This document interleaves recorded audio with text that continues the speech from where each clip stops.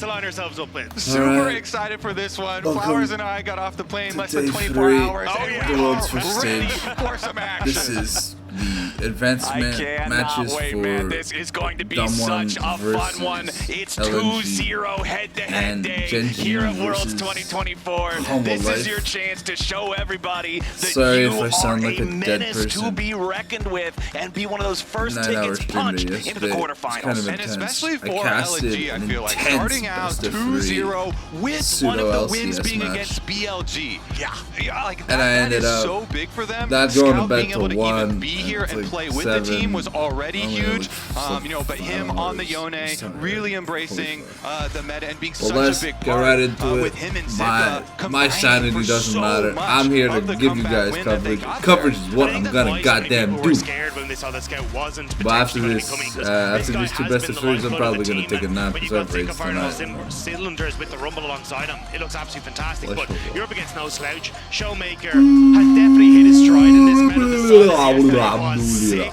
So I am excited now to see these two titans go up against each other. I got my the trusty mid-lane water. matchup, Showmaker versus got Scout. some This celery one and carrots. is guaranteed banger So, territory. highlight With of how this these guys have matchup been obviously is performing, how going these to be guys the have been showdown playing, in not the just mid here at lane, or Worlds are so we far. going to Remember, see each of the these two spicy teams has only picks from played a couple of Showmaker? games so far here on the Because World's I don't main think stage. But Showmaker now is that going we're to be in able the to series outdo part of Scout Swift, I'm really the looking Syndra forward Ari to seeing not matchup. just the I individual really don't performances think game to game, but the way they adapt between them. Yeah, I do want to see a little bit more cleanliness coming through from D plus Kia though. We saw them have a great start to that early The game D plus have yesterday, been kind against of FlyQuest, playing but like kinda an got a little NA rocky team. as we started to Just transition. pseudo running it down, but they're much Rocky better than Rocky NA teams, so it's hard for them to lose against NA teams. Exactly. I'm down for some DK kinda took a randomness. I'm dookie down for dunk some shit action on here to Fnatic. break out. Absolutely did love, like you're talking about, the Silas pull out there from him, being able to use that, steal away. Things some will get key better, ultimates. like, after Absolutely the massive second game or performance from him whatever. because honestly, people were looking If back we get at through this game year 3, from if we get it Showmaker, 2-0! not sure what to expect. Lahadam, oh, the rubber band! Nice from Zika. Finally, people are learning the Aurora band because we know Showmaker like that champion. Funny enough, there is only one player out of these 10 who's played the same champion in both of his games so far. Finally, the young man.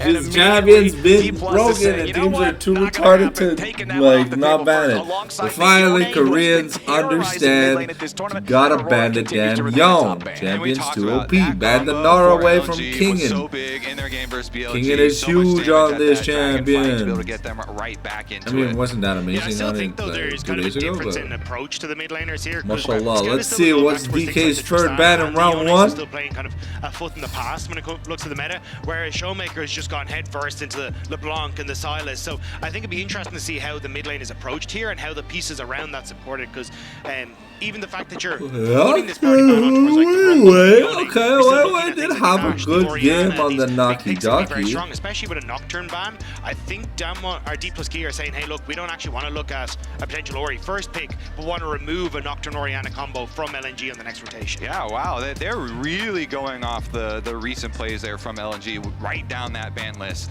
All 3 of them Banning keys Jackson that they King use and the versus smart. BLG. Like you're saying though too, I'm also looking at Just some ban like just Rumble and tournament-wide ban power Nara picks. Jax. The He's pretty Skarner, fucking that's strong. been such a big front line for jungle right now.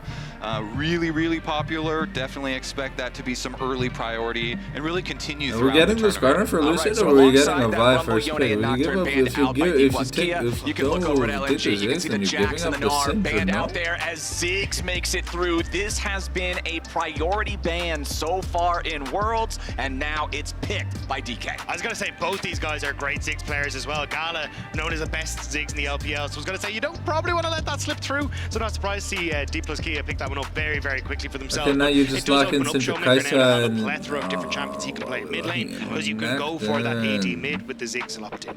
I feel like that's a Alright, so we're mistake. You gonna didn't have to grab pick your the top early early. blind Renekton, very good blind champion here, and then Skarner he's actually been pairs really well hilarious. with Ziggs too. So maybe you actually want to take that away earlier in the draft, since Skarner can like group people up for Ziggs ulti. Even We've seen that used. Vi is very good. That just that back line, hey, point and click, lock you down. But Weiwei's going to take that one away and deny it. So maybe the Oh Skarner is yeah, the because answer they on the picked opposite Ziggs. side. They're likely Okay, not let's see picking how they AP. want to go ahead and approach It's this gonna- one. Seeing some ooh, front line, I'm seeing some good. dive threat on the side of LNG. DK thinking about a couple of options here in the jungle. Skarner's a better option than the Maokai, I'll be 100% honest, especially when it comes to the Vi, because the Vi engages, Skarner counter engages, and then the Vi is just isolated. But according to the numbers I got in front of me right now, is tied for second highest they're gonna presence go there with the at 5 Magas, and the picks thus Skarner's far. left open, which is kind of Beats it weird. out though, right there. I mean, technically they could flex also at 5 Skarner picks, but on with the higher King. win rate, they'll lock that in on DK. I also just think it's a strong pick into what LNG are kind of showing for the moment. To make You want a to at least have some massive dive potential front setup with this Vi, so having that Maokai 1 to deny that is always great because But teams have to play would into, make it a but it little also Everson. works very well into Renekton and just keeping him in check in a lot of these fights. Oh setting up god, for a no, very not low coverage opposition, and again. those are Okay, two can we get a ultimates that can Syndra definitely or disrupt the something, backline. please? Like Yeah. Syndra Vi, All just right, so the make smolder Showmaker's life continues living here hell. at Worlds. Even with we know those what nerfs, aiming still has been is. performing. Still has been showing up, and when you have the Vi that you talk about, it's either a like a LeBlanc or an Ahri. It's these AP kill-oriented mid lanes, and with the hover over the LeBlanc right now, possible favor so there we're for Scout. leaving But mid again, there for are multiple options that you later. can still run Very, with the very Vi. Lots of interesting. mid-lane Gala is AP one of the champions, best combined with Dices that in the really world, successfully. so So they actually notably dropped it's the mid lane understood you pick want in kind of favor want to draft of the a full-on good dive. anti-Ziggs Gala's pick Kai'Sa. So in round 1. It that was is a either this mega pick or for, Jhin. Gala himself, but also with the But dive I that don't they're want to already see showing. Jhin on This was a pick that talented Gala 80s. brought I out a want to lot see in bad the LPL, 80s was one of the on proponents that Jhin. still brought it out into the Ezreal and a lot of these picks. So not surprised. Okay, to see but I him think go back towards it. I Cassante think makes it's the right sense. call. It's still It's something not that the can new do very well on the Cassante dive, that's but like also just if you W land butt that void fucking, but missile, I think maybe immediately we're jumping gonna on towards the see Ziggs, trying to either a burst them LeBlanc out. or a And I Central think Ban trying to get on rid of, or trying 5 to find something that can support for that, like a Nautilus, could work out DK, and I pretty well think here for DK's, Anytime Kai'Sa's not I gonna think have to LNG's face, like, looking to super ban. aggressive bot lanes. Yeah, it's gonna be Bobby really makes nice a lot to of be able to sense. get to that Super mid-game, good into high kill Renekton, potential, Vi and there we go, Kai'Sa, some of the champs we were talking and it about. Even turns though they were out trying to the entire distract comp. maybe with the hover on LeBlanc, the Ahri that Shut we up, also Soho. mentioned. I swear to God, such myself a on deadly this, I'm pairing going on this match, especially with the Vi. Yeah, the mind I don't game's even know not going to what work that out means. there. As you can see, the My mind's Cassante so and tired, Poppy it just banned out by speaks. LNG here in the second half. So no Cassante versus Renekton top lane staple matchup that appears all the time everywhere. Rakan also going to be banned away here. They're trying to respect further investment into that full-on dive comp. Seeing the 3 options already locked in on Go LNG, Rel. they'll get rid of it. But LNG are not asleep at the wheel. There's plenty of other good options for Guys, Engage Rel, and great Dive here in the bot lane. support role, and Rel is one of those. King Yeah, very and strong, but also Naval, just waiting to see exactly where Ziggs Smolder's kind gonna of go, hurts 'cause the Rel there's still engage, some windows where you but can if send a Ziggs top lane misses for the King if you satchel or want to. I don't whatever, think he's it's great just into the Renekton, dead. but at least you get to see It's that just maybe dead. there's an opportunity to bring out something like an Orianna instead of going for the LeBlanc, because with the options that you have with the Rel engage and then that Vi setup as well, there is some windows to just burst out a Smolder or a Ziggs in this later portion of the game with that Orianna combo. All right, the Alistar we're locked getting in. the This is a Alistar pretty standard back. Oh, response. I what think, the to Rel, fuck? Because of how easy it is to use the headbutt, knock the champion away when she tries to go for the crash down. It Okay, limits so this her is engage King's pick, options, makes her obviously. have to play around different angles. We'll see what they want to go ahead and round this draft Is the out game with plan now. into Still need to see this Renekton? one last pick from DK. What's Okay, it going to so be? we're How about a gonna couple of have- different things? Back and forth, back and forth. Olaf with Locked no. in. Oh my god, Oh what the baby, fuck? I love it. No Whenever way you we're see, like, seeing lots of Scout on CC, Cassidy. to be able to ignore, it looks like a good Ooh, Olaf see angle, Alistair and you've Malk- got like the AP bombs coming my over the top God, of your see head to so kind of many good support your picks for movement that forward, too. Silas. The Silas Yeah. though locked in for scouting the opposite side. This is kind of Immediately. sick because you look at, oh well, I got the Alistar, which is just a great ultimate for the Silas to take. Even the invulnerability now coming through from CC on the Olaf can work out perfectly. And in dire situations, you still got Bomb, you still got a Ziggs Bomb. These are great ultimates for Silas to steal. Oh yeah, Alistar Ultimate is historically the best ulti for Silas to take. Whenever Alistar is overwhelming in the meta with his presence, Silas becomes an answer because of how powerful he is with the Unbreakable Will. I love seeing how fast they are ready to slam this pick in, because they're also slamming it in against Showmaker, who is the only Silas so far played in the tournament. Yeah, Scout says, if you can do it, I can do it too. Really juicy ults to steal, as both of you have already talked about, that just further complement the theme that they already had going with the entire draft being mega dive. Now you add the Silas, multiple options to steal. A Maokai ultimate to set up your crazy dive would be beautiful as well. It's just like, oh my goodness, this one will be an action-packed game to start out. Yeah, especially when you look at LNG yesterday against BLG, they were scrapping for every Void Grub, they were scrapping for everything they could get their hands on. So when you've got a composition that is 4 melees, you kind of want to get involved very early in these fights and try and snowball. So this is going to be a banger. What we've seen of these teams so far, they look like they like to scrap. Backstage before this game, I was telling you guys, I want to see this series be a bar fight on Summoner's Rift. And based on the compositions we're seeing here after the first draft, I'm hoping for nothing else right now as we're into game 1 in this first series to determine the turn first mic off, team turn to it punch on, their ticket back to for some Paris action. in the quarterfinals. But expect a lot of team fight hype. I'm gonna try and reserve my voice. I have an esports cast tomorrow for World Watch Party tomorrow. There's all right, we're already winning, boys. We are a lot of stuff. Ready But anyways, winning. As we're taking a look at what everybody's doing here at the start, pretty standard stuff. Yeah, and honestly, I mean, the reason why it's such a dub for me in this game to not have a lane swap is like, we're going to get some really brawly lanes. Especially as a jungler, you love to see volatile lanes because you get options for where to go influence. Olaf versus Renekton on top side will be very volatile. They're threatening some very fun level 1 stuff here, both Sylas and Rail possibilities of jumping over the wall, but they do not go for it. Ward in the tri-brush there. Oh, crash down. Hung just gonna get not a whole lot more than that, really. Moan and Aiming still just trying to get back away from this one. Gala and Hung still continuing to push forward, dropping the Ignite, forcing Aiming to flash back away to the safety of the Tier 1 turret. Yeah, Aiming still has his teleport, so he should be able to kind of catch these waves and TP back into lane, but he does want to wait until he at least kind of works up towards something like a tier to get that reset, so trying to force him out early to deny that quick reset is working out well for LNG if they can try and get him out. Yeah, it's really big here for LNG to take advantage of the Alistar Ziggs lane at level 1, take away that flash, take away any big possibilities there. Now, like, Gala and Hung are going to have a really, really nice free time, even though their jungler is pathing away from them. Both junglers are pathing towards the top side, towards that really volatile matchup that we're all looking forwards to, the Olaf Renekton on the top side. So you got to expect the junglers will definitely intervene very early up there. Meanwhile, of course, that Sylas getting pushed in early by Showmaker, so nothing to see there. We will, of course, also be keeping track of Showmaker's stacks on this. You have to. You have to, especially because it's a melee matchup, and so you should be getting a lot of stacks very early on the Smolder. But this is the surprising thing to me.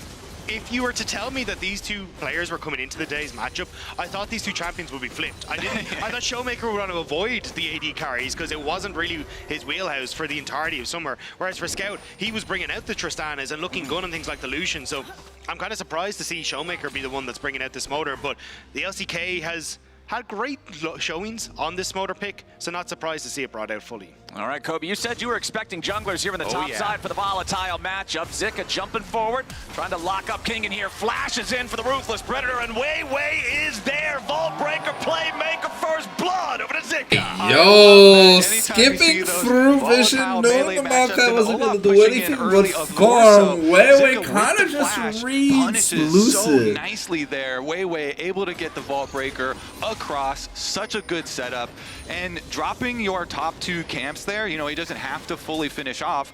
It's really important for junglers to recognize wave state, and because of the matchup, and it's just an Olaf with Ghost, so it should be an easy stun setup. It's just nice to see like the versatility here to be able to react to the current wave state, and really nice punish. Especially because DK had already spotted out with that ward on Raptors where Wei Wei was. I think they just thought, oh, he's going for a full clear. I can crash this wave and get back, but Wei Wei kind of catching them off guard, getting that early kill, going to help out massively for Zika. Yeah, everybody always highlights like efficiency for junglers and like, oh, you need to full clear, you need to full clear, but that's a lot like solo queue where you can't rely so much on your teammates, and in this case, really, really good diversion there. So we'll see about the other side of the map as well, as you're going to have the cross Wei Wei, of course, going all the way to the bottom to get the bottom Scuttle Crab as well before fully recalling. Yeah, and you can see DK ready to crash this wave here into the bottom lane. Tier 1 turret. Hung and Gala should just be able to farm this up. No big problem. LNG still just enjoying the gold advantage from the first blood, but not really anything more, so there's no huge lane advantages popping up anywhere for any of the just matchups that you would expect them to be coming up from. Yeah, I just want to see how the timing here is going to go for Wei Wei, because you're down on this bottom side, you could immediately go for Dragon is hung. Should interrupt the reset. Yeah, nice here from Moham. The Ziggs. Oh, he Ignite wanted late. to use the Ignite to cancel the reset, but it wasn't fast enough. It got him during that last quarter second. So Aiming still manages to get his recall, and now that's Summoner down for Hung. And I think that was where they could have tried to look for some sort of pressure on towards push at the wave, maybe try and get an early reset, move up towards Void Grubs, but now that Aiming's back in the lane, he's going to be able to Scout's keep kind up of this struggling pressure. in this Gala's mid lane just a reset matchup. It down. only gets So trying to better move for up Scout towards early later Void on. Grubs is going to be really tough for LNG now. Other thing I'm looking at that's kind of tough for LNG, Scout has already used his teleport, and so always, you know, on Sylas, you're kind of like trading your health, trying to keep up enough CS and trying to stay in lane, but so much pressure from Showmaker here, just spitting out fireball after fireball. They do force Scout back, and that is going to turn into, hey, there's no teleport on Scout, I've got the advantage here in mid lane, pushed him in, chunked him out, we should be able to grab this dragon. He crashed down there on the Moham, but he's not a whole lot more worried about it than just that. He can walk that away as the rest of his team is continuing to just pick this Drake up. Bottom lane's job is to make sure that the enemy bottom lane doesn't rotate over, try to cause any trouble, and that's not going to go down. So Lucid can finish picking this one up, no problem, should be. Weiwei's starting to get a little bit of an advantage for himself, though, because he's moved into DK's top side, stealing away the Gromp. Going to, I imagine, could move over towards the Wolves or just immediately move back over towards the Void Grubs, which is what he's going to do with Sylas actually getting that push now that Scout has come back into lane, and Zika doing a good job of controlling Kingen. So it is going to be a trade, but even just the camp starting to tick over in favor of Weiwei. Ooh, wow, Scout going in, looking for a little bit more on Lucid, but takes him down to 250, has to back away. Yeah, and that's a really good, honestly, scouting play for him, where he's not really looking for the kill. The fun there. thing with the He's looking Sylas to make ultimate sure that is there that is it no has such a possible low contest on these natural Void Grubs. cooldown Nice that early you use of can the go ultimate, get a look big chunk for onto the people. Maokai, make sure that DK are not going to have an option, because, you know, they did have a really early timing on the first dragon, so there was possibilities here, especially with, you know, Mohan reset here, and they are swapping up to the top side for DK with their duo lane, but already, because of that play, LNG secure their grubs. Yeah, that's what I was going to say. It's unusual to swap Aiming and Moham up now because, yes, you can try and get some turret plate damage or at least try and opt out of the matchup, but, oh, Zika actually getting knocked back a bit, but yeah, he's fine. This wave should still be picked up by Zika. He's going to be relatively okay. You can even see the rotation coming through from Hong and Weiwei just to make sure he's going to be fine on this, but you're just leaving Gala now to get free time. All right, LNG's bringing in some backup. Ballbreaker getting charged. Flash engage comes out from Hung, and they're immediately just trying to chop down that tree. Lucid gets away with 200 HP as Zika tries to keep everybody else locked up, but the disengage coming out from Moham knocks him back into the river. The big bomb coming in from the Ziggs. Aiming needs one more shot, and Lucid's going to get the kill credit. DK won Not too sure what the LNG focus LNG was. tossed everything Zika into should the have just tree, but they couldn't followed. chop it down. You didn't have the damage to follow through, and Zika just gets mowed down by Aiming and Moham in the mix. Yeah, that was really good peel. Turnaround. Lucid does not panic as they jump on him, immediately able to disengage and throw out his Maokai ultimate. And Aiming plus Mohan, keeping them at arm's length, allowing them to take down the extra kill for them. This one already spicy, boys, but very glad that is evened up as well. The only thing we're still a little bit worried about here, Showmaker's been stacking up quite nicely on that Smolder, so we will check back in on the mid lane. We'll see if Scout is able to pull off any really big plays on any steal away ults. Also, I'm not sure what happened in the bot side. Gala ended up losing out about 10 CS there as well. Was even going into it, but wasn't quite able to finish it out. So Kingen didn't burn Ghost or anything, but was watching top side. So nice job at least by Kingen to deny some of that CS away from Gala and put him behind as well. All right, 12.7 to 13.6 thousand gold, 1K up for an LNG squad that also owns the first 3 Void Grubs. 2 minutes until that second set spawns. And honestly, the second Drake only being slightly mistimed with that means we could have something interesting go down, but most likely probably just a handshake trade on the objectives. Yeah, I think this is where we're probably going to see a little bit more interaction between Weiwei and Scout, because even if you can just get that ultimate from Weiwei immediately on towards Showmaker, you can burst them out or start to burn some summoner spells. So getting those summoner spells out before a big dragon or a Void Grove fight are going to be really crucial. And when Scout has, again, just been such a strong focal point for this team, trying to get those resources onto him has always boded well for LNG. Yeah, and then of course Gala, they're looking at trying to scale this Kai'Sa. He has the call, really trying to make sure that he will be able to cash in, get to his couple item breakpoints. And that's where your dive comp really excels, is once you're able to bring the Kai'Sa over to a lot of those skirmishes. Until then, like you're saying, you're going to see some of those Weiwei scout combos, see if they can get some skirmishes, some engages, pick people off as they're rotating between objectives, and we really get to live in that melee brawl world. Just about to hit 10 minutes on the clock here as Gala and Hung head back down into this bottom lane. You can see their opponents are up slightly in terms of the gold. It is a plus 20 farm lead for aiming on the Ziggs. This is a pick that has been banned a ton so far at Worlds 2024 in the main stage. Second highest ban rate overall. The fact that it went through this one, a little bit surprising. But when we look back at the draft, a big reason for that is a lot of targeted bans. We talked about how DK was aiming at all the stuff that LNG used to beat BLG. So when those specific strategies come out, the more general OPs get through. So I'm very curious to see what aiming can accomplish with this pick as we go forward. And of course, aiming, has been very consistent for them. As we see a 4-person move towards top. All right, we got the big play. The dive coming in from DK, and Zika's about to drop. He stays alive for an extra second, but it is not long enough. But now the Maokai ulti coming out, stolen away by Scout, but it will not matter as everybody on DK exits stage left. And they fully commit to this. They're like, second spawn of Grubs, we're going to send everybody up to go for the tower dive first, but now the chase. The immediate counterattack coming out from LNG. Ooh, Moham gets obliterated! They take down Moham, but a teleport arrives, and Kingen is ready to tear through on a rampage. He chases Hung down, but Hung gets back over the wall as Lucid has to try to escape back into the mid lane. It's a 3-man chase from LNG. They won't get a kill, but the enemy jungler now so critically low on HP, and LNG are heading back up into this topside river. They claimed one of the second set of Grubs, but there's still 2 to go, and nobody from DK to contest. And even though DK, quote-unquote, successfully get their dive, this is so massive for LNG. They got so much money onto Gala. Gala had just been farming on the bottom side, and they're still able to get their chase down counter kill. They're still able to get their Grubs. Can they finish the last one? Oh, no, they will not. Stolen away. How now, Mr. Cow Weiwei? Stuck in the pit, and he ain't getting out. Unfortunate. It's the Grub plus a kill of a DK. I can't believe the cow is the one that's in all of that one. Incredible from DK, because I was looking at LNG going, oh, this is such a sick timing window. The reset came through from Kingen. We have the numbers advantage before the TP can come in. Let's take the fight. But then they're like patting each other on the back, and they think they've done it, and suddenly DK come back. Yeah, it was so... And look at the mini-map as this play starts. Gala's on bottom, farming, he's doing damage to the tower, so that will be consistent for this entire time. And LNG, as they get their chase out here, key that Showmaker popped Mohan's ult there. He was able to force it out with his Maokai ult, and then Weiwei says, I'll follow up.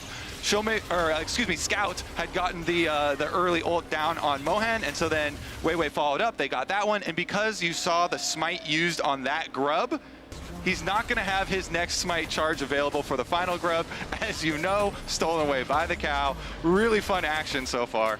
All right, as we get back to live, turrets are collapsing in bottom and top lane both. As LNG grabs the first down in the bottom lane, immediately responded by DK, though, up there in the top side, using the power of the Ziggs and the Satchel to make sure that they can force that one down as well. As you can see, the second Drake also gets taken. This is an awkward spot now for DK, though, because you can rotate Gala up and still have a tower you can threaten on top side. You're in position to fight for Rift Herald. Sorry, Aiming, I think, has to open mid or top here, because he still needs to try and match Gala, but can't really threaten that bot lane turret and still be in position for this upcoming Rift Tower because his TP isn't available. So DK kind of a step behind when it comes towards how they want to operate in the map right now. Man, we are 15 seconds away from Rift Herald spawning with, what, 500 gold separating the teams. Couple of good moves early on from both sides. Drake's tied at 1-1. The early game from the first game of this BO3 has delivered so far. Massively so. And this is, again, I just want to see more scrapping. Like, this is such a fun compositions on both sides to see exactly how you can try and come away with this. But LNG, a bit late in the resets, Weiwei only now starting to come out of base, means DK get to set up nicely in river, and the push in mid is fairly simple with aiming opening up there. Okay. Let's see if we get a whole lot of trading back and forth here with just some of the poke tools being used. Gala firing off the Void Seeker, but Bouncing bomb's not going to connect in response. MasterCard Lane Economy snapshot showing you that, yes, it's a bit of a gold lead for Kingen, but all of the other gold leads going the opposite direction. Down here in the bottom lane, though, 1v1 between our ulting top laners. Zika trying to wait for those cooldowns to come back. He doesn't want to stand there and fight the Olaf. Auto attack v auto attack. Zika looking to chase him down now. A little bit more is all he needs. Run, Kingen, run! Zika with the solo kill. Zika played that Olaf so well. gets turned into a purse. You know, Renekton, the crocodile levers normally turned into the purse, but this time it's Norwegian purse. Reset now that he hits 11 and teleport back in as it's about to come off cooldown. Oh, where's Scout off to? Okay, oh wait, Gala, very low on HP, down to 150, having to try to get away from this with a killer instinct. Last bouncing bomb ain't gonna hit him. The AD carry from LNG staying alive as Moham has already used the ultimate. The Unbreakable Will no longer available. Counterattack coming out from LNG now as Moham has to try to get away. Another stolen Maokai ulti. They go in, and LNG finds themselves another kill. They get everybody right on back out, and the scrap continues. Sick Vi ultimate there from Weiwei as Moham tried to headbutt him away. They get their kill again. Cow down. LNG punish that dive attempt. And poor Moham, man, gonna be abused by Scout this game. Scout is side of the Rift Herald pit, down to where DK's Raptors are to come in and find Moham off kilter. So LNG doing some really fancy stuff here and getting that kill back, but I thought it was Gala who was going to die. And guess what? We're going to see a lot more of Gala on our screen pretty soon. He has been farming up a Storm and is very close to the Rage Blade. The Static Shiv obviously helps a lot for holding mid lane when you're trying to deal with so much Ziggs push. It sometimes can be really hard, but Static Shiv does a lot, and then really nice ultimate and some jukes from him to keep himself alive. But once the Rage Blade is done, then you get to see Gala going way more offensive with it. And LNG, they have so many tools to start up these fights. Well, how about this, Kobe? We got the Rift Herald still alive on the map, and in a minute and a half, we also have another Drake. Ziggs itemizing early. It's really smart because the Silas, he presses W once when he's low HP, the no anti-heal, man, full heals. I swear to God, Kingslayer's a broken ability. And here they're just gonna take the turret because Ziggs is George Bush, and he's gonna go kablamo! A little bit for the other side as DK manages to grab yet another turret thanks to the Ziggs satchel. I get so scared sometimes that I'm streaming with the mic off, and I'm like, it's very easy to start to drift across these objectives. So sometimes I turn it on because like I want to go get water or eat a celery, and I don't want you guys to hear my sexy ASMR voices. My voice isn't like completely back to normal. Both on, I'm still a little dead from carries that you expect from him, but like the I only Zeri and have stuff, another but cast him tomorrow. really incorporating And, the Ziggs so heavily in tomorrow regional is best of ones. and now being able to steal it away and pull it out here could be the big difference maker. That big AoE on the item spikes here might be amazing. Regardless, though, is going to be Rift Herald picked up, and Kingen. Ooh, yeah, Kingen trying to get himself away. Zika's going to stop the back. Kingen knows that the only way this works out okay is if he takes somebody with him. He cannot escape there. He tries to put the damage in, but it is not enough. LNG pick up another. This counter pick is not working out at all for LNG, or for DK there, by the way, for Kingen. I mean, just think of the beginning of the game, the setup on the gank, then he also got the solo kill, then his team arrives here. It has just been all Zika all day. Now we got some more problems for Moham and for DK as Scout is ready to jump in after him. Stolen Alistar ulti means he's totally unafraid of any sort of a counterattack. Hung now just also continuing to try to chase this. Scout got knocked back over the wall. He misses the abscond of Doug. Oh! The snipe from downtown! Gala's like, yo, give me that Kobe beef! Man, Scout is way more brave than I am. Because I was looking like Weiwei's on bot side. There's no way they're ever going to go in. Mom gets called to clear the way, but Weiwei is fisting Shyvana's mother in the dragon pit. It worked out. So great call on the bluff. Hey, yo. That's the power, though, of Alistar. Now that's something I'd pay to see. No. Okay, I'm Tryndamere for the next 8 seconds. Sure, I'm not going to die. Yo, Showmaker harassing with the rocket belt? Kill him. Yeah. Now I'm Alistar with damage. Yeah. Now it's scary. That's going Cosmic Drive. Nice stuff. Yeah, Scout is gonna be scary. Game number 1. We've got another Drake secured for them. We've got. I mean, Showmaker's got some stacks, but he's a little slow on the stacking. But I'm not exactly expecting a 20-minute Baron attempt or anything of the like, unless we get another big explosive fight beforehand that really decidedly goes one way. Yeah, much more looking for LNG to try and set up their vision so they can get a really good dive fight that is not having to. Anyway, so far the Smolder pick was pretty troll. Available mid lane here for DK. Their mid lane power is still very healthy. They still have their flash on Showmaker, flash on aiming, and those are the two that you're really looking at. Those critical summoner spells on DK. That if those get blown early, it's kind of step 1, and then step 2 for LNG, just the full send on their dive. So Showmaker and aiming. The Renekton has 2 items. Doing very well. The Olaf has 1. Even though they're in the gold deficit, it's mostly in. Oh, Scout. Oh, hold on now. TP coming in for LNG. Scout might be a little bit too far forward. Seals away the Maokai ulti, which means he doesn't have the tankiness from the Alistar that he would like to have. Scout jumping back into the Baron pit, flashing back over the wall, barely staying alive. Mom roars in. Scout steps to the left. He lives. He okay, they used 3 ultimates. That was audacious from the LNG mid laner. Yeah, I did not expect that one to be going the way of Scout. I thought he was going to fall there way too deep and very little vision, and now he got Rip Child, but well, we're doing it again. TP blank. We're doing it again. This time, it's the Crocodile. Moham trying to get away from Hung off to the side. Zika does not want to just jump in there with 2/3 HP. Gala's also removing the Rift Herald from the Tier 2 turret at the same time. So you don't actually get the Tier 2 tower off the charge because of that play. Everyone backs away to respect Zika. So it kind of works out weirdly for LNG in that one. But the other one is DK now need to move down to this bottom side because this 1-4 setup that they've been using with Kingen on the side lane and trying to use Showmaker with aiming to threaten the Tier 2 tower has kind of netted this opportunity for LNG to continuously push in sides with the stronger 1-3-1 setup. Showmaker on the Smolder, currently sitting at 167 stacks. That's honestly, gentlemen, not a lot for this point in the game. He's still going to need a couple of more minutes to hit that 225 sweet spot, as now LNG might have themselves another opportunity out of play. They will not be able to catch out that enemy Alistar, but aiming's in a lot of trouble. Flash for the Ruthless Predator and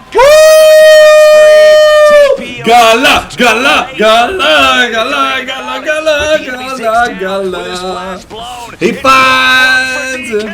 Beautiful engage coming out from Hung as LNG follows up and a Void Seeker finds the heart of Moham. DK just collapsed and LNG hit him right in the ribcage. And that's going to be a Baron as well. Moham tilted.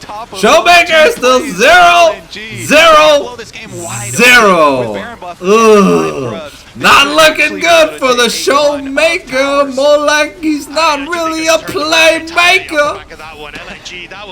If LNG secure quarterfinals of this game, that's insane, bro. The momentum they're carrying for game 2 is going to be fucking radical. And you get to see it with the engage off the back here. Look. The Killer Instincts comes in with a bam bam, gun to the head, call it Abraham Lincoln. Assassination attempts. A beautiful flash magnet storm into the crash down.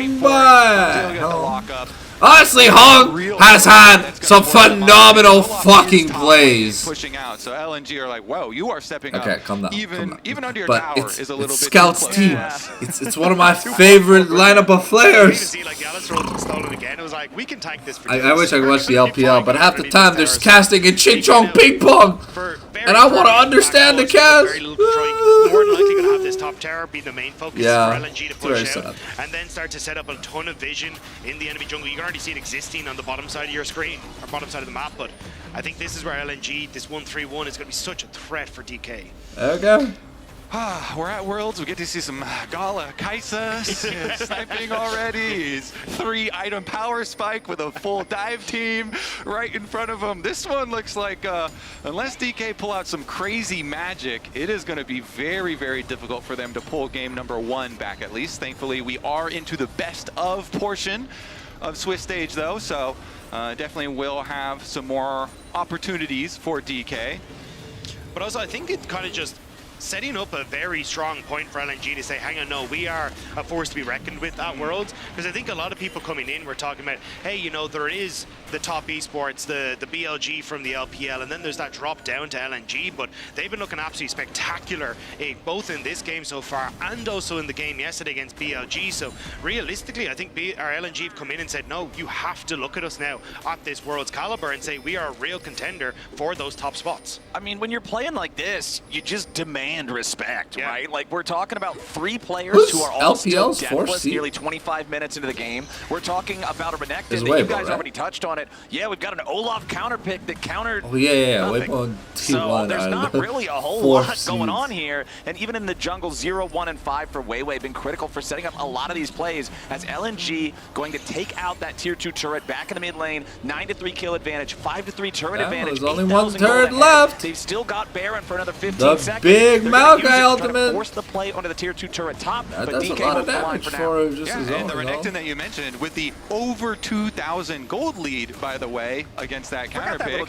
is hitting inhibitor tower right now. So being unanswered, the Ziggs bomb tries to push him off. The minions were still empowered by the Baron though, so they didn't all die down there either. And the Renekton pressure is going to be relentless, while the rest of the team, there's not a whole lot and left that's the T2 winner. And Gala goes in with the killer instincts. They're trying to find him, and Scout doesn't find the abduct. Doesn't get the EDP this one, but he gets a nice full heal, but Hung takes an L. The execute is on for Showmaker.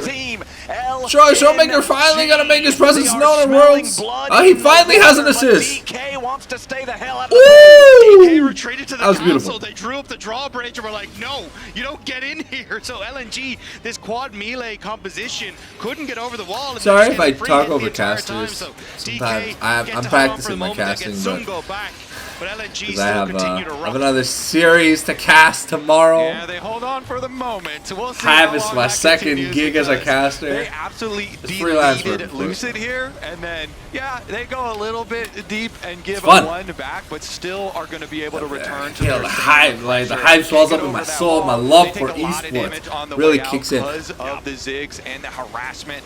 Olaf gets a kill, but you know, DK, the Smolder is something we should touch on as far as these comeback hopes, even though the comeback is going to be difficult.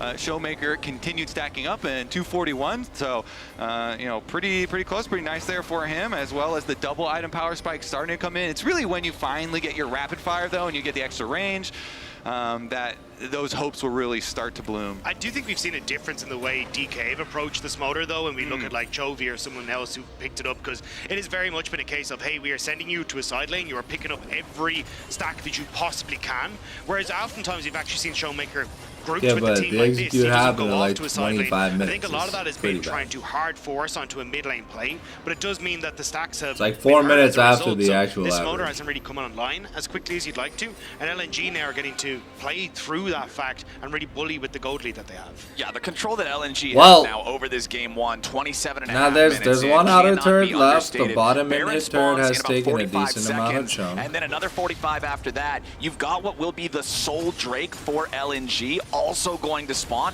Yes, it's a Kim Soul. That's usually not the one that you would want, but it is just extra power built in. The healing on the Sylas is huge. Please mention it's going to be like plus 18% heal and shield power. I'm sorry, but Renekton Q, they are so far behind. Rel W, one face check that you shouldn't have checked. Rel W is huge. It's a 20% increase on our own shield. Never mind, fight starting off. Weiwei jumping to the back immediately, going after aiming. That's a flashback over the wall, trying to stay safe as Weiwei's going to get bursted down by Mom, but the Sterex keeping him alive for an extra second. Showmaker grabbing the kill on that one as Kingen is scrapping and fighting back against LNG. Zika has to try to get away, staying alive with a Sterex of his own as Gala's going to be taken down to 1/3 HP, and he's going to continue retreating back to his own jungle. LNG have lost a man and killed no one on DK. DK standing strong, starting up the Baron, but LNG is still here. Scout looking for the opportunity to go back in. He steals the Alistar ulti away, and now he's jumping in on top of Lucid. Kill the jungler, kill the Baron. It's that Easy. Moham trying to get back away now as well as Zika wants to go in for a pinch. Woo! Gala with a beautiful shot takes out the enemy support. Jungle and support on DK down.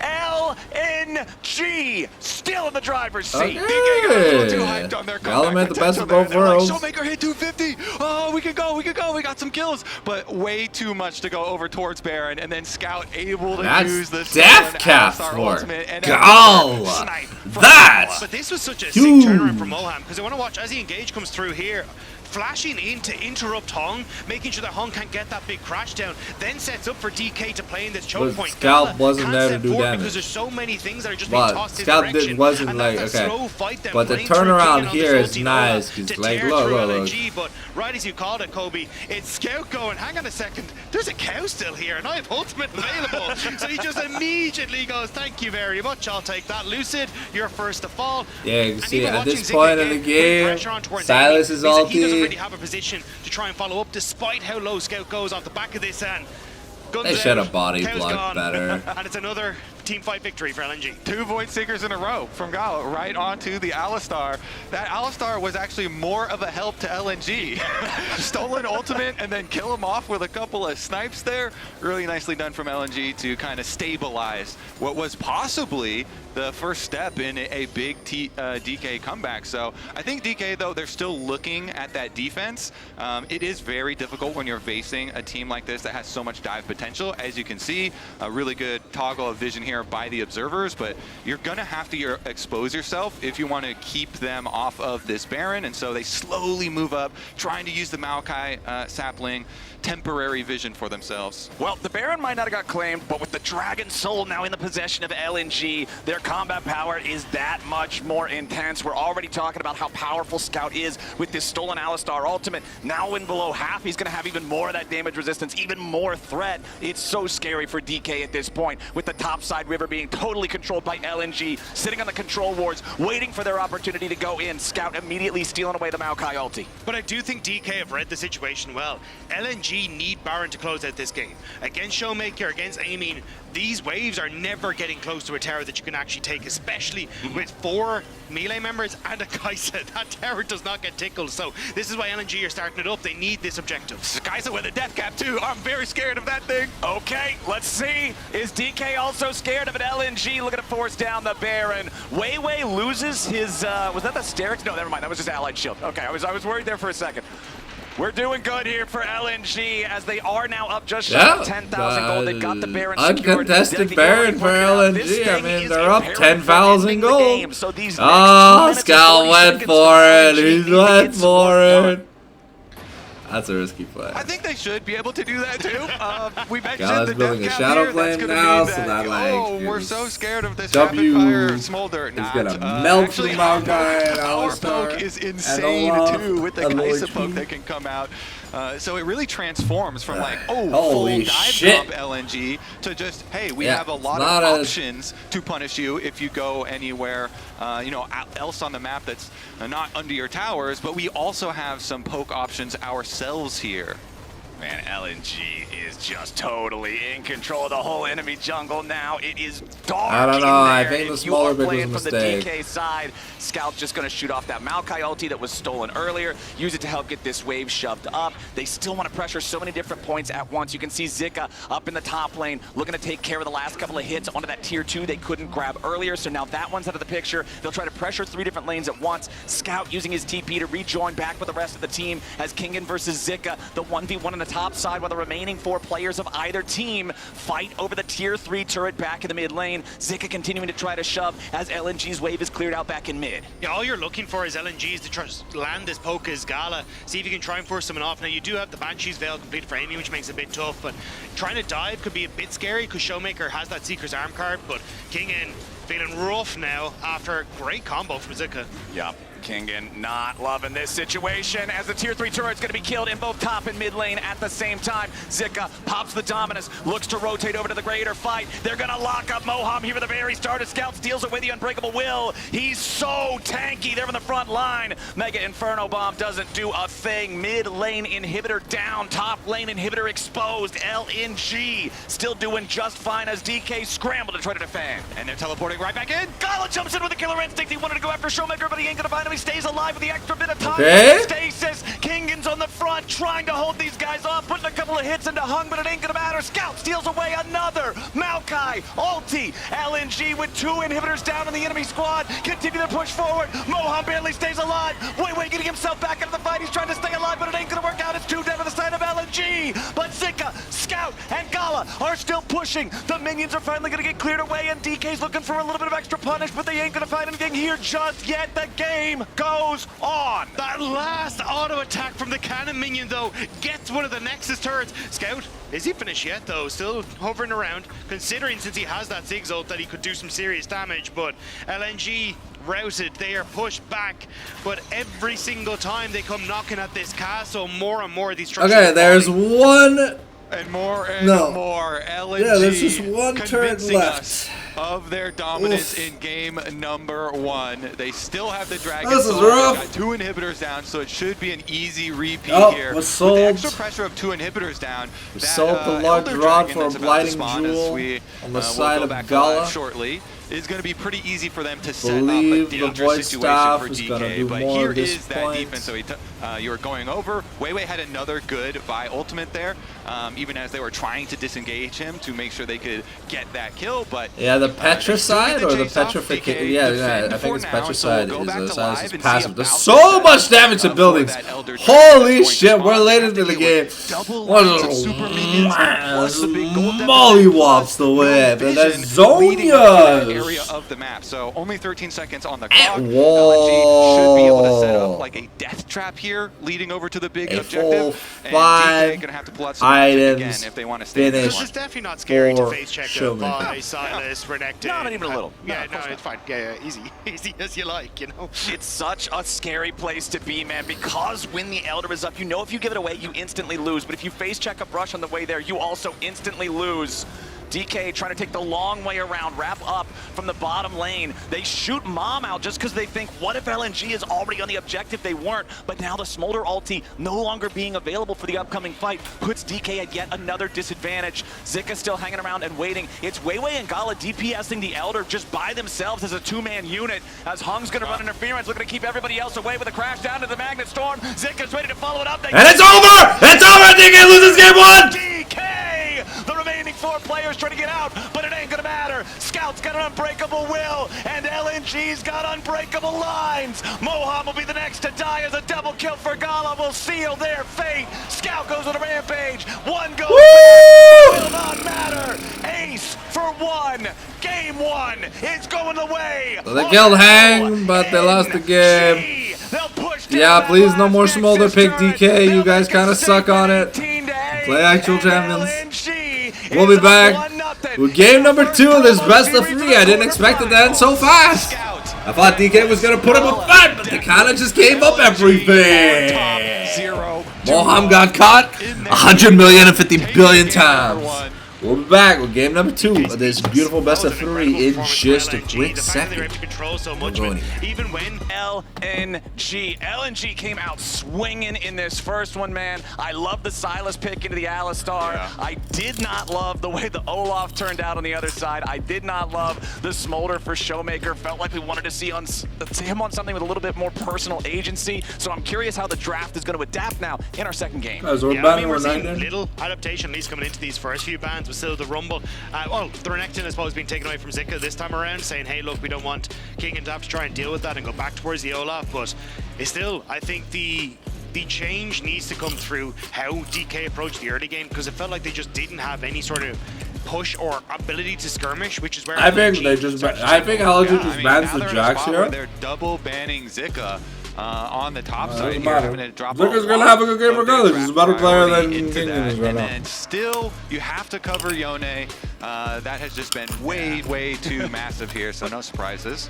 It also says that Showmaker isn't comfortable on this, because you are banning this on blue side. Yeah. This should be a pick that you're happy to just first pick. Like we've seen Caps go for, we've seen other teams go for. This just says Showmaker doesn't want to go towards it. I mean, we were literally talking about this behind the scenes before the game started today about how Yone feels like it should be a perma-ban phase 1 red side in this tournament. And if you don't do that, or if you ban it yourself on blue, you're just announcing, we don't play it, we don't want it.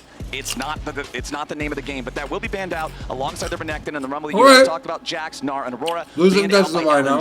First pick of this draft is the Vi. Remember that Weiwei picked that one up for LNG in the previous game, so DK gonna snatch it away. And so already to me, that seems like it's going to set Showmaker up for one of those AP, threats that people want to see from him, rather than the AD carry. So really high priority there, kind of translates into a better pick for Showmaker, I think, as well. So we'll see what the response is here from LNG. Very quick.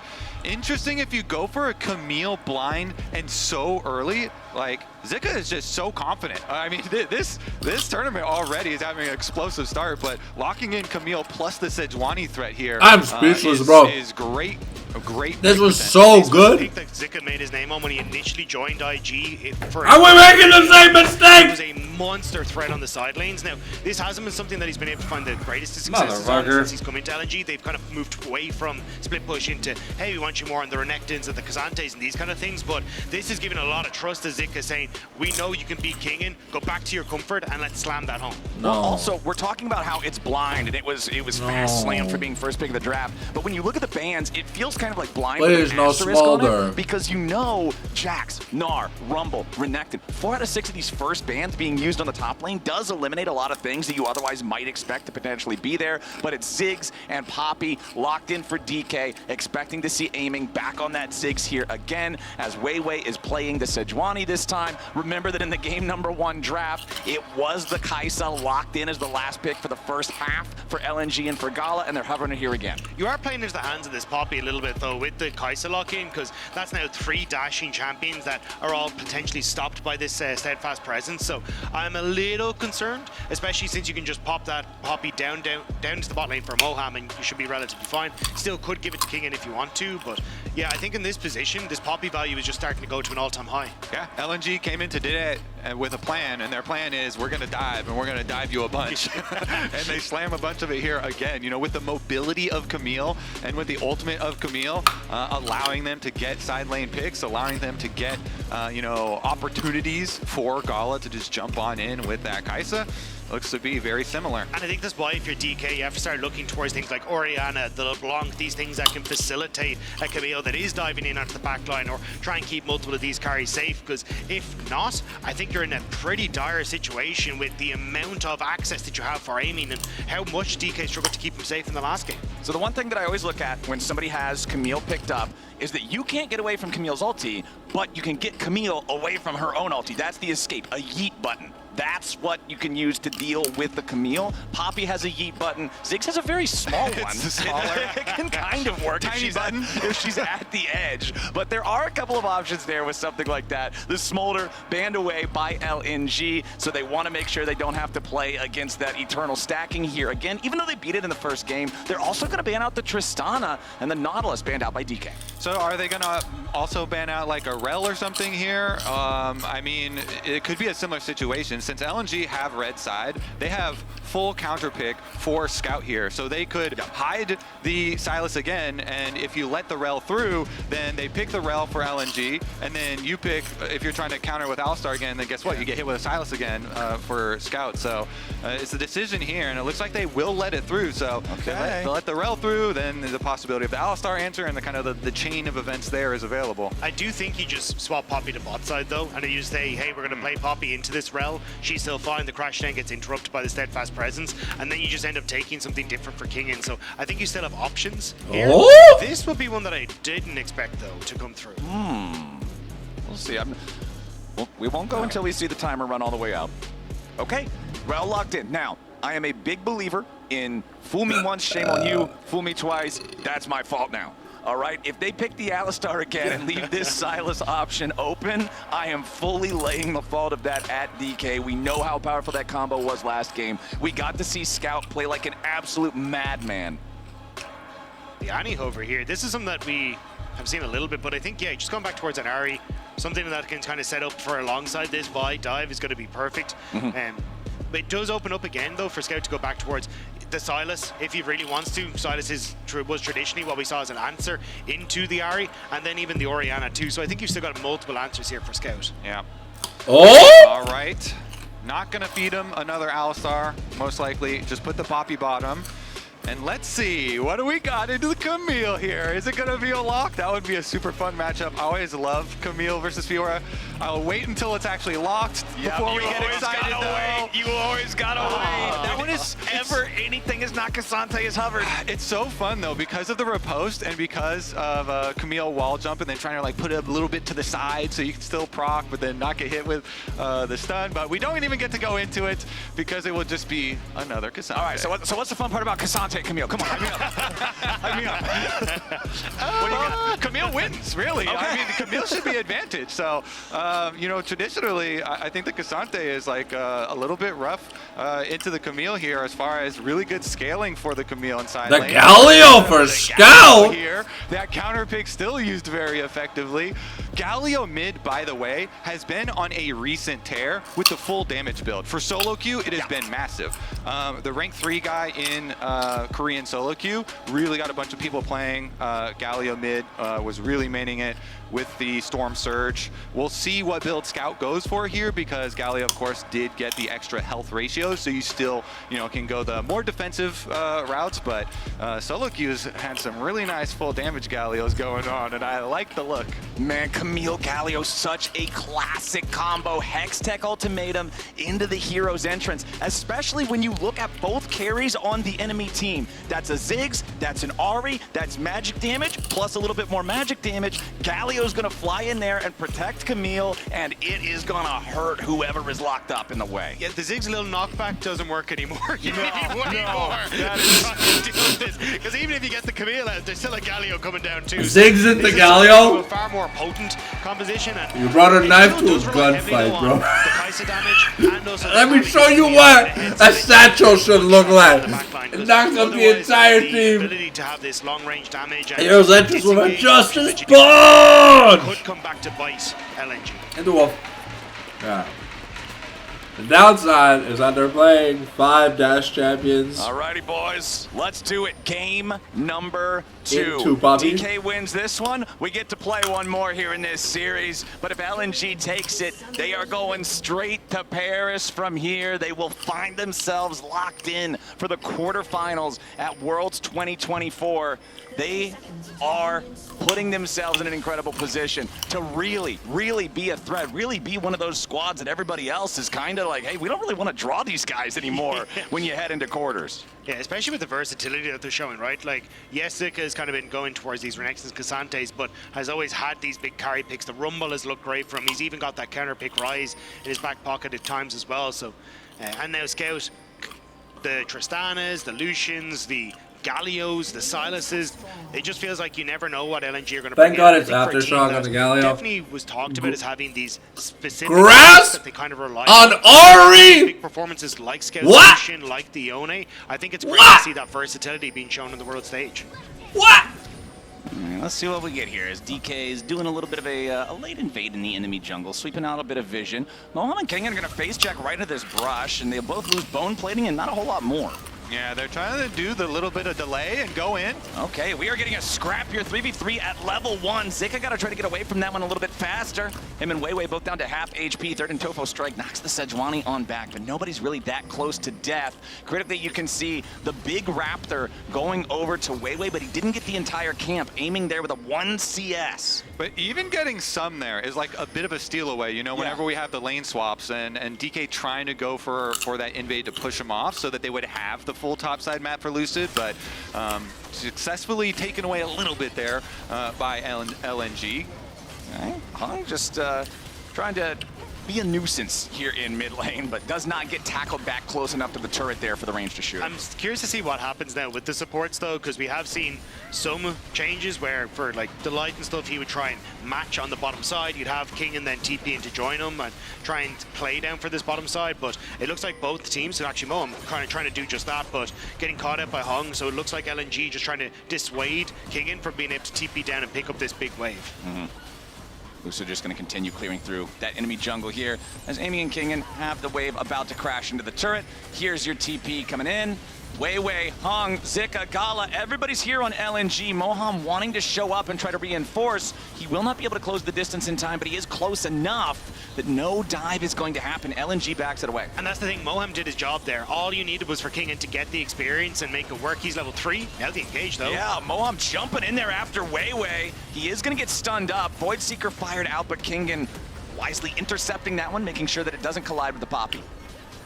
Nice little chunk there. Easy defense. DK are able to keep Kingen in full experience over here. And Zika, of course, teleporting up to the top side to grab the top side experience in the 1v1 that now, looking at the minimap, he's actually going a little bit aggressive, tried to get in there onto aiming and actually chunked aiming Ziggs out a little bit.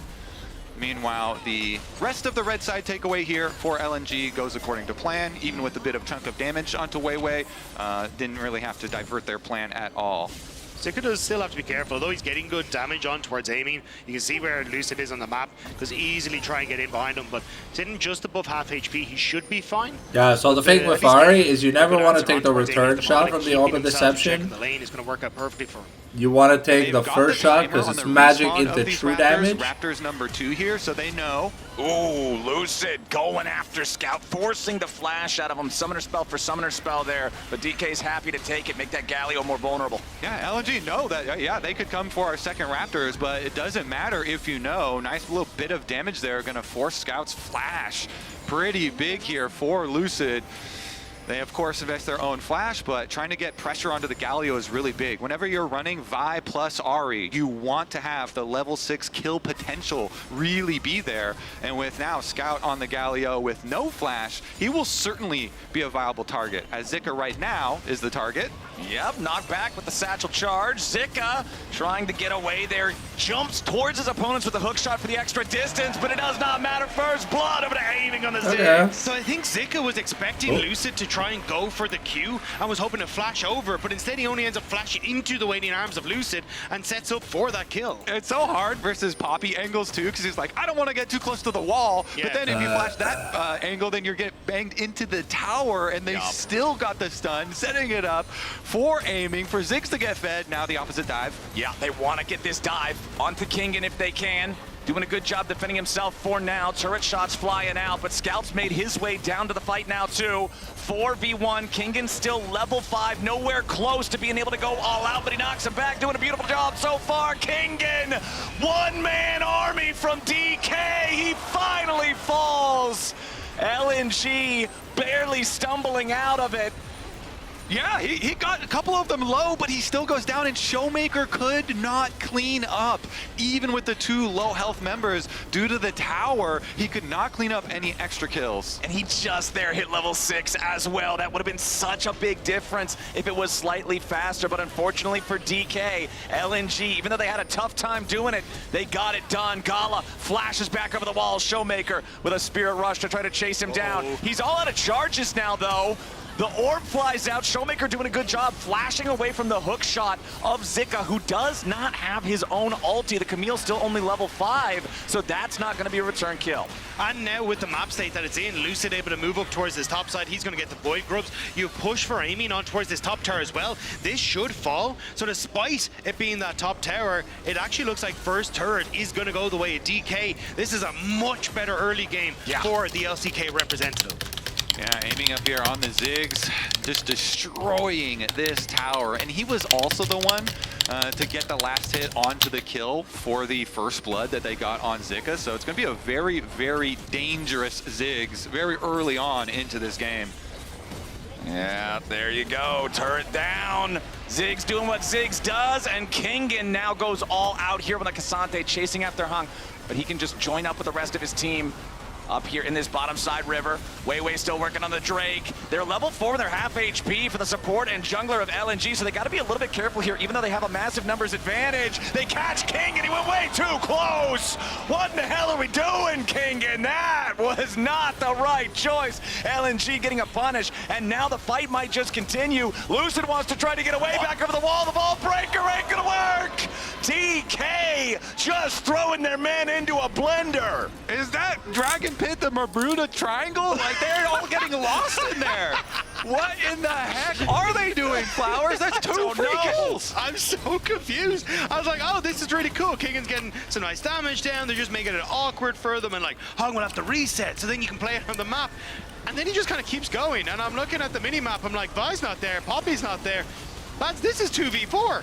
Like, this is not where you want to try and take this fight. And sure, they get the damage on Hung, but this is such an overextension. Yeah, you can tell. The call is try and delay them. Hey, we're on the way. We want to try and punish them. We want to catch them. But then not only does our K'Sante die, but then Lucid dies for a control ward inside the Dragon Pit. The Dragon Pit where the dragon had already been taken, nonetheless. So 2 free ones. I'm sorry there. for the timing. I mean, LNG are very happy to get I've got that a gig. extra money because I've got a gig in 2 weeks had been for a TFT building tournament, such a and I good don't know if I advantage in have this the early fancy game. or Their Ziggs game regular plan attire was required for going it. full steam ahead. He By the time the already entirety of my included outfit is basically so much just money with the isolated tower goal, anime plus the t-shirts, first blood money. It had been going and so sus incredibly shirts. well for DK, So, and you might look back and like at those meme couple shirts of or whatever kills that you from gave away really vacations. early on into So the game, we'll have to see. and really regret those. We'll see though if you know, LNG are able to get their dive game plan going. We now have our level 6s for both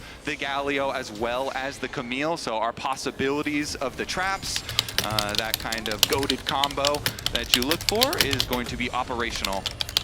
Man, that was not what DK needed. They were 3 grubs ahead. I mean, technically they still are 3 grubs ahead. It just doesn't feel as good after the blunder there in the Drake Pit. 9.5 minutes into the game. Second set of grubs spawns in 60 seconds. And I would say your game plan of the Fed Ziggs is still going really nicely. Already rotated him into mid lane here. Can easily destroy these minion waves, keep up the early push, allow you then to set up your play as the Rift Herald is about to spawn. Push mid wave, get everybody over there.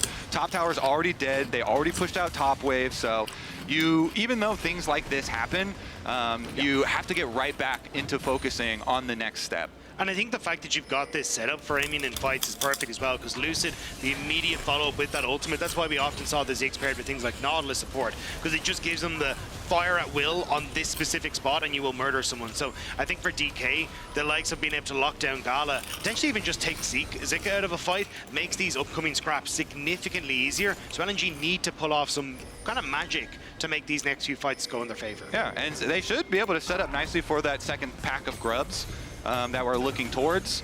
They get the recall off for Ziggs as well, so gets another purchase, and looking at the 6 stack of grubs would be very nice for them, even though their bottom tower here is very close to going down, and 3 members of LNG are coming to try and make sure of that. Yep, we got another teleport coming in to try to turn this into a very one-sided fight. It's another bad experience for Kingan around the bottom lane. 0, 3, and 0 on K'Sante in this game. I think that's a great call from LNG, because they're like, fine, you can have the next pack of grubs off of your push on top side, off of your push in mid lane, but we're gonna know that you're taking those grubs and make a play on the other side of the map. I think it's always one of the most critical skills in League of Legends that really separates the top teams. Hold on now, another one of those skills is a dive when you can find it.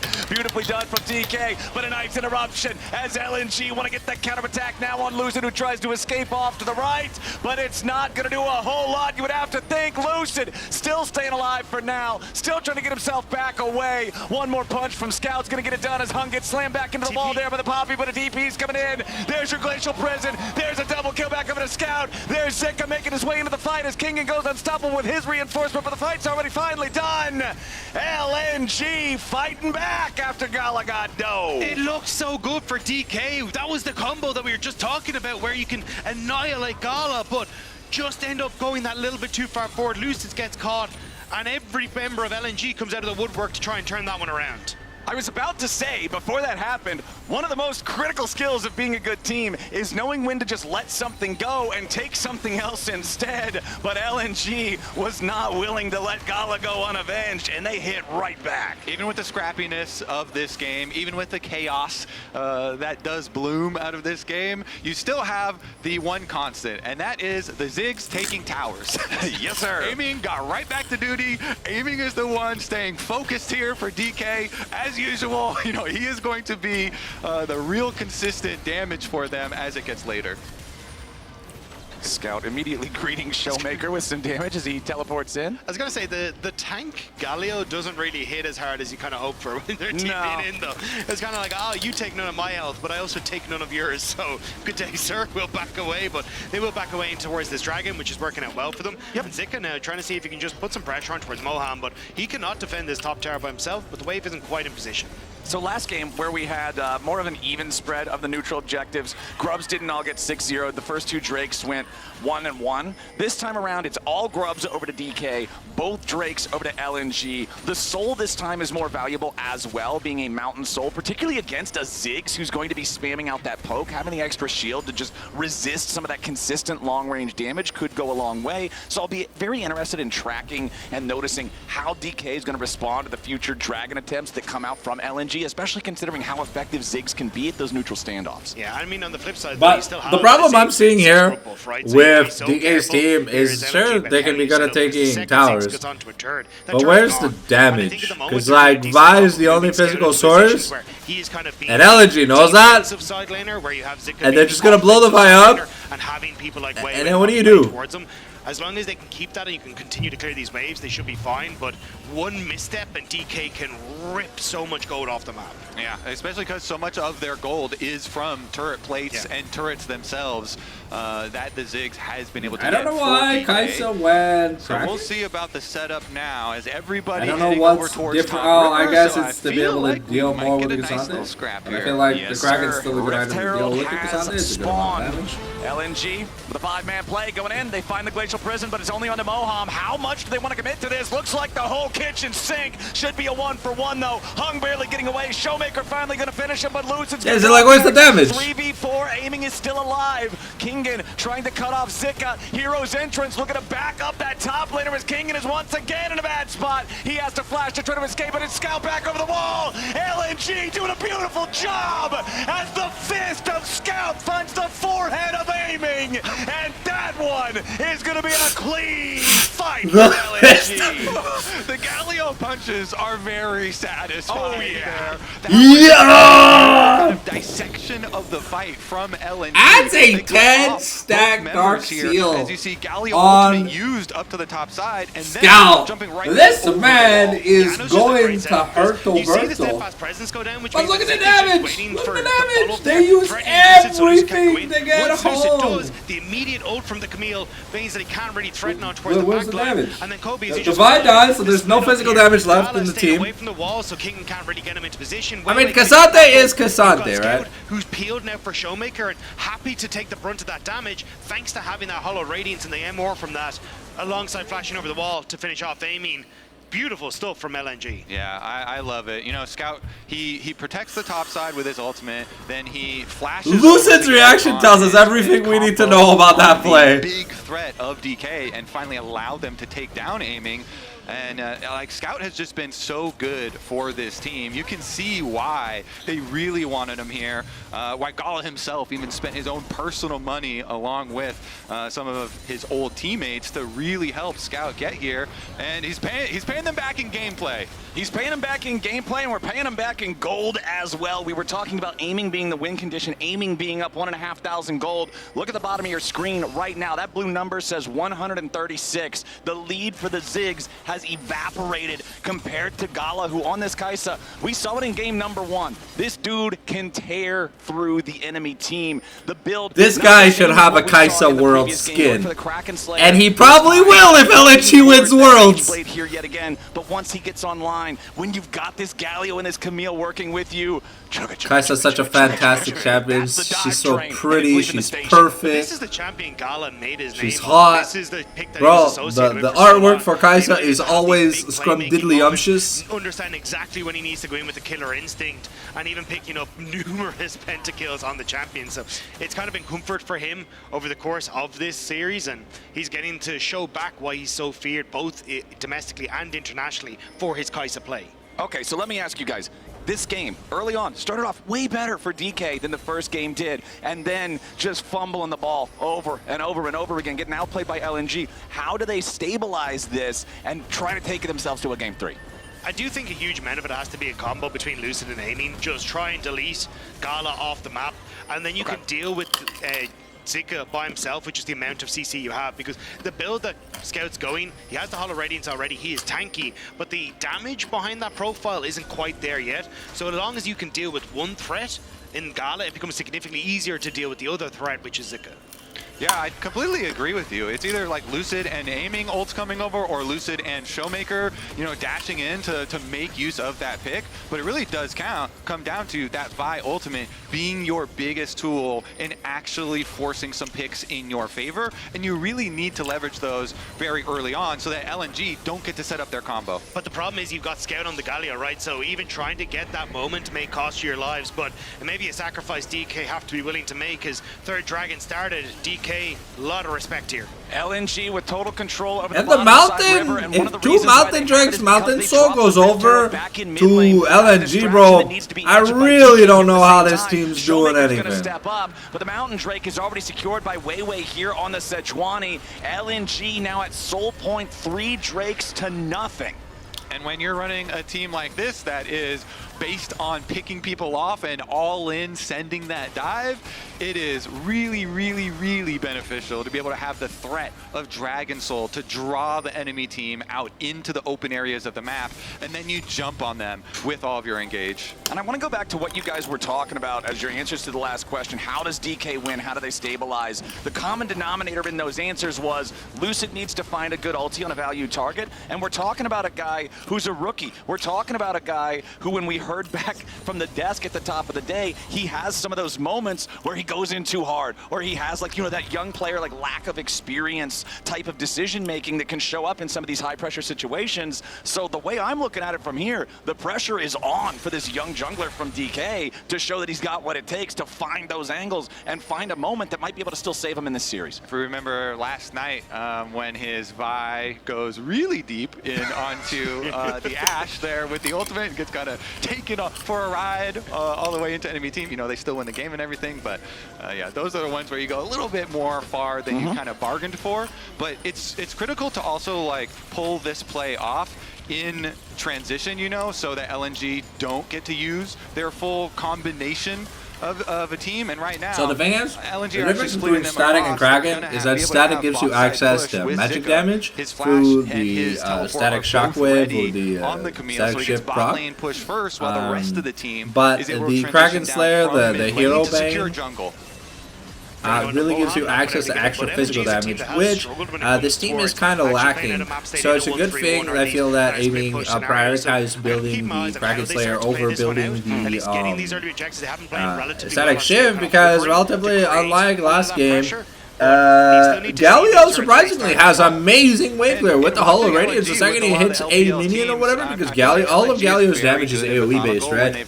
And if he kills a few minions in the back while they're near the minions in the front, they gotta clear the minions in the front with the Hollow Radiance passive. Plus the Hollow Radiance saw some really nice buffs on the current patch. Didn't see those buffs quite yet, but I feel like it'll make Galio even better of a pick 14-19 onwards post-Worlds patch. But this is the play that I was going to say that traditionally LNG fell back onto when they had these split pushes, which is overloading these lanes. I really don't. Zika, and then using Zika as a TP back to try and play off. So that was a full Showmaker combo on Zika. Here. Mega Inferno Bomb used to just clear the wave. Scout's Justice Punch gets interrupted, so then he has to flash to try to escape, but a nice charm from Showmaker to lock him up, and LNG is going to get punished immediately. The Vile to stop the hero's exit. Beautifully done there to ruin the game plan of their opponents. DK showing that they're still paying attention here in the bottom lane. Okay, so the Galio's going Riftmaker over the Yunjis. I like this because Galio having a bit of an aid sustain with the damage over time effects of the Winds of War and like the AoE damage in his kit from both the Taunt W, the Hero's Entrance, because it does do a bit of damage. Doesn't do much, but it mainly the fucking... and him being able to use Vi ultimate to lock somebody down, and they have Showmaker I think it's there, the Shield of Valor is the name of his W. I'm not too sure, but what the ultimate basically does is it puts Galio W on everyone in the zone. Pretty much true. They still have their deep, and the zone is huge. It's so they can look at the mid lane right now. It's from the bottom the bottom part of the, like, look at that where that tree is to about where the end of the World's Trophy is. TP committing to be there, as well as the Flash trying to escape. So neither one of those tools will be available for this upcoming Soul fight. And if LNG ends up getting forced off, or even if they decide to fight forward and they lose by a small margin, that could be a big difference maker. I think this is where we will see LNG just go for tower takes, though. They're having an awful time breaking these turrets because Aiming just sits in mid, clears out the waves all day, and Showmaker's been doing a very similar job matching wherever Zik is trying to put pressure on the map. So in this situation, I wouldn't be surprised to see them look for the reset, lean in towards this top lane, and just try and take turrets over anything else right now. Drake 15 seconds away. A little bit of vision from both sides here in the bot side river. Aiming just continuing to force these waves down. So easy to do it with the Ziggs. Vision in the pit from LNG, though, with this Drake about to spawn in less than 5 seconds now. Mohan and Hung fighting back and forth for the vision control in the brushes around the area. Both teams know how important that control is going to be as DK brings everybody down. Yeah, both Zika and Kingen do have their teleports ready. Zika's going to be able to push the wave first there on top side as Dragon gets leashed out. Good job taking control of that little curved bush in the river, by the way. This one they're fighting over right now. Wei clears it out again himself. That one is so critical for these fights around Dragon. So retaken vision control now by LNG on this bush. Keegan keeps trying to reset. I'm not sure if he's come close to that item completion, so may want to try and get that in just so we can come in with the TP, but LNG giving up a lot of space here to DK. I think the fight on top lane is actually really important too, to be able to see where that goes, since it is actually 2 items for Zika. Slight advantage here over Kingen, who hasn't been able to complete. And he's trying to make it work. He does get his teleport off, so LNG, they want this soul. They're going to send everybody. Zika here first. LNG with control over the pit. They're going to pour some DPS into the objective. DK still got to be careful about their approach, but they're going to be a little bit too little, too late. Mega Inferno Bomb over the top as they want to try to get their jungler in there, but instead the counterattack coming out from LNG. Drake is going to be secured. Mountain Soul for DK's use a huge Hero's entrance and misses. Full fight, but they got to be careful. Zika here on the front line going to be taken low, but he barely survived thanks to Steric's Gauge. Now the Wombo combo. The damage back over onto Kingen's going to be good. LNG still chasing, but Wei is at death's door. Aiming takes him down, and Hung is going to be stopped. LNG still scrambling to fight. A double kill back over to Aiming. Make it a triple for the Ziggs. Scout about to fall, and the Void Seeker won't get one back. It's soul of an LNG. It's fight for DK. And Merit is up. They can go. Did Aiming just save the game? It was also an amazing ultimate from Kingen. He was actually able to Cassante ult away from the Camille Galio combo, and now they can go for the Baron response. Gala, low, won't be able to get into this. DK, yes, they gave Soul, but they might be able to get Baron and take so much more on the map. And again, this is such a crucial component to LNG actually being able to take these towers because of these double AP mages that are just buffering through these waves. I want to see the fight again. Gala here, though, is going to try and fight them off the Baron. They're still rushing it down. It's only 3,000 health. 2,000 health, 1,000 health secured by Lucid and DK. LNG, they wanted to try to get something back. They even used Scout's TP. That is now back-to-back TPs from Scout that have been completely ineffective. Hung wants to try to stop some backs, maybe desync them, but it's not even going to work. I really want to see this fight again because I believe Kingen, Cassante ults Camille out of his own ultimate so that nobody was locked into the Galio combo. We'll take another look because it starts out so nicely for LNG. They force them off the dragon, they take the dragon, then they Camille Galio ult here, and then it is Kingen takes him out so that Lucid's able to escape as well, and nobody gets caught in the combination. The re-engage then, sacrificing his life there as Kingen goes in to get the knockback. And they get so much damage out of this Zig. Chunking Wei so low, Aiming can flash forward, and he also gets the knock onto Hung to make sure he can get that double kill. All right, back to live. Engage from Lucid, going in, tries to find the slam on the Weiwei. The Sejuani not anywhere tanky enough to survive this, and DK with momentum barreling down the bottom lane. They saw Zuka in this top side, so they immediately go for the pick. They get it, and the reset now from Kingen to defend this top turret as well. DK getting a lot of value out of this Baron buff and outplaying on the map right now. This is such an exciting one. Oh my goodness, the comeback possibilities here for DK. So much gold injected into this team off of that fight. DK coming back from the precipice of another really bad game state, and they are now over 4,000 gold ahead. The Ziggs War Machine is absolutely pumping damage into these structures. 5 turrets to 2 favoring DK. Dragons are not necessary. They've got everything else in their control right now. DK is always so fun to watch. So much damage coming out here from aiming. Him still remaining consistent for this team. Now, you know, he's even over the 2,000 gold lead, but we also have gold leads for Lucid, for Showmaker, you know, big capabilities here. And Showmaker also picking up his arm guard, so big possible plays out of this Ahri. Yep. He's got a 2-level lead over Scout's Galio to boot. Really want to see this pushed to a final and deciding game. But LNG, of course, are going to be able to still wield the power of the soul that they got. But I think that Zobo Zanya starting to be completed for both Eamon and Showmaker just nullifies so much what LNG want to do. We know the combo well. Zika goes in, Scout ult, try and pick someone off, but when your main targets are just able to go invulnerable for the entire duration of that, it makes things significantly easier to defend. So LNG, I think their window of opportunity is starting to close in this game unless they get creative, which looks like they might be on towards Showmaker now. Thing is for LNG as well, the difference between this game and the last game, look at Gala. Last time around, he was going with the very heavy AP build, right? We saw the Death Cap, we saw the Magic Penetration, we saw Nashor's Tooth, all these things. This time around, it's much more of a fighting, shooting, DPS dive build. If you're not diving, you're not really doing anything on LNG's side. And if DK continues building their lead, the dive gets tougher and tougher. Moham, very low, but he still stays alive. Critically, Kingen trying to also continue the retreat. LNG keeps the chase alive. Scout doing a great job, locking up the enemy K'Sante. Zika's already killed off Moham, but meanwhile back in the jungle, it's Gala under pressure. Huge damage coming in.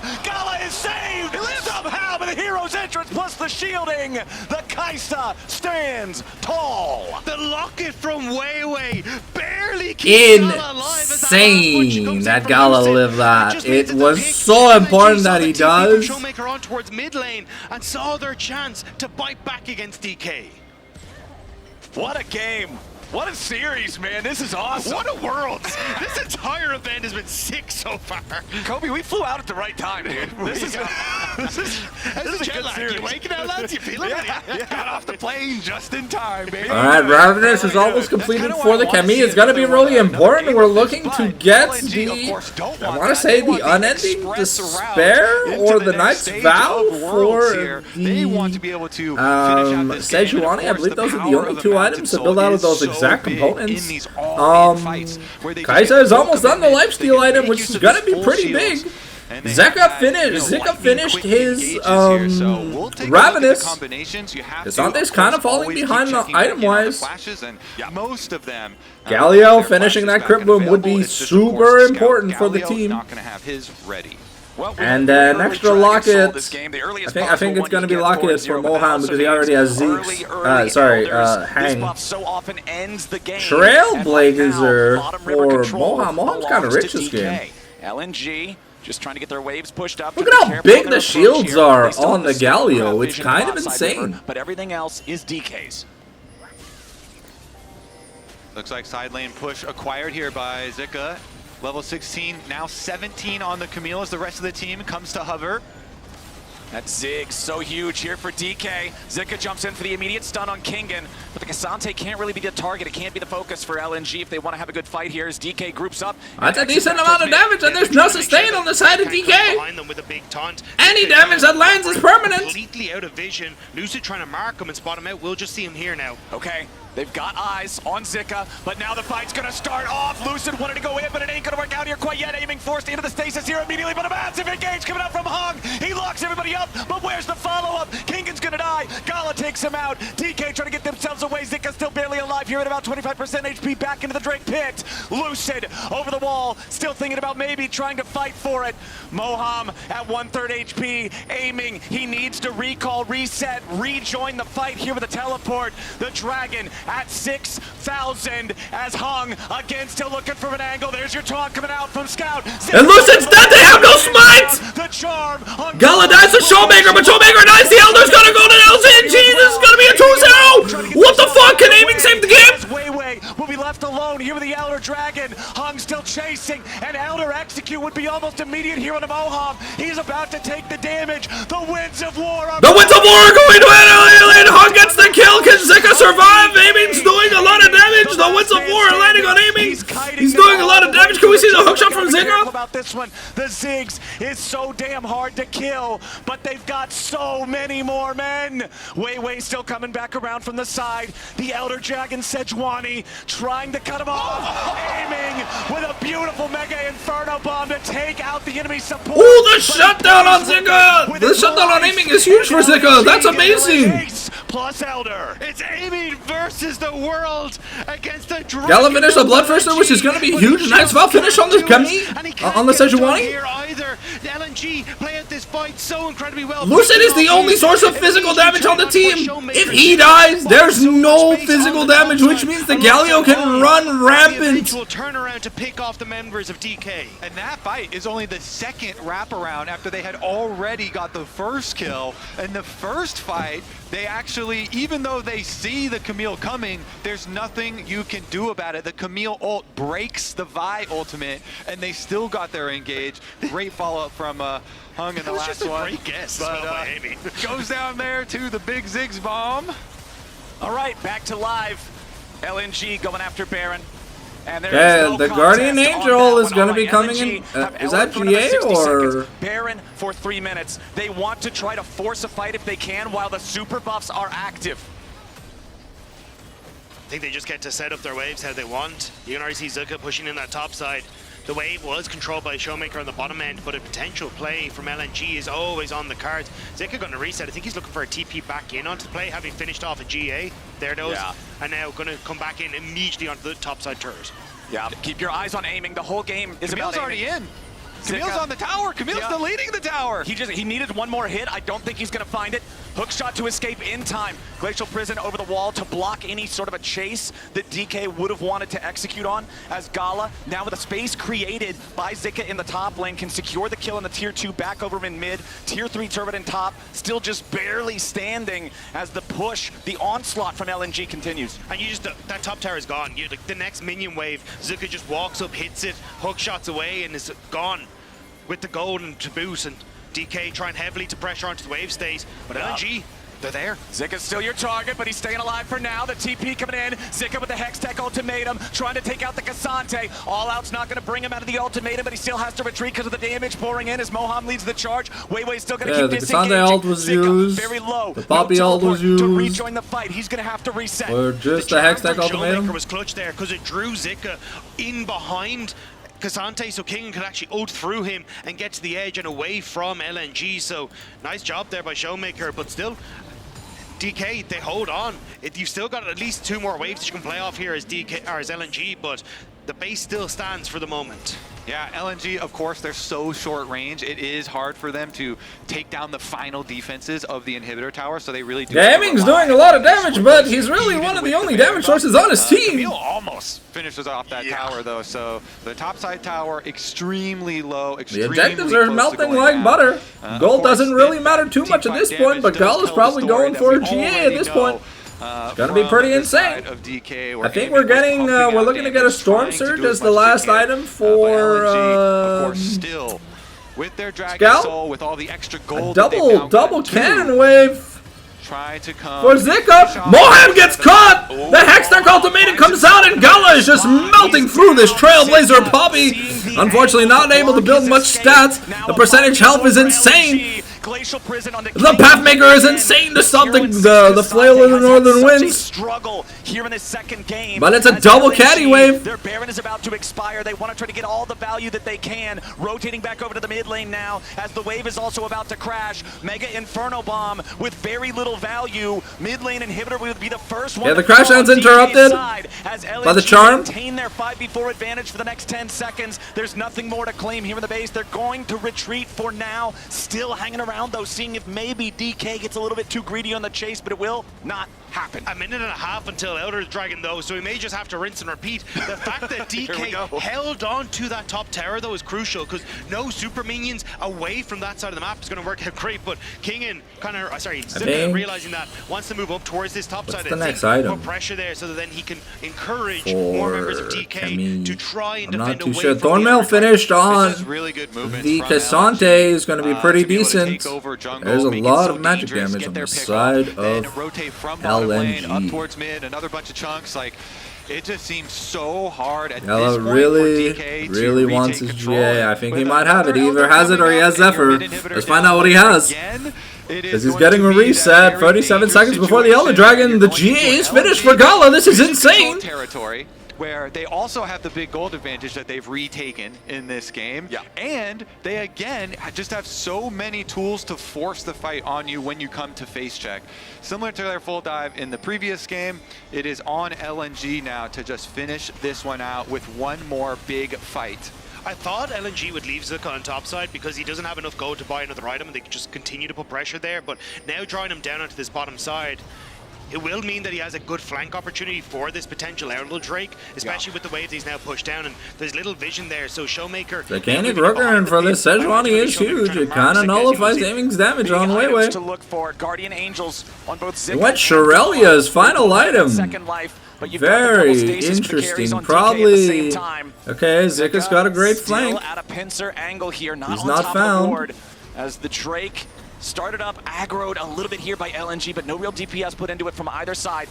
DK still attempting to approach here on this river angle, but now you got a TP coming in as Zika just bought his Death's Dance. It is full build Camille going into the second Elder Drake fight of the game. Gala taking the poke though from Aiming as Showmaker's forced into the stasis. He's got to try to get himself back away. Zika into the back line, but he's already isolated. He's going to be knocked down. Surely though, right? Hero's entrance ain't quite going to find the way that it's looking for. Zika into the back line. Aiming trying to get away. They need to lock him up, beat him down. Weiwei finds the kill on Aiming, and DK is looking like a graveyard right now. LNG barreling down mid lane. DK gonna be shit stomped 2-0, a 6,000 gold lead for Zika, MVP of the series. Holy shit, this man was on another level. Ain't no way. Showmaker gets shown just who don't. Just win the game. It's a 2-0, and it was clean. Not even 80 minutes into the broadcast today, we're already going to the second fucking cast. Holy shit. My man Scout, my man Zika, my man Gala, man, even Weiwei and Hong, they showing that you never disrespect the LPL. Thank you so much. Well, fuck yeah. Alright, well, we'll be back with the rematch of the LCK Grand Finals. Did get something done even. I would still go in expecting Gen G to win. And I think that says a lot about the dominance that Gen G has had in the LCK, but Hanwha stepped up massively. They were no pushovers whatsoever, and I expect another banger of a series that goes the distance with both these teams just playing off minute differences to find these big wins. Yeah, I feel like Hanwha really deserves so much credit, for their success in that series, and they were already, jumping off of like the AD mid strain. Yeah, the Tristana, Zeka was playing it and got some really big wins, including a solo kill, which was quite nice. But the Corki is out of the meta now, and Joey was spamming the Corki. So I think that is going to be the main thing that changes in the draft here, because all the other champions that they were playing in finals are still being spammed here at Worlds. And it's just going to be a deviation. Drop the Corki and move on to the next iteration. But pick up the Yone here potentially for Zeka. The fact that it slipped through the draft.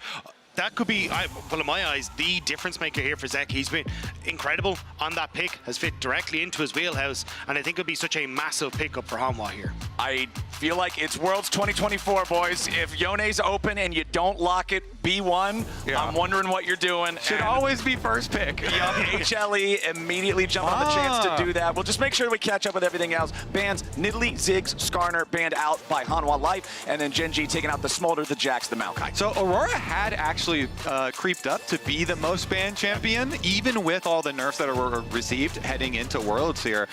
This champ is still so powerful in picking off, especially AD carries, and the ultimate has been used so successfully. Now you're going to combo it actually with a Nocturne ultimate to cover darkness over. And I think this works out great for Canyon because the shift back from the carry AP junglers into the Sejuani Maokai felt like he kind of not struggled, but like couldn't have the as insane of an impact as he would have traditionally on the carry pick. So going back towards that carry style now on the Nocturne kind of unlocks him to be that mega threat on the map. And it'll be on Peanut rocking the Sejuani here to try and control and dictate the pace of that. We have seen teams go for these early invades on towards the Nocturne. With the Gnar on that top side, that could be a pushing lane you could look to play around, but you still need some sort of control on that bottom side to look to threaten this Nocturne at the early stage. And the insta-lock here from Chovy, bringing out the Ahri here. Again, another like double AP solo laners coming through, but we definitely expect them to also have some very strong AD threats as we jump down to the bottom lanes as well for both of these teams. So take out a couple of those options. Yep.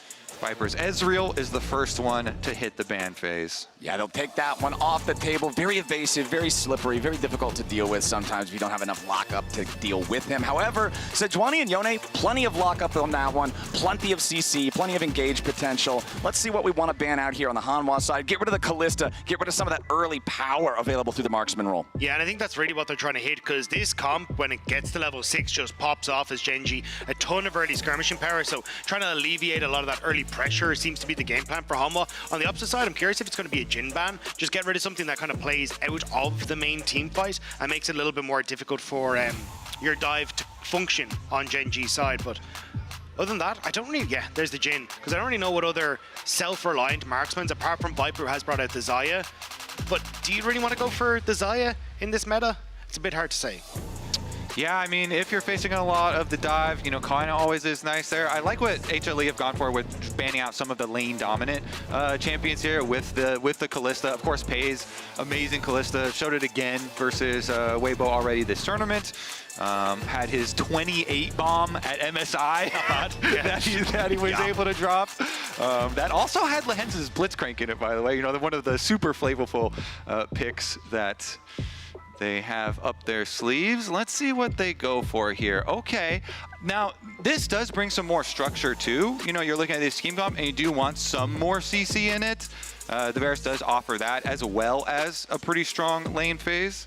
But it does feel weird because Varus kind of gets left on his lonesome with the way the rest of this composition wants to play. And against the diving Gnar, the dive from the Yone, Pays is going to be very vulnerable and heavily flash reliant, it feels like, in these fights, if Gen G ever want to try and aggress. So I like that Hanwha are essentially just doubling down now on this potential, saying, hey, look, we're just going to continue in with the Kai'Sa for this dive and just put a ton of pressure onto Pays in this game. Always love seeing a Kai'Sa, man. Especially after last series, we got to see some pretty fun Kai'Sa. Hopefully we're going to get to see we're going to get to see some pretty fun Kai'Sa here in this one as well. But we do need to see what they are going to round out this composition with here for Delight in the support role. Delight on Engage, I am not surprised to see that whatsoever. The Rel is the name of the game here for him.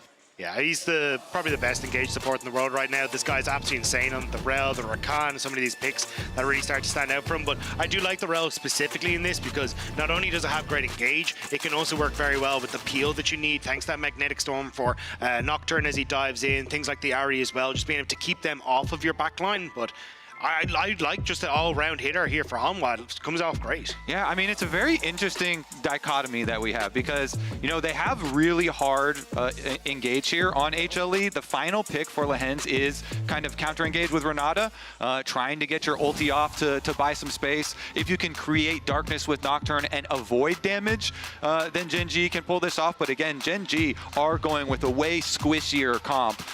You know, it's so much more health just baseline going to be built on the side of HLE, and they're so much more straightforward with their dive, with their full send. But Gen G, this is a team where you do have faith in them to be able to pull off these squishier ones. Yeah, this has to be an early macro masterpiece from Gen G. Otherwise, the lack of someone to face check is going to come back to bite you against what Hanwha have drafted here. So I need to see early control for Pace and Lehens on that bottom side. Great mid-jungle control with Canyon playing heavily for Chovy, trying to play off that charm into fear, getting the picks this way, and ensuring that Keen can bully through his range advantage in that top side. Otherwise, I feel like this just falls apart so quickly. And I think there's going to be a lot of discussion about the draft, I know, after this game, because if you have a result where the Aurora does not find a lot of, effect in this game, then everyone's just going to flame you for giving over the Yone.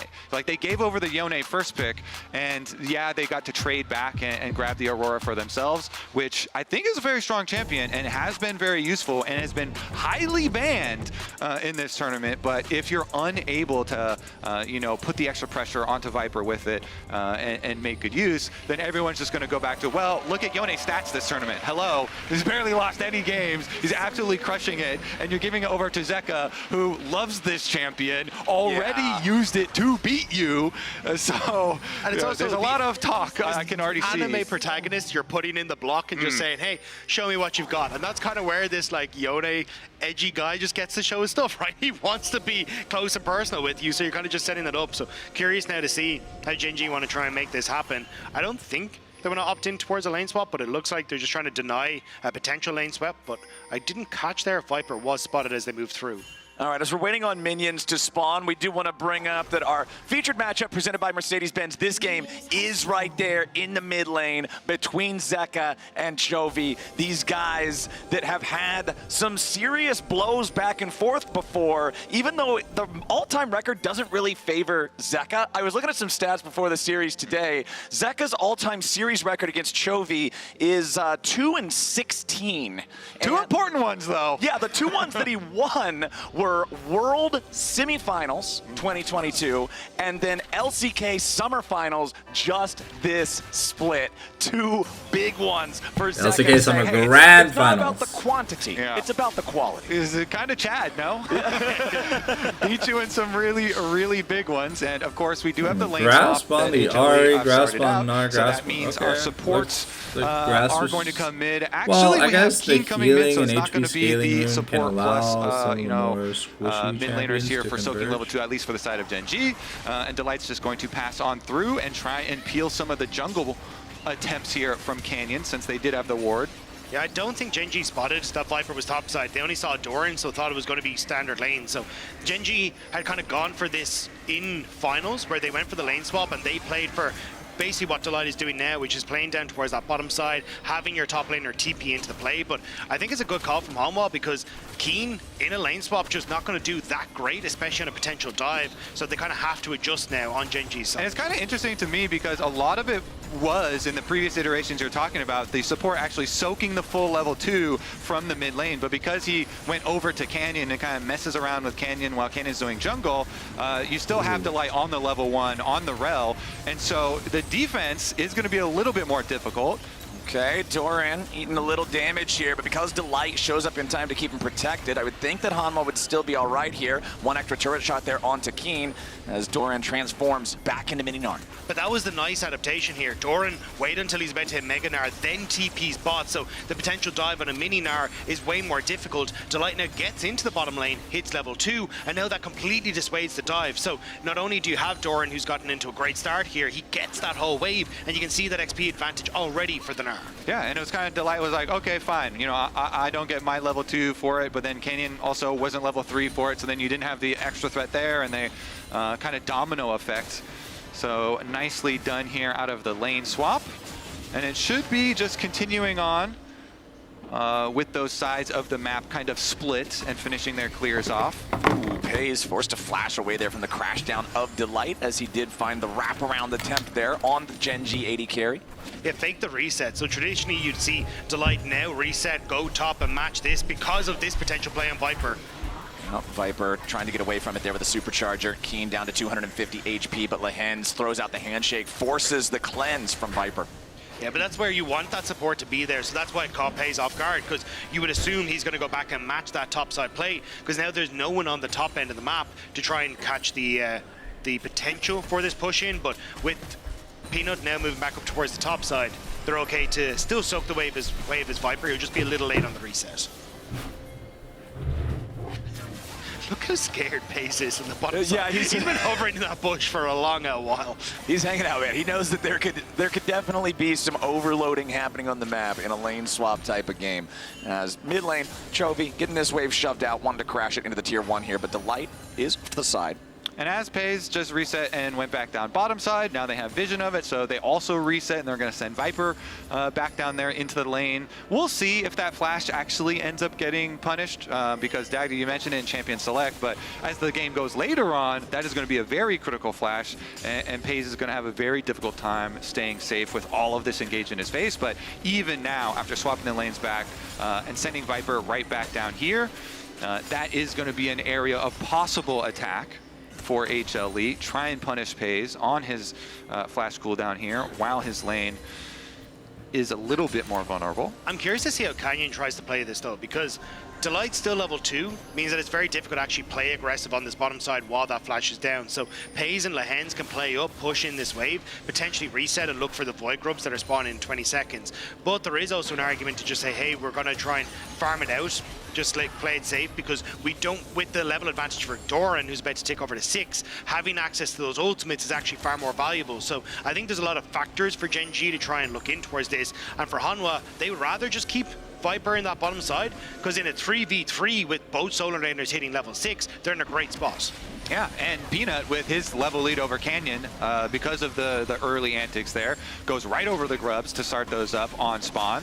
Yep, and while he's taking those and there's no contest from the other side, remember, a reminder, you can log into your Riot account on lolesports.com and watch Worlds Live to earn exclusive Worlds emotes, icons, and capsules. So go in there, get your stuff, get some prizes the same way that Peanut is securing those grubs right now. And it looks like Canyon is going on to the other side of the rift to take that Drake. It's the common handshake. You take grubs, I'll take Drake. One neutral objective for either side. This does mean that you are going to get a very early level 6 Peanut, and Peanut is, as you know, an amazing tank frontline player, an amazing Sejuani player. So him with the early ultimate for Sejuani, I think will be very dangerous for Gen G. We'll see how Peanut is actually able to leverage that, as Canyon is going to have to play a little bit of catch up here on Nocturne to be able to get access to his ultimate for the counter. Could immediately go bot here. I think that's why he hasn't reset, because look at Pays, still no flash available. This could be the point of contest with the ultimate hit. I mean, when I was watching this series yesterday between Hanwha and G2, it felt like such a Peanut gap in the early game, constantly making the plays here on the Sejuani. We'll see if he can repeat it up against Gen G.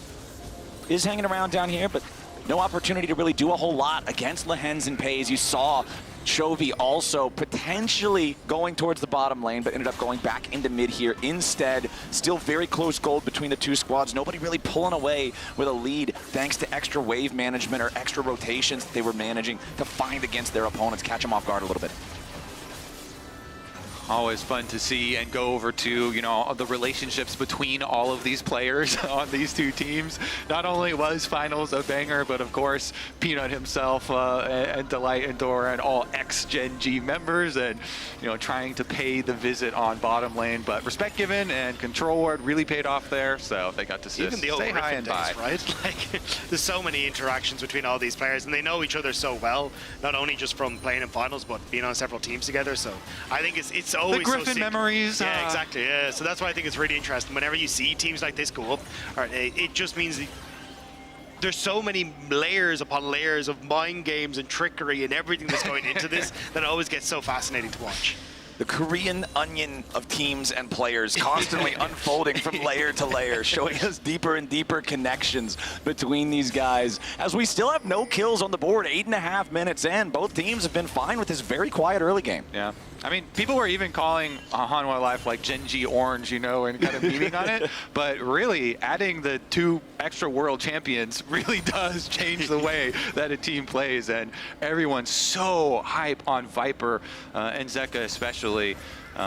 due to their recent play. Let's see about this one, though. Paze. Oh, Delight doing a big engage there on Paze. Gen.G's AD carry ain't getting away from that one. No bailout. Bails you out of that much damage. It's first blood over to Viper. And that has been the difference. Really big target on Paze back. He's dead, and now no summoner spells again. So the timer continues here. Now you have to really play around. No flash, no cleanse again. It is just going to be a rough game from him, as we kind of already suspected straight from Champ Select. And hey, Dagda back at Champ Select, you said Delight's probably best engaged support in the world right now, and he immediately goes in through both summoner spells of Paze, sets it up, knows where he's going to go through the cleanse and the flash, makes it easy to get that kill. Yeah, and I mean, you get to see him on so many different champions, because when he started, it was definitely Rakan is his pick, and he will show up on it, but he's really evolved as a player now to things like the Rel, the Alistar, and having a ton of these extra engaged supports, and he just looks so sick on, and you got to see it there.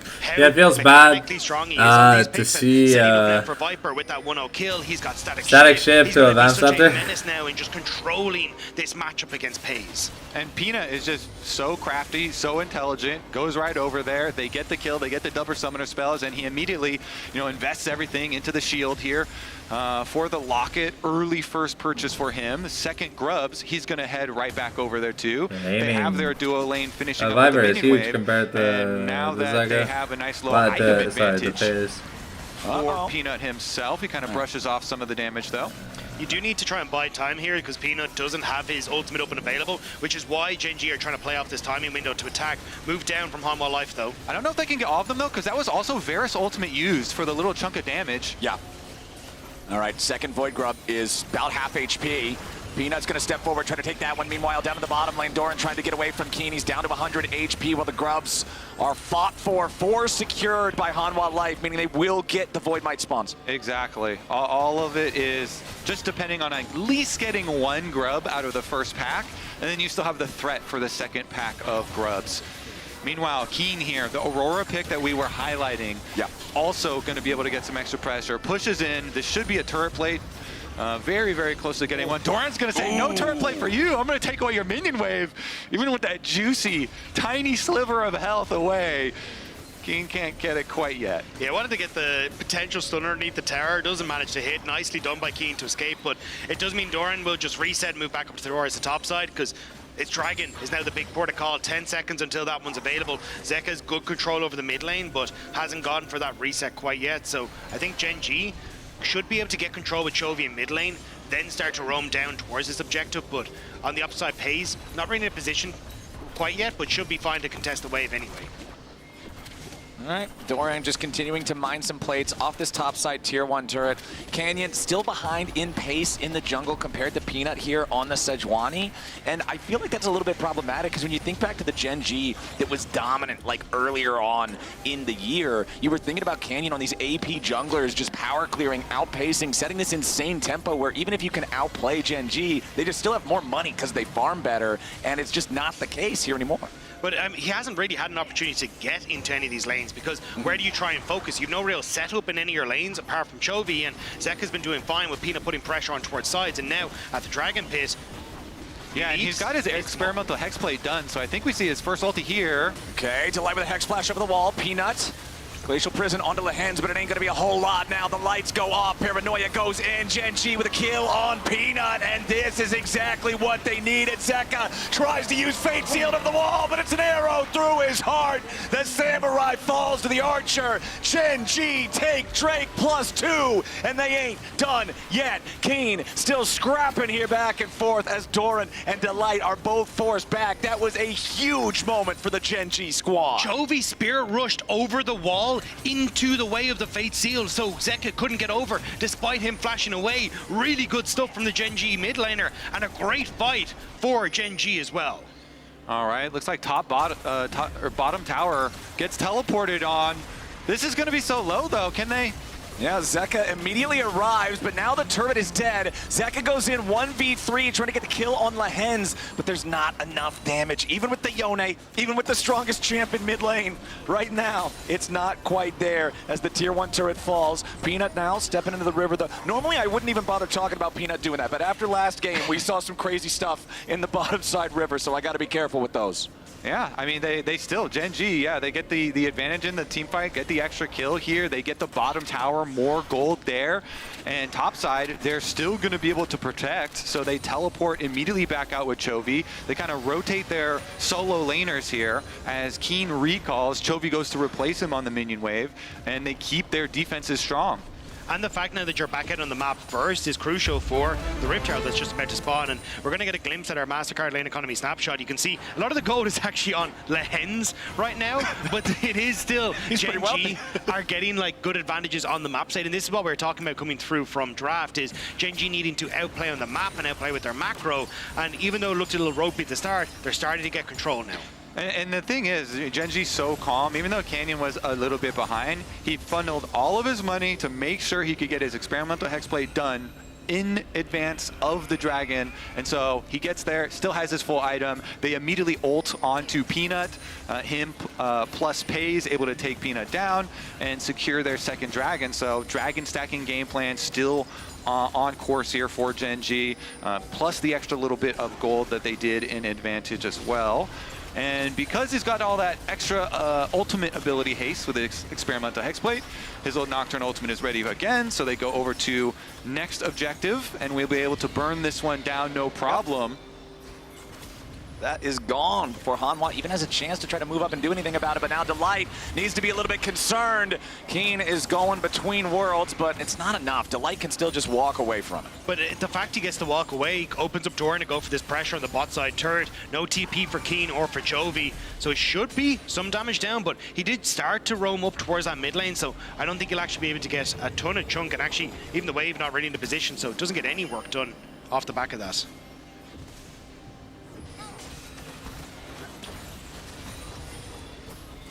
Just about 16 minutes into the game, still only 3 kills on the board. Pretty low violence game made here a comeback, in our first but one it's almost of this like an best entire of 3. item down. 26,000 to 26.5 thousand gold. Very, very close. Chovy retreating away as Hanwha sends more troops to back up Zeka, make sure he can force down this tier 1 turret, get some more gold in his pockets, unleash the Yone that is on that critical first item power spike. And Kobe talked about Gen G now we're going to see if Zeka goes Strikebringer, Strikebringer or Hanwha goes are just going to Shield. funnel Zeka. They know how strong with 2 items in his back pocket this Yone can be, and a massive threat in fights, and especially when it comes towards side lane threat as well. He can threaten Keen, he can threaten Chovy, so as long as these towers continue to fall, Zeka can carry this game. And he can also threaten Pays. So we'll see if the target on Pays back still continues as we transition towards the team fights. And Gen G, of course, they also have so many pick options with this comp. It's so nice. Once Nocturne gets rank 2 in the ultimate, you have a lot of ability to cover so many side lane plays. And when you have solo laners that are this mobile with double AP mobile summoners, solo laners here with the Ahri plus the Aurora, then you have a lot of options that make it harder for HLE in some of those. They always have to kind of check, is Canyon going to be hovering bottom or top side? And they really want to have structured battle lines so they can get their combos.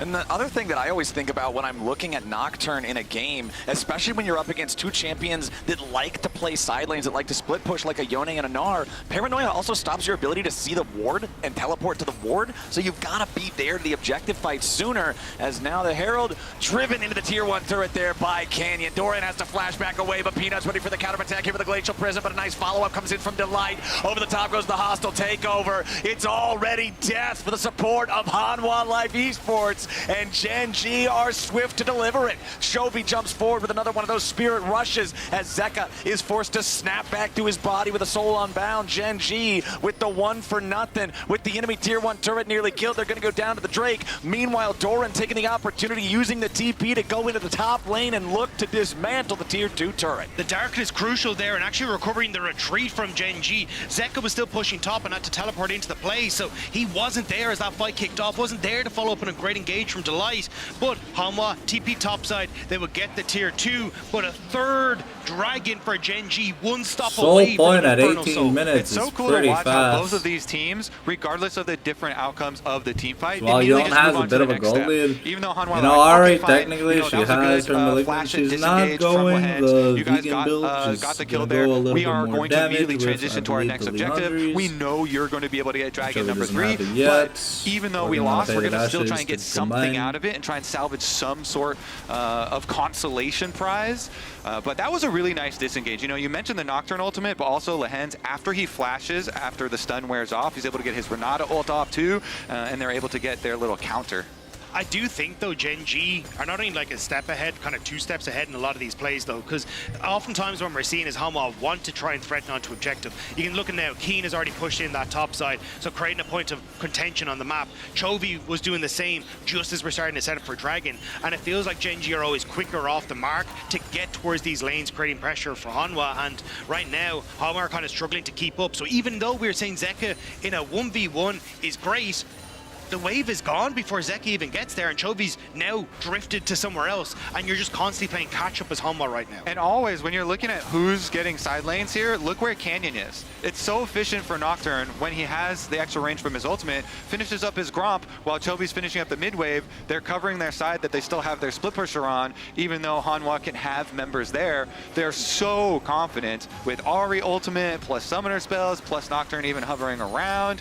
Like, you just have all of the options kind of covered off, and you take away the possible moves that HLE want to make even before they make them. And that's the thing again, is where we just see that play of Nocturne covering bot to get Chovy into position. Well, Chovy then roams mid, they get the mid tower. And also respect from Pays, because this man is playing incredibly safe on the mid wave. He knows how valuable his flash and cleanse are for these fights. He's not even stepping up to finish off the tower there. He's like, no, the minions will do the work. As long as I stay safe, this game we can win it out as Gen G, just playing at the map stays. Yeah, so I'm so looking forward to this next big team fight, because HLE, like we said, they've constantly done things to grab money on the map back, even after, okay, you lose a little bit here in one of the fights, or someone, you know, does get picked off. They still have kept enough gold that they can definitely still fight the next big one, and that's really what's going to break it. Like, they even have a couple extra 100 gold here in inventory, and it's in a lot of the right places too, with one of the kills going over to Viper. That Kai'Sa is another Kai'Sa that you have a ton of faith in these team fights. Like, Viper has just been insane, so we'll see what HLE can do on the next one. You have a lot of confidence in their setup. Wait a second, they're gonna have to... Yeah, Gen G's going after the Baron because they saw Hanwha try to make a play on Chovy down there in the bottom lane. So now they're just going to try to force the Baron instead. Chovy teleporting up to join the remaining 4 players on Gen G. The paranoia is there to stop an appropriate follow-up. The Baron is secured by Gen G, but now they got to try to get everybody else away. Kanan with the flashback over the wall. Hanwha can't do anything. Gen G with the 400 IQ Baron rush, immediately recognizing the opportunity and jumping on it. At the second they saw those Gen G members played that so down well, on holy both sides to look shit. for the tower, Gen G knew they could take it. You have a Blade of the Rune King, Gwinsu's Varus, who will rip through the percentage health of that Baron buff, and it's a perfect call, even using the Darkness again as a retreat tool, because you just don't know what's the health on the Baron, or how heavily can we engage. We don't know where Gen G are. Beautifully done from Gen G. Chovy sees that Sejuani coming after him on that little Farseer's trinket. He says, all right, let's go for it. And everybody else starts up the play. Chovy even teleporting to join the rest of Gen G before going back to the base to heal up the 40% chunk that took from Zeka in the bottom lane. They knew to full send it. They get everybody out safely. Beautifully done from Gen G now. With 45 seconds left on the clock until what will be their Dragon Soul spawns, they've got Baron and control over the Rift. Yeah, and you were just talking about how them being one step ahead of HLE on these moves is impactful. Like, that was a very big step. They know what your next move is going to be. They try and punish it and are able to actually fully finish off the Baron and then still rotate down to the other side of the map. 20 seconds on this very early Dragon Soul. Gen G have been so clean with it, but critical breaking point is about to approach. Again, HLE have at least kept up enough gold Oh, Keen jumping in there immediately with the Between Worlds. If they pick the enemy jungler, no way to contest that Dragon Soul. Oh my God! Unless Delight goes in for a massive 4-man engage. Gen.G melts before your eyes. Do not doubt Delight, or you will find yourself in the dirt. No, a triple kill for Viper. Holy and shit. just buried Gen.G. Nice macro, kids. How's this Wombo combo taste? That was huge. No matter how good you are at Zeka, playing the game, able to destroy you get caught in a Wombo HLE. combo That also storm, denies the Dragon you're Soul. gonna get Wombo That combo was fucked. beautiful because Peanut And panics. this is why he throws we don't let everything the out young and just like, through. please for the love of God, get people off me. But the TP still comes through from Zeka, and a Delight. We called it. This engage As a into 4-man Zeka with the Yon follow-up. ultimate. The clutch moments for Hanwha have been where they've shown off this summer, and it's showing off once again on the world stage. And Viper's just free firing on the Kai'Sa there. Sidesteps the Renata ultimate. Able to melt Same, honestly, same. Perfect facial expression. That's a perfect meme. Another meme for the tournament, baby. Team fight damage, man. Over 4,000 from Zeka. Nearly the same for Viper on his Kai'Sa. And now Hanwha Life, after it looked like they were about to lose the Dragon Soul, lose their control over the game. Delight, Delight, Delight on the Rel. Absolutely clutch in that moment. Engage King. I mean, what more can you say? Absolutely beautiful. And I always also love and give like extra bonus credit when you pull off an engage in those scenarios where you already just lost a member. But you know, if we just layer our abilities here, we're gonna catch multiple and delete multiple enemy members. So even though we're down Peanut, which is supposed to be like the first line of the team comp, it doesn't matter. But it was even like a reaction test, because the darkness comes off and he's like, oh, I got it. It was like immediately, it was like you know, you come off, the blindfold comes and you're like, okay, play this one out. What are you gonna do? It was just beautiful layering too, you know, stun into the full crash down, ultimate, Zeka is immediately following up, and now, Yeah, Canyon, he'll try to use Paranoia defensively, but it's too late. Viper's already unstoppable. Gen.G seeing if they might be able to get something back. A handshake on Delight is definitely not enough. As Hanwha Life Esports now with a 5v4 for the next 30 seconds. Hanwha trying to show it wasn't a flash in the pan and silencing a lot of the doubters. I think Ox probably grinning from ear to ear as he looks again, because this has been a great performance from Hanwha, but we did call this when we saw the draft from Gen.G. They needed to be clinical, they needed to not make mistakes, and unfortunately they group up that one time, and now Hanwha just get to use the strength of their engage, their tanky front line, their great DPS in this Yone and Kai'Sa to blitz through what is a very squishy team from Gen.G. yeah, now they're just a very rich hammer that is going to just force plays. Gold-plated hammer. Gold-plated hammer just going to force plays everywhere because they already gave you a taste of the engage, and now they've just got so much extra money on the carries. You know, we're talking about Viper, and he's just free-firing and just eating up extra gold. Now, all of a sudden, the Kai'Sa's shot up to 3 items, and things just even get more bad for Gen.G. It just really all kind of falls apart now since they are so squishy as a team comp. And you just said 3, but right after you said it, man, Another Viper just bought an arm guard, and normally I would call that a half an item. That is the most broken active in League of Legends. That, it might as well be a full item until that thing breaks, as far as I'm concerned. Yeah. This dude can now fly in and not give a damn what they shoot back at him. Yeah, especially with Kai'Sa. You love to see the AD carries that are just jumping in danger, outplaying it at every turn. Let's see, can Gen.G do something surprising here though? They've got a lot of like surprise tools. We mentioned earlier the pick potential of Aurora, Nocturne, Ahri, you know, things that you want to try and like cobble together, but it's so hard now because your map has just been taken over. And there's not a lot of areas for you to set those plays up. HLE, you can see them very cohesively moving as a team to try and take over Vision and not allow Gen.G to get their pick now to try and get back into the game. Oh, immediate jump, the pick on Chovy. You just see Viper fly across the screen, and then the Infernal Pinatas fly out of Chovy. Beautiful pick coming out from Hanwha. Baron is on the map. The enemy jungler dead for 40 seconds. Here's the problem if you're Gen G. Not only is that mid lane pick going to mean that the enemy squad gets Baron, Chovy's only going to respawn right before the Infernal Drake spawns again, and Hanwha is going to continue having control over the entire Rift. And I want to give a shout out to Peanut because he's been playing absolutely insane this game. The picks have been on point. He's dictated the pace of the early game, denying Canyon so many of the angles he would like to attack, and he has just been so good at playing with delight to set up these plays. Plus, you see the super deep wards. The deep ward in mid lane is what Peanut saw him on. He was like, okay, Chovy's mid. Peanut can get into position, flash over the wall to make sure they can find their pick. Even on a champion as slippery as Ahri, they instantly deleted him. But now, Gen G, they want another attempt at this Soul. Okay, Chovy responded in time to be able to make his TP in, as now another TP is about to show up for Hanwha. Doran has rejoined everybody else. Paranoia cast, a charm onto Delight, but he's the only one. Between Worlds has already been used. Doran here in the front line, jumps in from a Mega Gnar, but he ain't gonna find the angle here just yet. Zeka resetting with a Soul Unbound. Keen's the first to drop. Viper's going godlike. Gen G scrambling to fight back, but Zeka's too strong. Viper's too strong. Gen G's running towards the wrong base, and Doran's gonna hit him with the wallop. Couple more auto attacks gets it done. Chovy's about to drop again.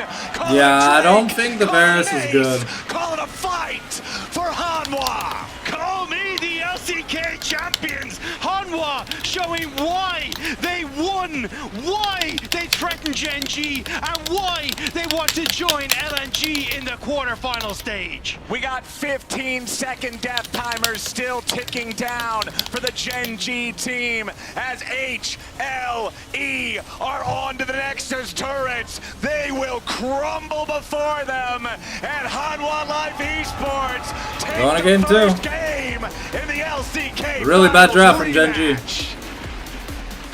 Finals 8. Will Gen G We are ban back with Yone game now? number They're on blue 2. side. And now it's Hanwha Life's turn on being on red side to ban it. And I think that they very well know, of course, the power of this champ. And I don't think they want to give it over to first pick to Gen G. So I would assume that they are not going to give that in trade for really anything. Yeah, I'm trying to figure out what the first pick would be in that situation though, because like Yone taken away, probably going to get something like the Sejuani ban probably coming through here. Aurora's still up too. Aurora, yeah. To be fair though, I haven't really been overly like confident on the Aurora pick. I think it's like, it probably looks really good in scrims where you get to catch someone and pop off, but I feel like in organized team fights it hasn't had quite the same impact. So I am curious to see if it is just okay, going to be it again, but I'm still waiting to be blown away by this pick.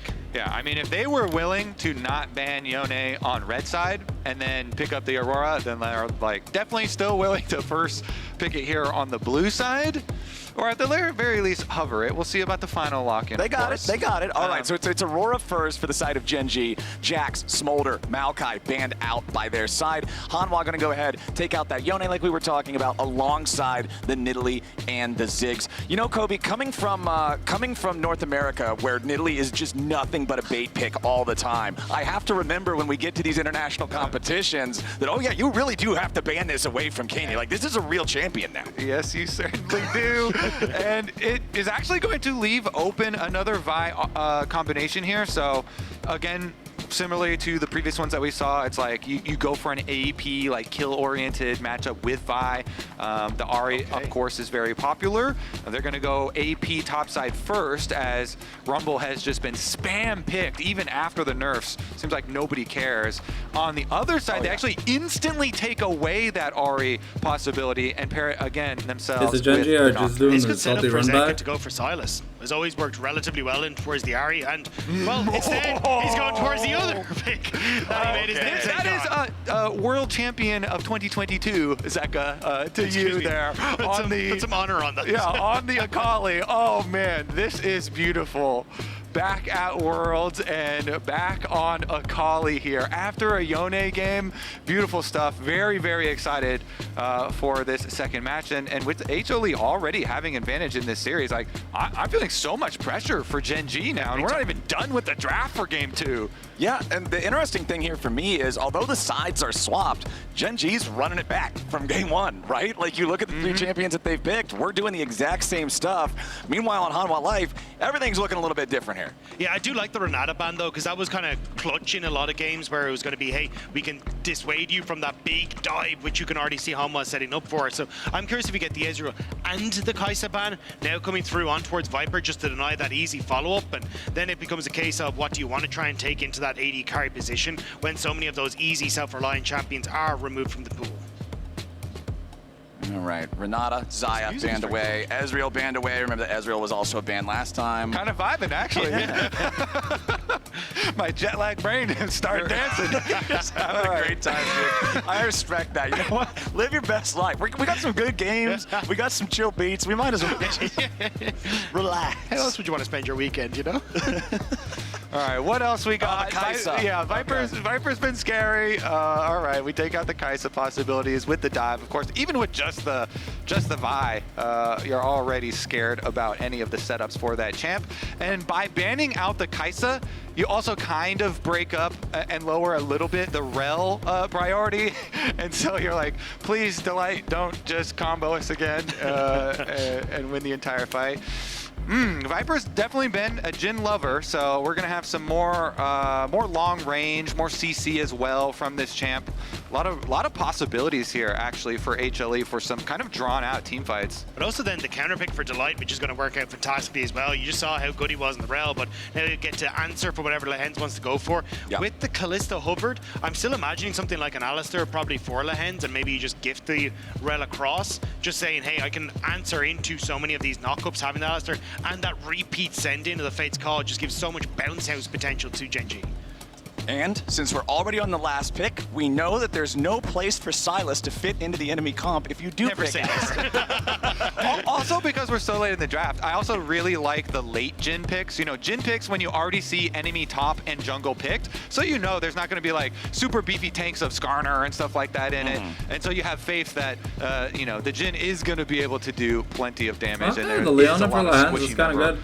A lot of squishy members on the side of Gen G. That being said, they do at least lock in the Leona here to have their real linchpin on their side to bring together the full engage. And they have so much possibilities again on Gen G. We mentioned their pick potential last time.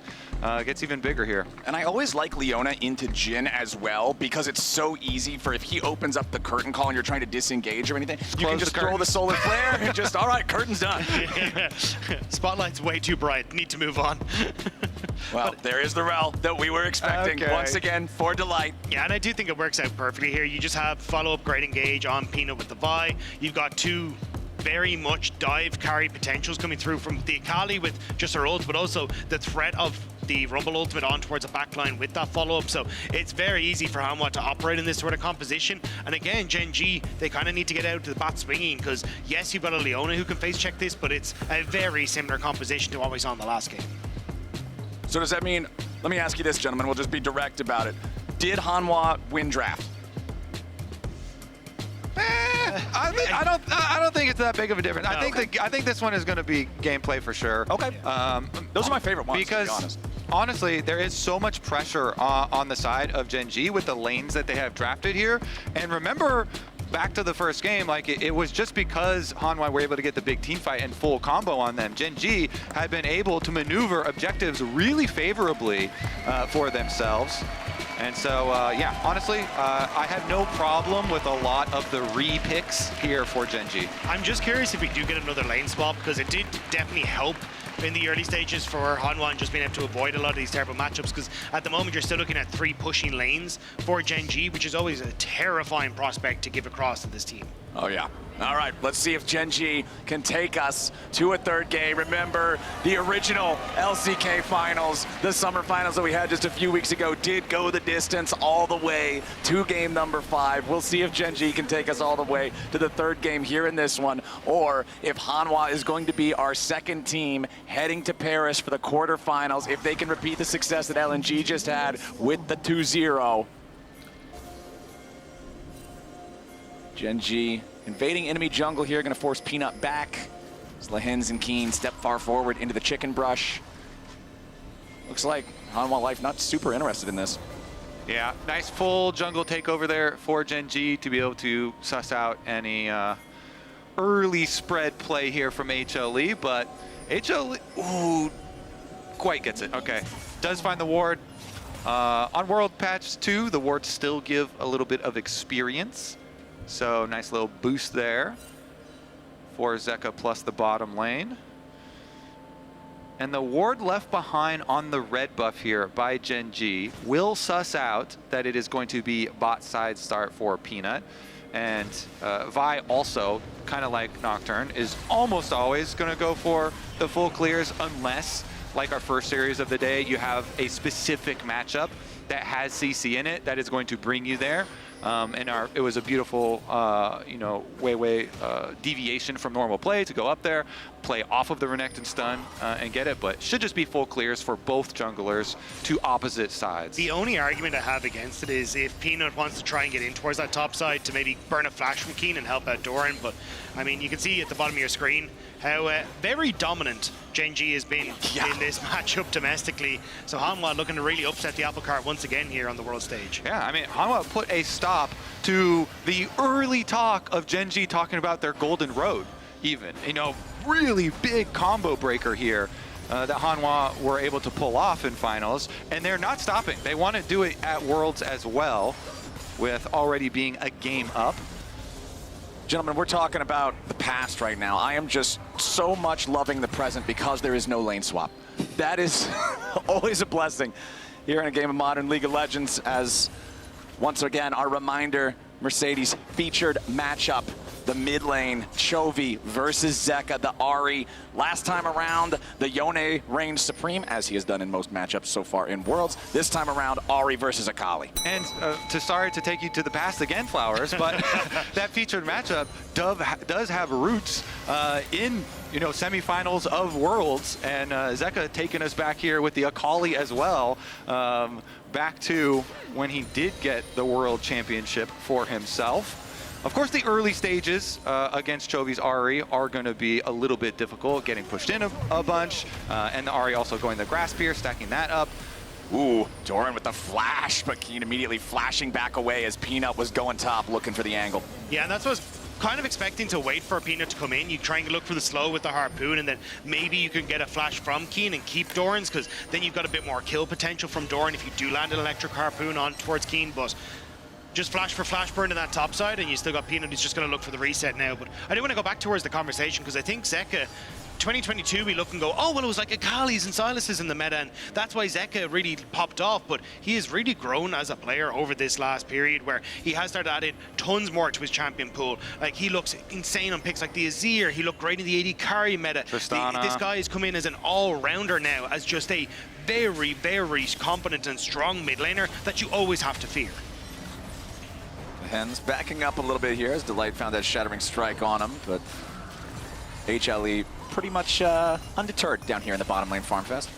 So nice little pings too. You can always see Gen G tracking enemy jungle. Of course, they know it was bot side clear for Peanut, and it was going to be very standard for Vi, but it was perfect timing there. You see the blue ping immediately on Gromp. They know he's going for his re-clear of his second path. So bot lane also knows, hey, you know, it's a possible hover there. So they get pushed in. They don't want to do anything crazy right now to draw any extra attention. And it kind of keeps that semi-timer on enemy jungle so that you know where he's going to go in the future. Lehens with the engage on Viper, forcing out the cleanse, dropping the ignite on him as well. Viper can walk off without needing to use the flash, but he is pretty hurt now. And the aggro of Gen G here in this bottom lane, the power of Kalista with any sort of an aggressive support is always scary in these early duels. I think that also sets up then for them to start to look for a rotation here, because you push in bot, you've just seen it there, they can rotate up towards these early Void Grubs too, and Keen should be able to push out this wave and just nicely continue this objective control that I think Gen G really want to get rolling, especially when you can play heavily through all 3 lanes. Void Grubs become so nice for tower takes, but Delight Cause, just gotta step away. Yep, it's fine. Meanwhile, the mid lane matchup that we were just looking at, and I like how the analyst has touched on how good Zeka is, especially in the early stages of the melee versus range matchups. Did quite nicely with his CS versus Chovy's Ahri on the Yone, and also was trying to keep up pretty well here on the Akali. A little bit difficult, of course, and taking a slight deficit, but still getting back to lane and into the level 6 point where Akali finally does, have some possibilities of joining some of these fights, where Peanut's actually trying to sneak away one of these grubs real quick. Yep. Grabs one without having to use his smite, by the way, which is so key for the first grub pack. I don't know if he'll actually try and go right back and steal one away, but sometimes you can kind of wrap around and steal one away, see if enemy jungler use their smite, but he's not even going to go check.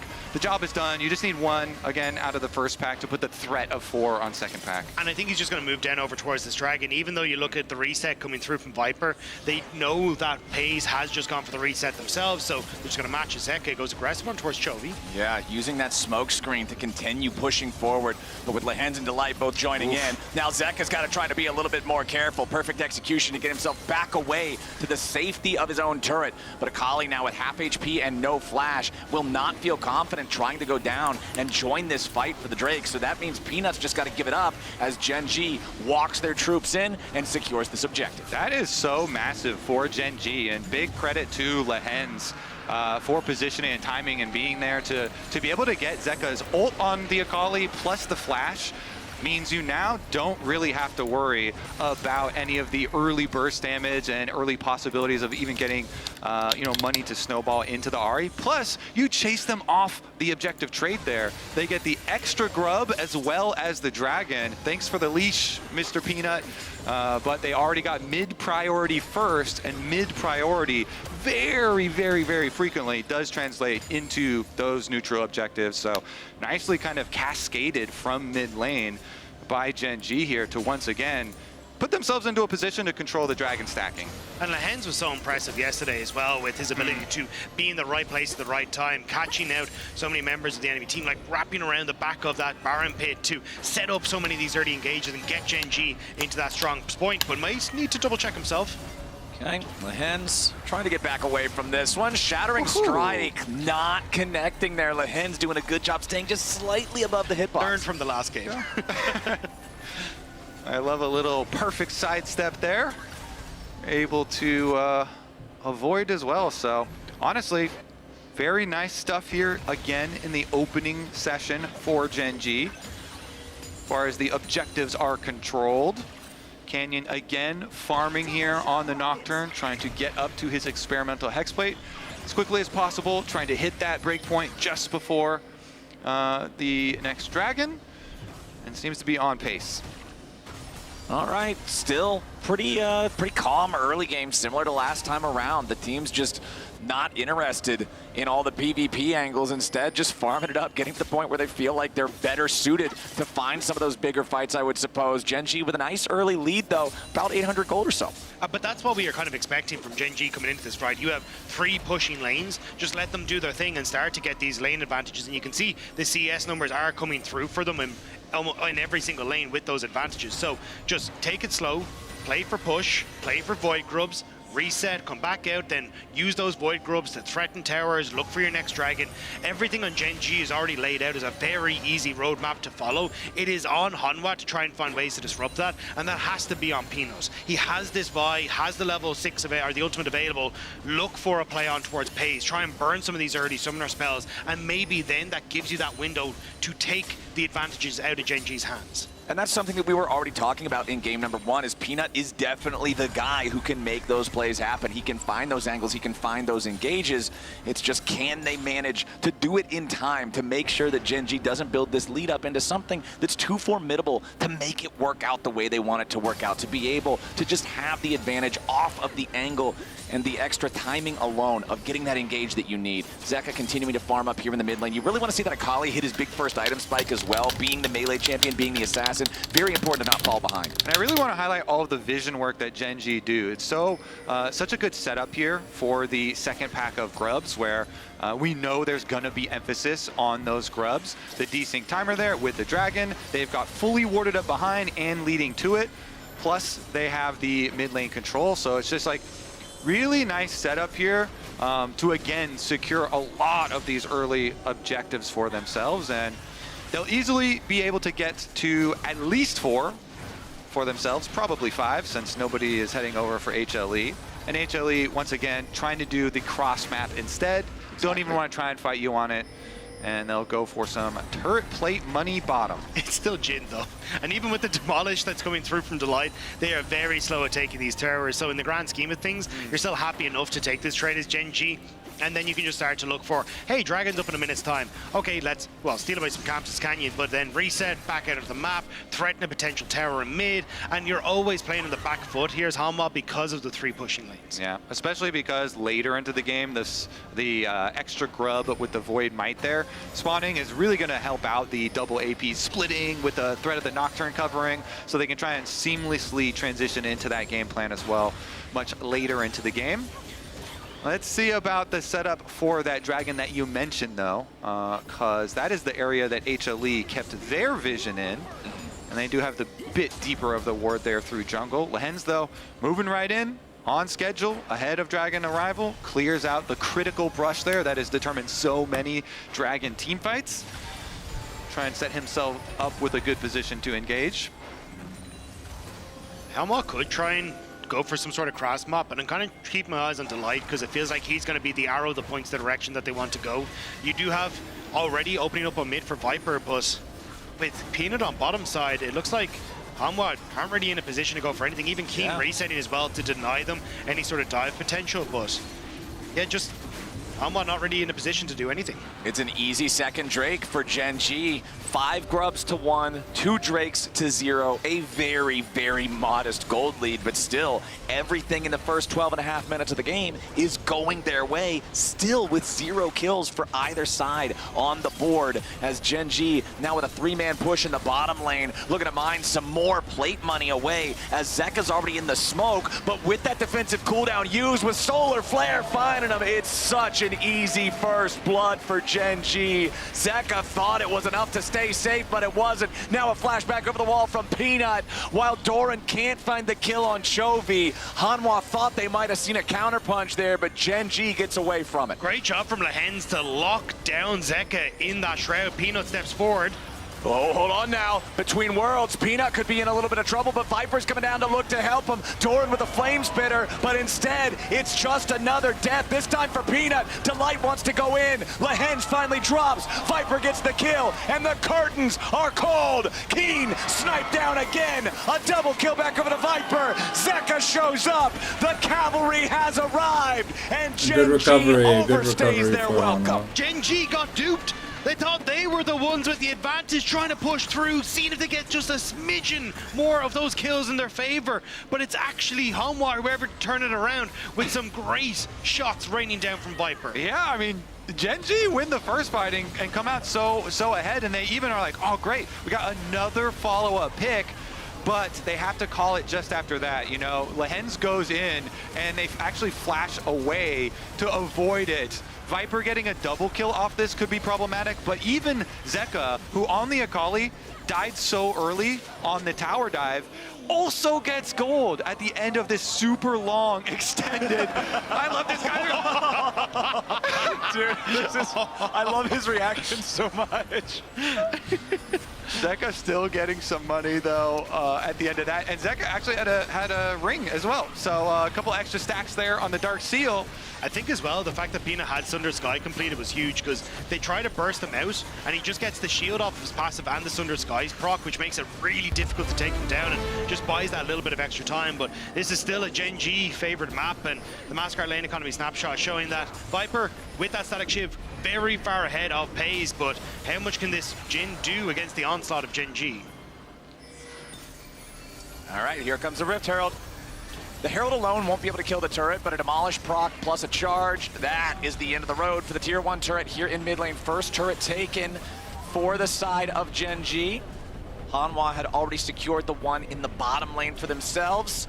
The Hens drifting. Boom! Right into the turret. The last little bit of damage will get it done. Then Zenith Blade back onto Zeka to try to get himself away. Canyon covering his retreat there with a Paranoia. Nicely done from Gen G to get a 2-for-1 deal on that Herald summon. Lehends is such a Chad. Holy! 5-head driving through enemy jungle to get the back door on the bot turret there. Takes it, gets out alive. Extra bonus objective there. Now that's what you call efficiency.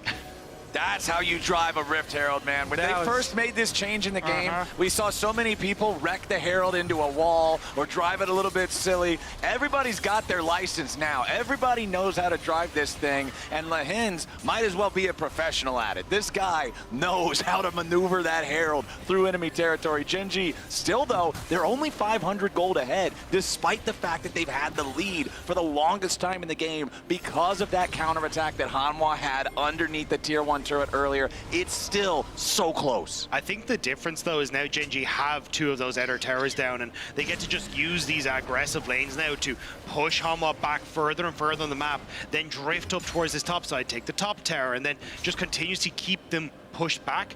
Third Dragon though, now in 45 seconds, will alleviate some pressure where Hanwha can maybe find success of a fight with Lehends. He's fine. He's chilling. He's Leona. It's all right. He's a very lonely Leona though, so I got a little nervous. Leona. Well, luckily he's got some buddies now. He can get back to the safety of Chovy right next to him. Hanwha going to take the opportunity, just get this mid lane shoved up. Oh, unlucky for Jhin. Deadly Flourish missed just by a sliver. But, oh well, Doran farming a bottom lane here now on the Rumble as well. Does have his Proto Belt, is level 12, so he has the second level of the ulti. We know that Rumble is a mid-game team fight monster, and I want to see if HLE can find an angle to really get the most out of that.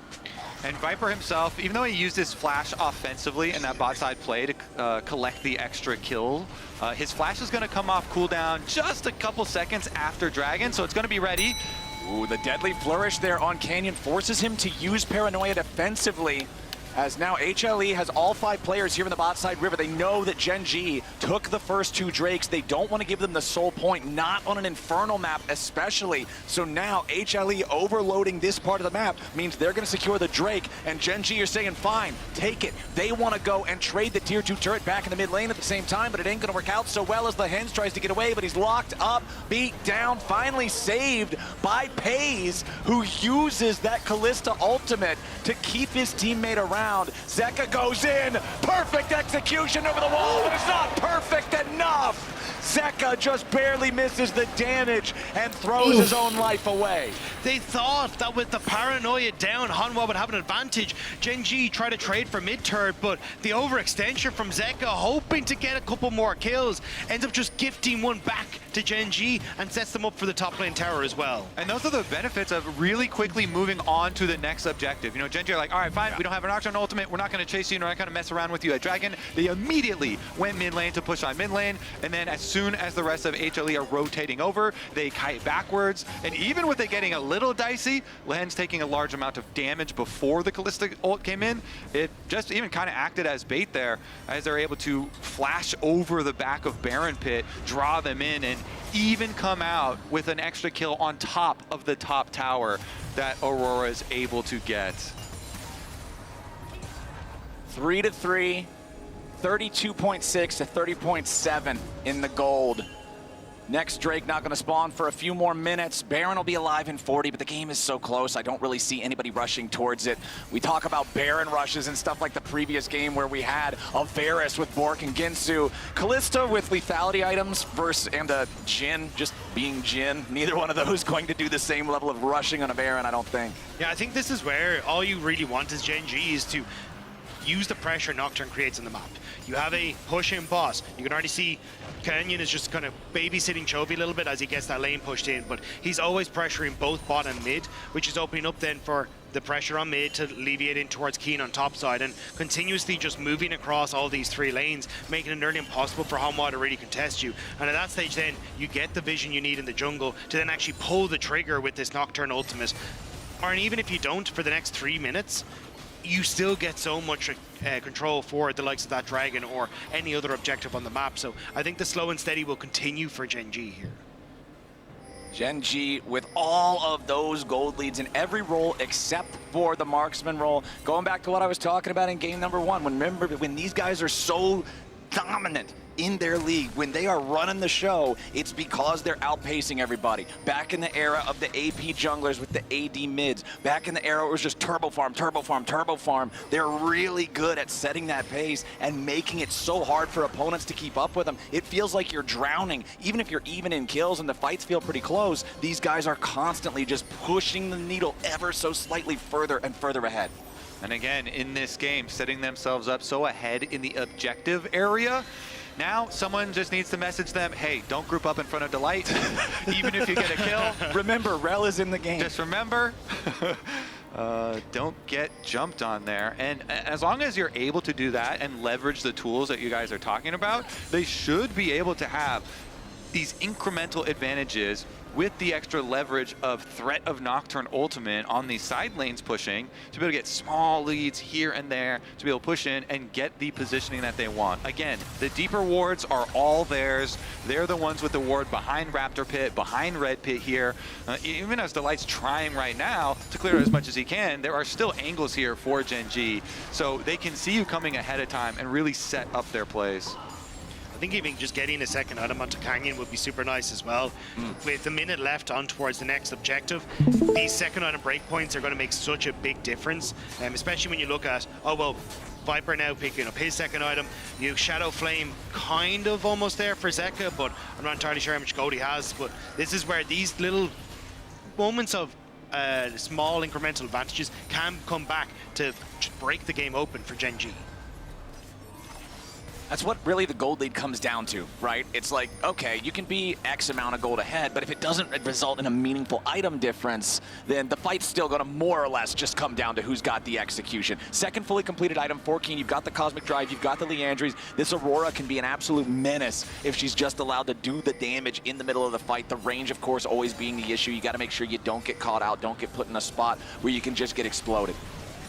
All right, they're fighting the good fight, trying to clear out some of the extra vision leading up, trying to retake their own territory. It's always dangerous re-moving in, but Delight is able to do it, even finally gets the ward onto the Baron. I mean, for the majority of the year, Gen G was credited as being the best macro team in the entire world, and they're still just continually setting themselves up for success.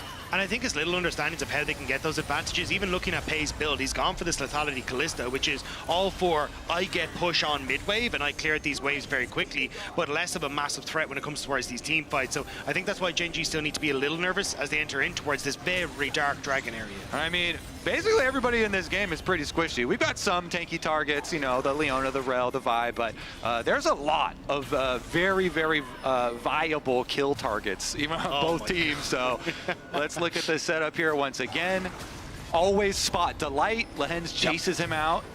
Zeka setting up for maybe a pincer attack here. Delight's gonna be stunned up at the very start of the fight. He tries to get away, but he's sent into the fear. He's sent into the graveyard. Canyon grabbing the first kill there as now he has to disengage. Hanwha Life have already lost their clutch factor. They have no way to try to approach this fight now. Yeah, actually so smart. Lehends just runs straight at Delight. They push him out of the brush. Immediate Nocturne ultimate. They immediately jump on him and take away all that possibility of the setup.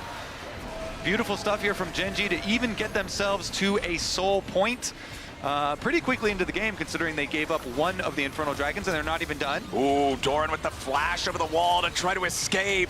But as soon as that summoner spell is down, Aurora's going between worlds, and Doran is trying to get all the way back to safety. Peanut down to 100 HP. Paze jumps forward with a beautiful shot from the Pierce to take him down. Doran didn't realize he was backing on a ward and didn't want to blow that summoner spell early because Flash is the only way he can get out of that Aurora ult. And as soon as he does, Keen picks him off and they say, or well, sets up for the pick, and it's actually they turn on to Peanut to actually finish off the jungler from Hanwha instead.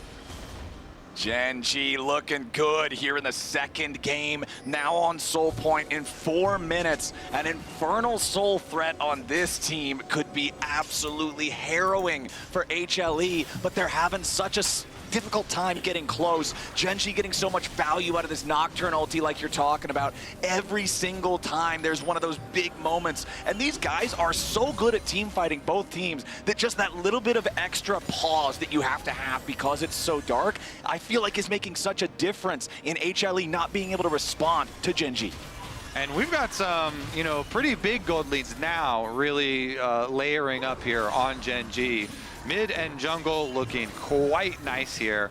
Chovy is back on the Ahri, and Chovy has some extra damage to work with. The picks are definitely going to be hard for HLE to avoid, and really if you're looking at the comeback play, it's going to have to be another huge team fight at one of the objectives to get themselves back into this game if they are going to do so, and they don't have a lot of time to do that with. All right. Deadly Flourish only hits the Hens. Not really that big of a deal. Peanut now jumping in for a little bit more. Paze could get caught out. Popping the Clans trying to get away to the Blast Cone. Paze still alive for now. They're trying to dive into him. They finally get the shutdown, but now Zeka's got to be careful. Equalizer comes down over the top. Chovy trying to escape. Zeka sure he can flip. Ain't gonna find the target. Chovy gets away between worlds coming down here for Gen G. Double come back over to Canyon. It's 2 dead on Gen G.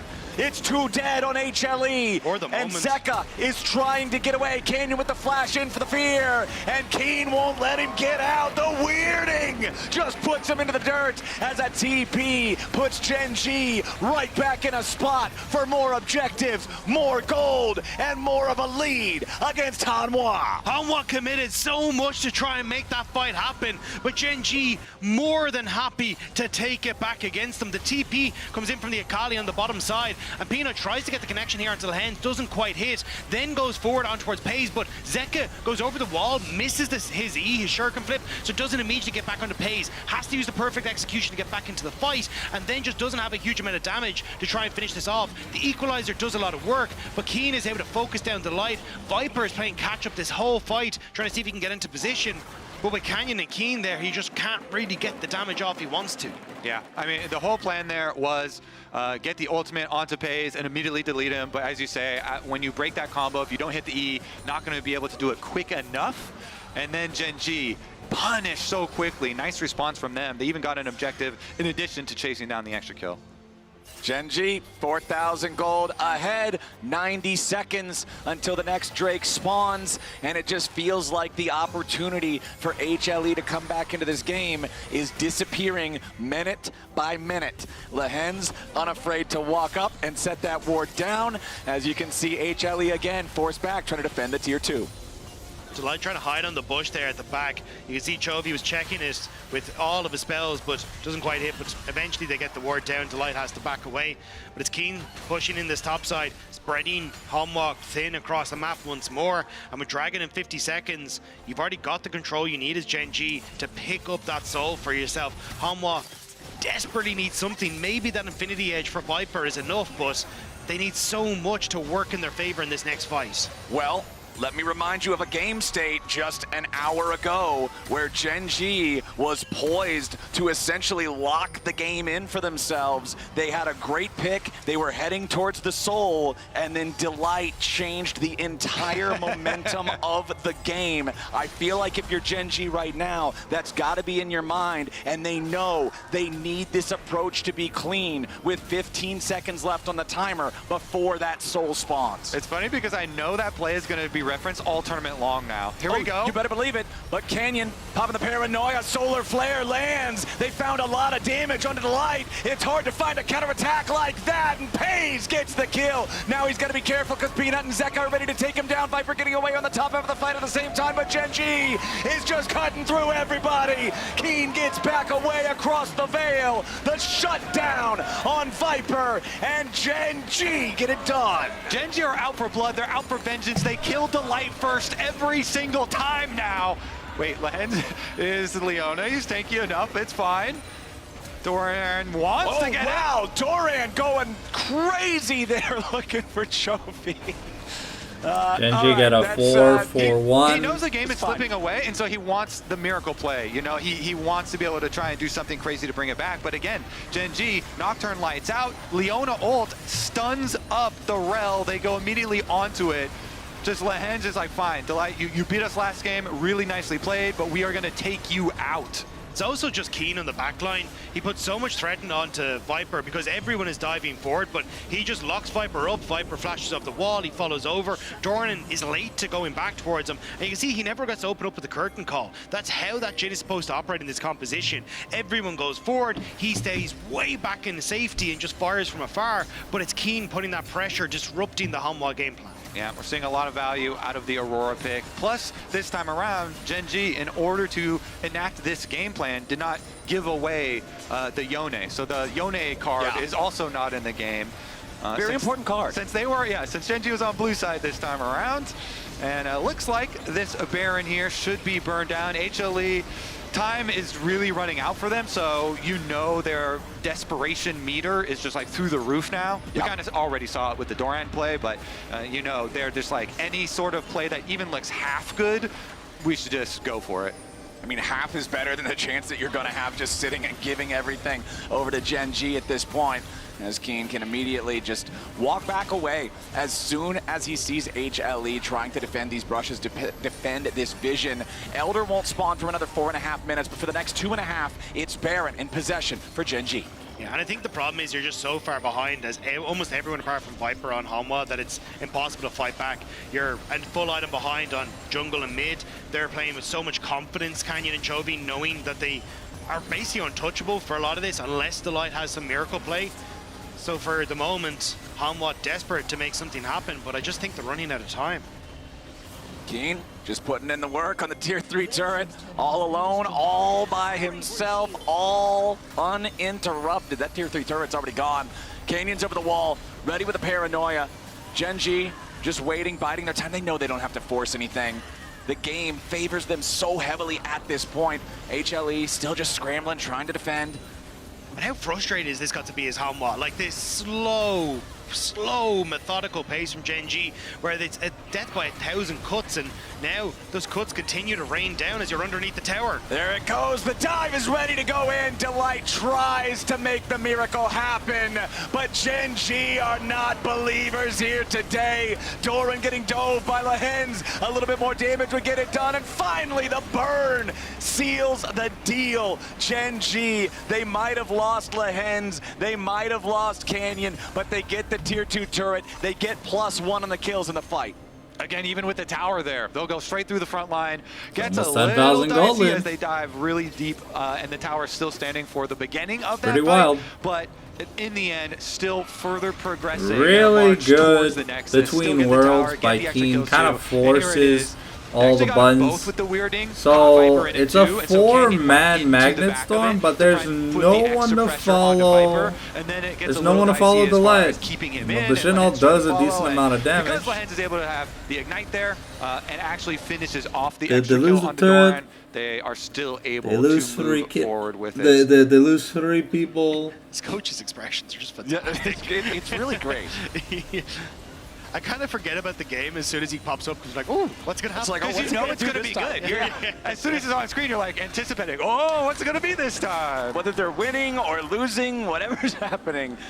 All right, we've got 10 seconds left on our Red Bull Baron power play here. It's plus 3,500 for Gen G, which is a really solid gain for that objective. And now it's sub 2 minutes until the Elder spawns. I feel like if you're HLE, This is it. It's a Hail Mary play at Elder Dragon. It's the one thing that could bring you back into a spot where you could win the fight if you steal it away or something. Other than that, this one's pretty much zipped up for Gen G. I mean, we all expect Gen G to finish out this game and to win, but if you are on comms on the side of HLE, I would try and proffer the idea of Peanut go in front of Delight, because Peanut is Vi and you can use your ultimate to actually still get the engage and go immune. Even if they go on you, you can try and immune some of their CC, but Peanut really has to step in front of Delight, I feel like, to be the first layer of it, because fight after fight after fight, Gen G are just taking out the Rel before Rel gets to have any sort of effect. And so even though your chances are very low and you're so far behind, you're out itemized, I think you have to try and like immune the go from Gen G to try and get your own opening. Sure, but guys, we have a problem. There is a lot that's there. So what keep you're them telling safe. me is to go for the one that doesn't have an immunity? Yeah, kill So the you're- hens and just fingers crossed. Hopefully it's the best. All right, 'Cause everyone Rocket else is coming back. Redemption Leona. That's the target. Okay. That's the name of the game.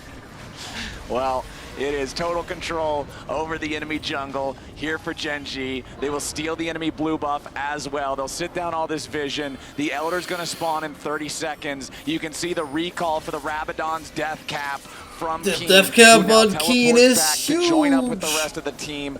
Nearly The momentum full build difference Aurora, nearly from full having build a on the Ahri. top Keen lane that's jumping away there from the insanely deadly tanky to a flourish. top lane that, HLE well, trying to make their approach. it's not Delight's that gotta be Rumble's a careful. bad He does champion not right now, wanna eat a but bunch it of just damage doesn't really do any before He damage. makes his way in for the hard engage. Another deadly flourish flies out, doesn't get a whole lot. Doran getting chunked by the damage potential of Chovy and Gen G. Yeah, I mean, the poke is so problematic that it looks like Doran's actually going to recall for his teleport back now. He gets a vision ward on him, so he does cancel it. Yep. Oh, Lehan's immediately with a flash engage going after Viper, but he ain't gonna find the kill that he wants, kill that he needs. Keen with a rampage on Peanut as Gen G are All right. too strong. 3 for nothing.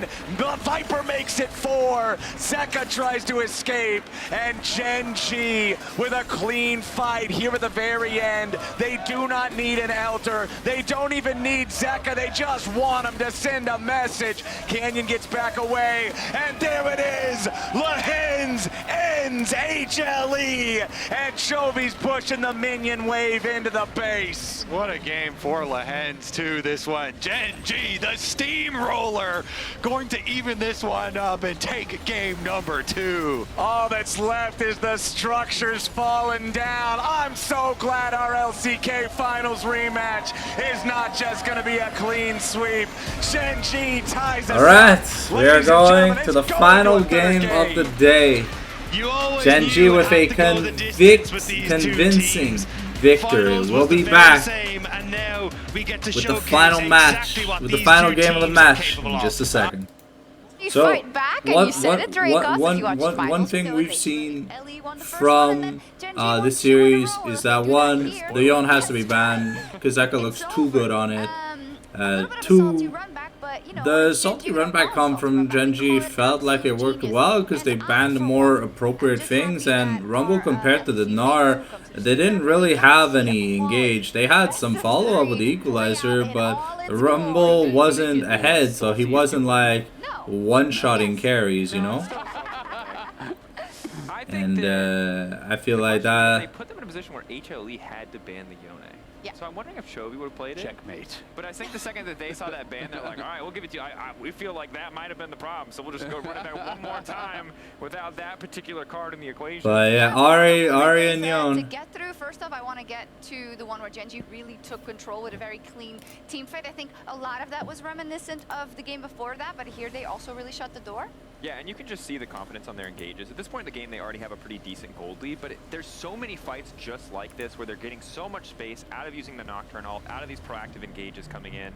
The Aurora ult as well, isolating a lot of these key targets. Keen is, in a lot of these fights, single-handedly zoning people away with like the threat of the ultimate, not even the ultimate itself. As long as he has that cooldown, it's so Like, look at how little damage the Akali did. these fights out. I feel like the Akali was a really bad pick On the here. other side, trying to play the Jhin in these situations because they were always the one getting engaged on. Someone's Because like, when they had the Gnar, they had Gnar and Kai'Sa, right? So they had like the all-in dive, they had the 80 carry they could follow up. Like here, the Jhin's just sitting in the back half the time, getting clipped by the Leona Zenith Blade. So like, there's not much that fucking Viper could do. Yeah, exactly. I mean, it's like you can try to replace Akali with, you know, or try to replace Yone with Akali or a Yasuo or a Sylas or something else like Yone that. is The just biggest difference is that when you're playing Yone, you do not have to commit yourself to these plays to actually fish for a kill. You can E in, use that, ult forward. You can be chasing someone so far to actually be looking for a kill like this. But in a situation like this, instead of him being able to snap back, he goes over the wall. He's going to actually put himself at risk of getting CC'd, of getting locked down, of getting burst down. And the other main difference is that Yone has so much follow-up CC, so when Rell goes in for a really big engage, Rumble drops the equalizer over the top, and Yone has that follow-up CC. You have the knock-up of your Q3, you have another little CC, and also Yone has access to sustain, something that most assassins can't build, because there's no sustain item for assassins. There's no Gunblade anymore, so like the Katarinas, the Akalis, I mean, now even AD assassins, they go the lethality Hydra instead of the healing Hydra or whatever, right? So there's zero healing in the kit, like, at all. Eclipse used to have Omnivan, but it doesn't anymore, so it's just, like, it is what it is. Nocturne composition, you're not really playing League of Legends for the rest of the game. It's difficult. I was holding out for that hero moment, but yeah. So you're saying Zeka is a one-trick Yone? Question mark? He's got some more tricks. He's got just more the best tricks. Trick, That's okay? just the best trick. It might be everybody's best trick. It's a good trick. I know, I'm purposely underselling him because I know he has something in the tank still, but we also want to take a look at our HyperX Reflex replay where Lehends drives the Rift Herald all the way home. And it's really important to understand Lehends. He lives his life a quarter mile at a time, you know? Nothing else matters. Not his mortgage, not the house, not the family and all their bullshit. For these 10 seconds, Lehends is free. He's living his best life. Lehends doesn't have friends. He's got family.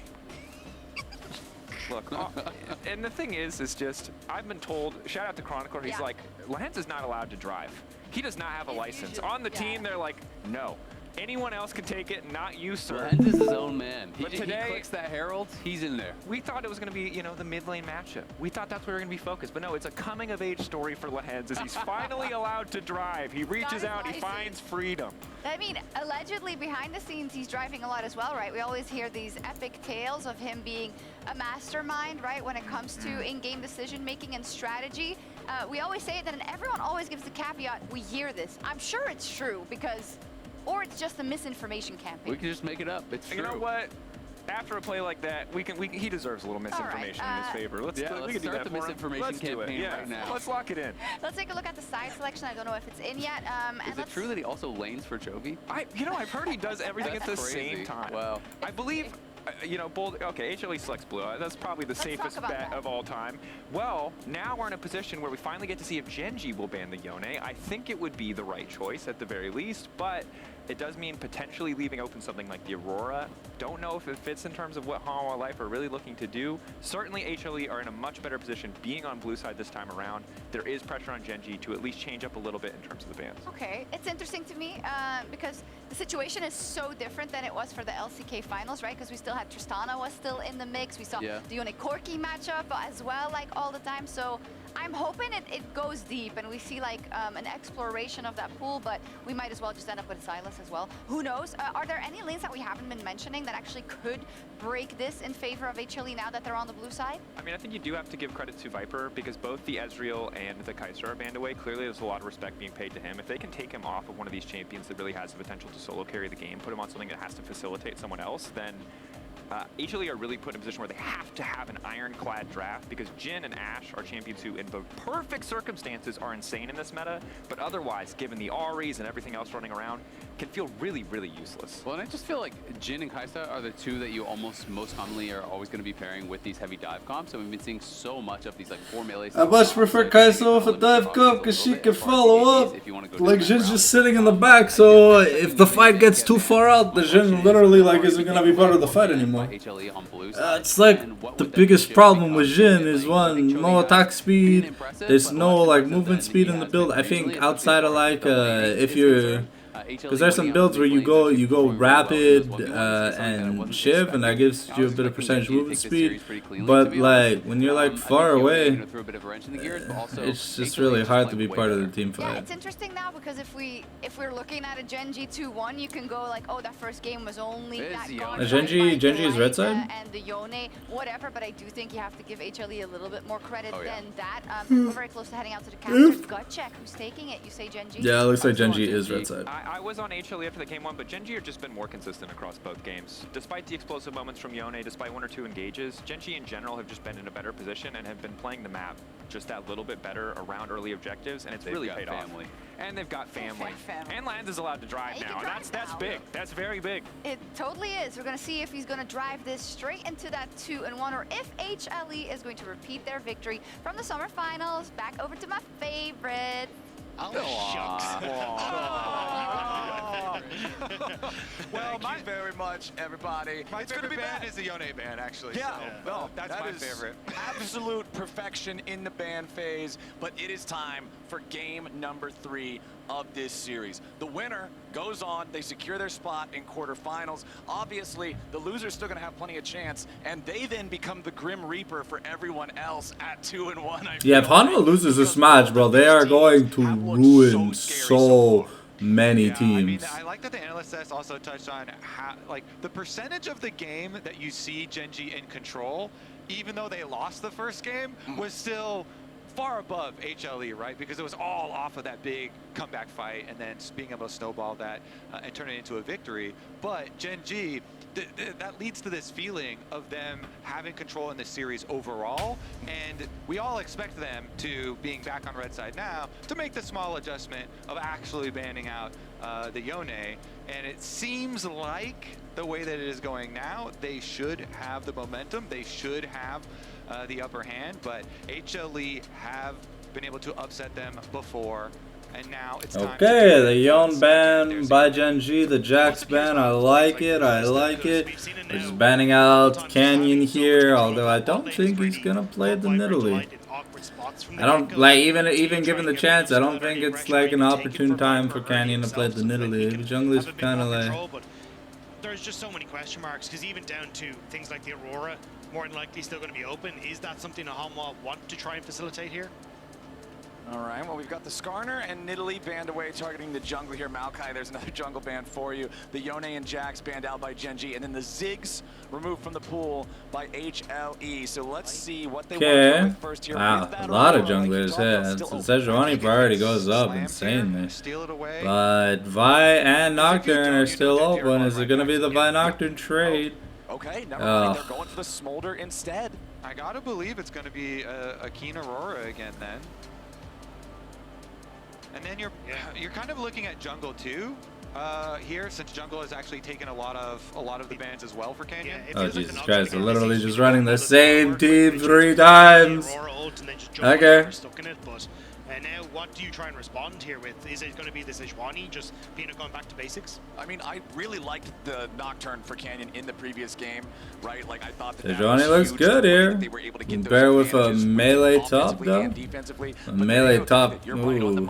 Okay, yeah. Lennar did good because of the lane swap. It looks like the Gnar are going to be the answer, and I think this was a good shot.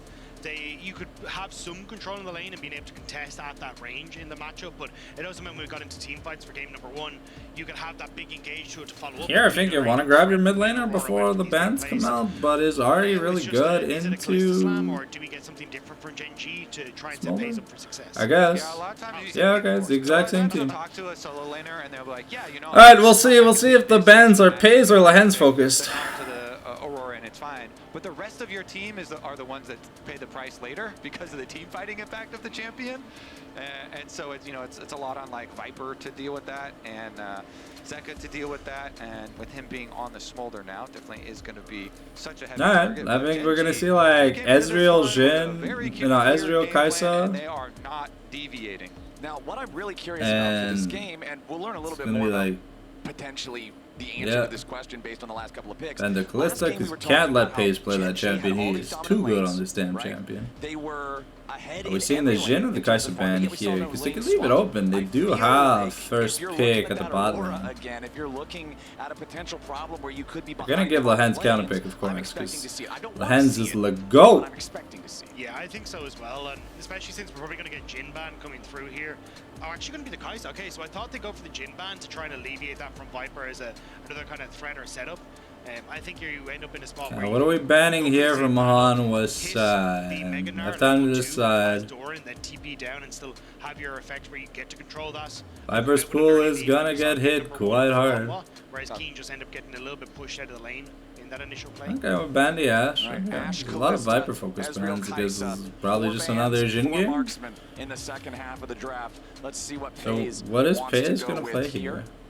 Is FaZe gonna play this shit? And Ahri, the AP solo laners, combined with that some threat of big the AD nocturne for the engage and the incredible utility of the paranoia. Expecting our supports to go for big heavy engage, just like we've been seeing so far throughout the series as well. Ooh, okay. Go ahead and lock in first, put some priority on that Leona. Now, HLE, like, they could... I mean, I guess they could deviate a little, but they already have the Smolder for mid too, so honestly, it's probably just going to be straightforward team fight from them.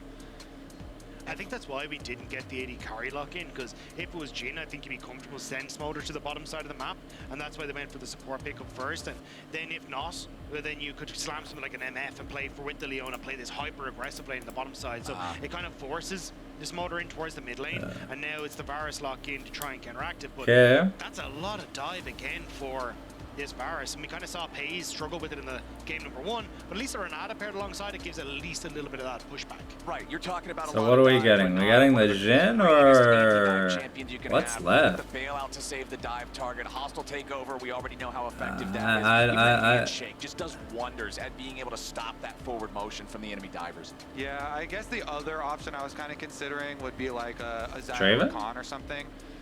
For them, because then you have the Xayah option for actually dealing with the dive. But since I like it, I like it, I like it. For the end, we're gonna have the Twitch range coming in. First Twitch of the tournament. You get the sneaky Twitch plays in addition to the map control that Gen G have been able to set themselves up with, and the coverage. Oh yeah, with the between worlds paranoia into the spray and pray. Ooh, shit's gonna be a little nasty. This long range engage coming through from the Nocturne, plus even an Ahri, the potential for the invisibility from the Aurora. This is a horrible game to try and play against this comp from Gen G. But I will say it gives less control to Gen G when it comes to the mid lane, and also then, mid lane in that mid game with the AD carry matchup, and even in the lane phase as well. So I think you have a bit of an answer here for Hanwha to play through that bottom side and scale into that late game, whereas they just couldn't get any sort of wiggle room in that last game number 2. And I gotta say, after seeing the drafts here, I am favoring the Gen G side. Not only do I like the late Twitch here to be able to pull off the sneak plays and the roam plays, but with the nerfed Smolder, like I really feel like Chovy Ahri is going to have an impact, and they are going to be able to take control early. Canyon, as soon as he gets his level 6 on the Nocturne, it is then play after play for them. Okay, so I'm looking it up. FaZe has a lifetime professional total of 1 Twitch game. Yeah, but it was a dub. A win. That is important. 100% win rate Twitch is the pick here in this deciding game for who's going to quarterfinals now and who's gotta keep fighting as we move forward in the Swiss stage. Oh, he's hiding. Back on the blue. Oh, he's already there. FaZe just creeping around. All right, nothing to be found. I thought he'd open up, but they didn't want to give away too much. Now FaZe will just kind of wander away from this one, but I do think the downside of Twitch is that you don't have as much push in the lane when you look at comparative, especially the hail of blades on this Varus. Looks like it will be Poke Varus that we're going to get as well. So cooldown on his Q should be up. They could go again. I don't know how heavily you want to go on this though. I think it is just to try and spot out a potential lane swap again, maybe, but I don't think you want to hyper aggress here. I think it's actually, Gen G were going for the lane swap because, again, I think your lane phase as Twitch just isn't strong at all here. Just go ahead, give it up, trade that off, play for more of the later stages. Yeah, I mean, your scaling is so good with Twitch. When you pop your ultimate, your range, very, very useful against what HLE are showing here. So definitely agree with it. Let's see how much they have to give up. Seems like no one is even going to stick around and try and steal away a camp from the enemy side. They're just agreeing, fine, lane swap. Should have even jungle star, both of them just on their own, quote-unquote, own Raptor side of the map, with top side there for Gen G being their control with the duo. And again, they have done the normal supports mid here to get their level 2 top laners with their AD carries. I do think, though, that the introduction of Smolder into the mix here has kind of put a bit of a timer on towards Gen G. Like, yes, Twitch has great scaling, but I do think this Smolder just pops off so well in the later portion of the game, especially with the lockup in the front line that Hanwha have that Gen G are missing. You need something to go your way early to maybe even set a pace and turn into this assassination Twitch instead. Otherwise, I think in that mega late game, I do favor Hanwha in this situation. And when Gen G were playing so slow, so methodically in the last game, I think they actually need a bit more burst opening in this game. I don't know. I love Twitch late game. I think I'm just going to fully invest. I'm going all in. Okay. Like, Twitch with range late game just feels so... Oh, wait a second. Yeah, Lehends walking down here underneath the tier 1 turret, but the teleport will arrive. Keen level 2 here on the Aurora, but man, Keen is in some trouble. He flashes away, tries to use the weirding to keep himself alive. Delight survives the damage of the turret, and that's already a 1-0 for HLE here in the early game. They're about to make it 2. Peanut at least dies to the turret, so there's 1 traded back, but the play goes positive for HLE. And this is why I was talking about the advantages for Hanwha. This is such a squishy team from Gen G. Even on the rotation down, yes, you've got Lehends there, but this Aurora offers nothing, and now already a phenomenal start for the Hanwha squad. My real big question after this is, what is Peanut gonna do now? Because he actually goes down here, and since they did do their own side clear first, Canyon has a bunch of camps to pick up. We're watching the replay now. It's really nicely done on the first dive to juggle the tower aggro. It's only here in the second one that they give up number 2. Lehends is able to lock up Mr. Peanut under tower, and since he has Ignite late, but I really want to get back to live and see what's done with the jungle camps. Yeah, this is what I'm expecting, because Sejuani cleared his own red side first and then went for the dive immediately. Canyon got to cross over, and Canyon's going to have a very nice lead on jungle here, and especially with a Nocturne, that can cause, again, your whole team to have to pay that price. So while you do get the dive off, and the first kill was without response, getting the second kill, plus it actually gave over some jungle advantages there. Gen G, like, it's not all bad. Yeah, I think Canyon is the big benefactor for Gen G, but for Hanwha, Viper coming in with Serrated Dirk already completed, gives him a ton of control on this bottom side. The only upside, I think, for Gen G in the spot side matches is you're playing against the Renata. She's not exactly a heavy engaged champ that can look to just hard in on towards a fight, as maybe Lehends actually looking for one, but I think you're in an okay position to just continue to farm his pace with that lack of engage support. Nice little bit of a combo damage there between Delight and Viper's piercing arrow. That Serrated Dirk can lead to such an annoying trading pattern in the lane because it's just so easy for him to come out on top. As Doran just doing a little bit of proxy farming, Keen needs to stay underneath the turret, farm up this big wave. Still a nice gold lead for HLE after the dive there in the bottom lane. Chovy versus Zeka back in the mid lane. Zeka is hitting that first break point on the stacking already so far. Pretty easy to hit that 125, giving you the AoE on the Qs to continue accelerating the speed of the farming there. Already has the first tier purchased as well after both mid laners have used that first TP, so wants to make sure that he's getting that stacked up as quickly as possible, spamming out all those abilities, making sure that you're constantly moving as quickly as possible towards those larger breakpoints. With the experience lead for Canyon, we're looking already at the Void Grubs. He can go Krugs over here towards it. And since bottom lane, they've actually kept both Delight and Viper down there for HLE. It really does seem like, well, even though they're actually getting the push, Lehends is already halfway up the river, so Lehends is kind of deciding right now. I think it's taking a Void Grub against Canyon 6 as well. Well, yeah, which way Lehends wants to go. So I think Lehends is doing a good job kind of hovering here. He could go to either, and Canyon jumping on these Void Grubs. He does have his Smite ready, so could get his level 6 immediately. Yup, and there it is. Canyon Level 6, first grub already down, Peanut retreating. I just love what they did there. You know, Lehen's hovering in the river, in the fog of war, as the wave is slowly pushing into them. They're not really concerned about it.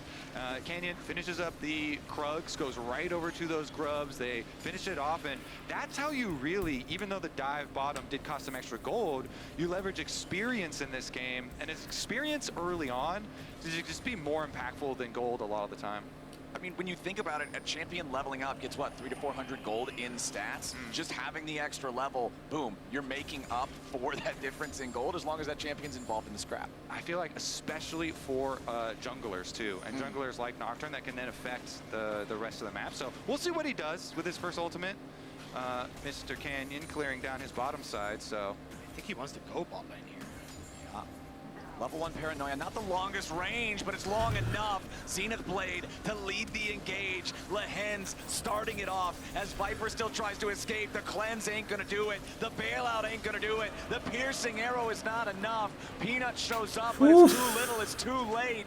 It's too good for Gen G, who tie up the game 2-2. Dude, when your jungler is ahead, oh, it feels good. Canyon's there first. Canyon's able to close the distance with his ultimate, and even though Peanut arrives late, that's just level 5 Sejuani. Great. Not really concerned, and so they get the early jump onto Viper, even with the flash, even with the cleanse. Successful move for Gen G, and Canyon able to really leverage. It's pretty good for the Piz, catching them up in the lane, Here's another look at the start. which is pretty Great important. engagement hands the flash. Zenith Blade catches out Viper and sets him up, gets the stun as well. And Viper could have tried to use the cleanse there, but instead believed in the handshake going through, and then I think it just couldn't quite get away after that second stun came through from the hands. And as you say, I mean, level 5 Surge. I burned all sums of Violin for just Leona's Still get to go with him with Ignite. his flash. So he got to go his flash distance, plus the Zenith Blade distance, plus Viper's flash distance. It's like Quite that a lot part of of Toy distance. Story, you know, where they're all running off the back of the van and they're just holding onto a rope, just following along wherever. I'm coming too. All right, well, Canyon continues to leverage his jungle advantage into a dragon as well for Gen G. It's been the story all 3 games of objectives for Gen G, and dragons especially for them. All right, Gen G pushing towards top here, just continuing to try to grab as much plate money as they can. Meanwhile, Canyon, he's got the first Drake, he's got the first 3 grubs, he's got the experience lead, he's got everything Nocturne could ask for here in the early game, having a great showing in this third one of the series. The gold is back to even as Viper and Delight try to maintain control and push. Here in this bottom lane, Zeka still doing a good job, making sure that you DPS the minions equally, farm them all up with the Q, get max stacks, and he's already up to 82 of those. Chovy now moving down to cover bot lane though. They still want to try and get this rotation for the grubs in a minute's time. You already obviously have Pays up here, but Lehen's is moving down. They are fully convinced Halmar are going to go for some sort of dive with Peanut hitting level 6, but everyone from Gen G hiding on the map, waiting for Peanut to show himself. Yeah, Pays hiding all right, deep in that alcove. He's getting ready for some sneaky plays. We'll see. Once you get the Blade of the Ruined King for the Twitch, then you really become a menace, making everybody worry about your positioning. Every moment that you stay hidden, like this comp from Gen G just puts so much like mental pressure on you. Yeah. Everybody worried about the picks. I feel like there's so many champions we say that about. Yeah, once you get Blade of the Ruined King, you're good, dude. Just get in there. It's a good first item. Yeah, this seems like a pretty solid item. If it synergizes with your champion, I feel like that champion's doing pretty good. Anyway, even gold between the teams now. 15 seconds until the second set of the Void Grub spawns. Gen G only needs to take a single grub to get the Void Might spawns, but of course, if you can get all 6, it just feels fantastic. Peanut is the first one up here in that Herald, Baron, Grub, whatever you want to call it, pit. However, Gen G will be sending more troops real soon, with Pays farming up underneath the tier 1, as you do have lane control up there for the combo of Delight and Viper. Down in bottom lane, Chovy versus Doran really shouldn't turn into a whole lot, I wouldn't think. Both of these two have unleashed teleports ready to go to join any fight that might break out here in the top side. It's a 4-man move from HLE. They're going to be the first to commit here to this river. If Canyon can steal away even a single grub, that's all they need. He flies into the middle of everybody. The solar flare coming down over the top, but Canyon is already dead. A nice hostile takeover fired back in, but Viper now dies as Pays takes him out. Lehen's drops to Doran, and Peanut has to flash back over the wall. Chovy has finally joined, and Doran has to try to get away, but a double kill back over to the Twitch. He is hiding no longer. And Gen G, they'll go 2 for 2 with HLE, but the grubs are still on the menu, and they're looking good for Gen G. It looks so good to start off with from Hanwha. The light, a terrific ultimate across the team, buying that space for Viper, and even with the teleport quicker from Doran, it nearly went their way, but Gen G, they outplay on the fight, and it's a double kill for the Twitch. Twitch, Pays getting so rich off this play, and the reason it looks good at the beginning is because they also started before Pays is even there, a couple of seconds. So that means Canyon down already, and as you say, the Renata ultimate going over the other two, but once Pays does arrive, he just burns the back line, and he annihilates them as everyone's trying to get away. He was able to grab that red buff, and then continually double burn them down, that plus the poison, and now you are in a situation where you have all of the Void Grubs, all 6 of them, plus you got the early Dragon as well. It is, again, just so much objective control for Gen G, plus the huge threat of all the money okay, so Leandra's going to be done. Leandra's going to be finished here for Chovy. Hexblade almost done for the Nocturne. Nocturne has a decent-ass lead. Almost 20 CS up in the jungle. It's really good. The Aurora's not behind like she was in game 1. And Pays having a Bork. It's insane on this champion. I wanted to see this game blow open early, and GG have done exactly that by getting this Twitch so far ahead.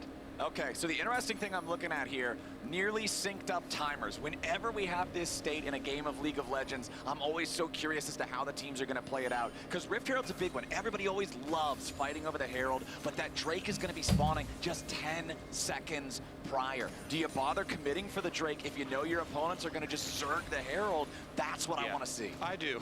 Okay. I'm taking that Drake every day of the week. That is mine. I'm going to keep stacking. Because then you think like a true jungler. You think about what it's going to do for you in a little bit of the long term, not the immediate future. Like, okay, fine, you know, a Herald is going to like get you an outer tower or something, but the Drake is going to give you the possibility of drawing the opponents out onto the map, where then you get to use Nocturne, Twitch, Ahri, Aurora for all of this pick potential, Leona even. Oh, dude. Like, yeah, look, you can't go anywhere on the map. It's going to be somebody from Gen G jumping out. Canyon has ult. No. Yeah, Canyon's about to ult, but it's a good rush. Yeah, Meganar saves in there. You just cast the wall up, transform immediately on the spot. If that Narbar would have been just even slightly shy of it, that is an easy kill for Canyon. But very fortunate. Zeka's got good stacks, almost 10 stacks a minute, which is good, but the rest of the game is kind of falling apart. They're trying to secure the first turret. Towards the Drake that Kobe's talking about, you want to use to bait them into these open fights. And that's an extra 700 gold compared to like the 400 gold that Zeka's gonna get. Zeka's gonna get a bit of a gold lead, which is gonna be nice, but Zeka's like momentum is a little like, see, Zeka got 300 gold and Gen G got 700 gold. Can respond in the top lane with Zeka's Smolder, and now the second Drake goes the way of Gen G as well. So with the gold dead even, insane gold differential. Just past that second break point here, 145. Only needed 125 for that second transform. So still stacking forward, and I feel like he's going to need to hit that ASAP to make sure they're staying on pace with this scaling Twitch. Yeah, certainly is. I mean, you know, going with the Sojin for the super cooldown reduction, so you just try and stack there as well. HLE, again, we mentioned it last time, but when they are on the map, they're usually going to. Nars a little bit behind. Does he have try? Nope, doesn't have try yet. 15 minutes in, Nar doesn't have his item. Keep ourselves competitive. He's falling more and more behind. Build ourselves up so that at least we can have the hope of our dream comeback. The biggest problem with Lethality Varus compared to other things is that it's like Jhin, you know, like it doesn't really auto attack that much. He loves, well, this is especially true more than Jhin, because Jhin, like his auto attacks do something, but Lethality Varus, while he has a lot of AD, has no attack speed to benefit from his own passive. So it just really hurts the Varus overall, and that's gonna be hard. Plus, even though there's a front line, the double Leandries plus a Bork He's really gonna shred this Sejuani, who went Locket Mercury's. So she has like with 30 armor, and Twitch has a Bork. About to get a Runans. So while they got Herald, they got no grubs. But now with Hanwha opening up on mid with this Rift Herald, everyone in Gen G's coming across, even Pays.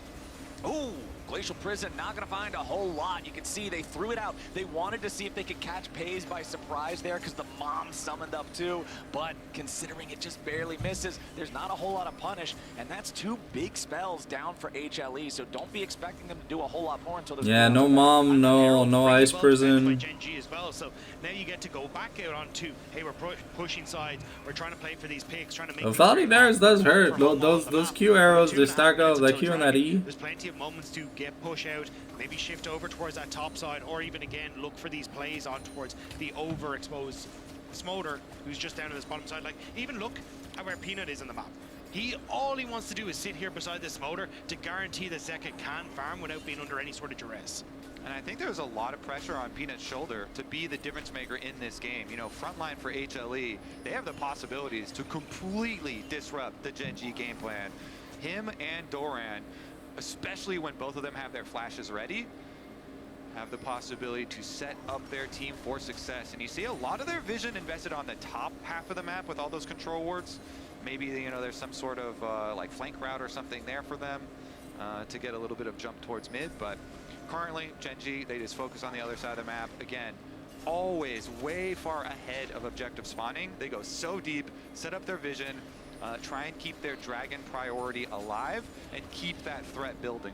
Okay, so Gen G might have dragon priority in the traditional sense that we think of those words, but Zeka and the rest of HLE's dragon priority is on these last 30 stacks that they need. He is getting so close to the 225 breakpoint, and I feel like when they hit that, that might be when we get to see HLE punch back a little bit. That might be when we get to start to see what you were talking about earlier with this stronger front line that still has some artillery behind it that could force Gen G into an uncomfortable fight. But Gen G have done such a good job this series of continuously stacking Drakes to deny those opportunities for Hanwha to like scale or find ways to open up on the map and trade up in favor of getting Zeka this gold. And again, with this is an Inferno Soul, Gen G have high rolled to all hell with the souls they managed to get this day. It does mean that you have to fight them and you have to come at them. And for Gen G, I think you're pretty happy with that, because look at this Smolder, the second item not even completed.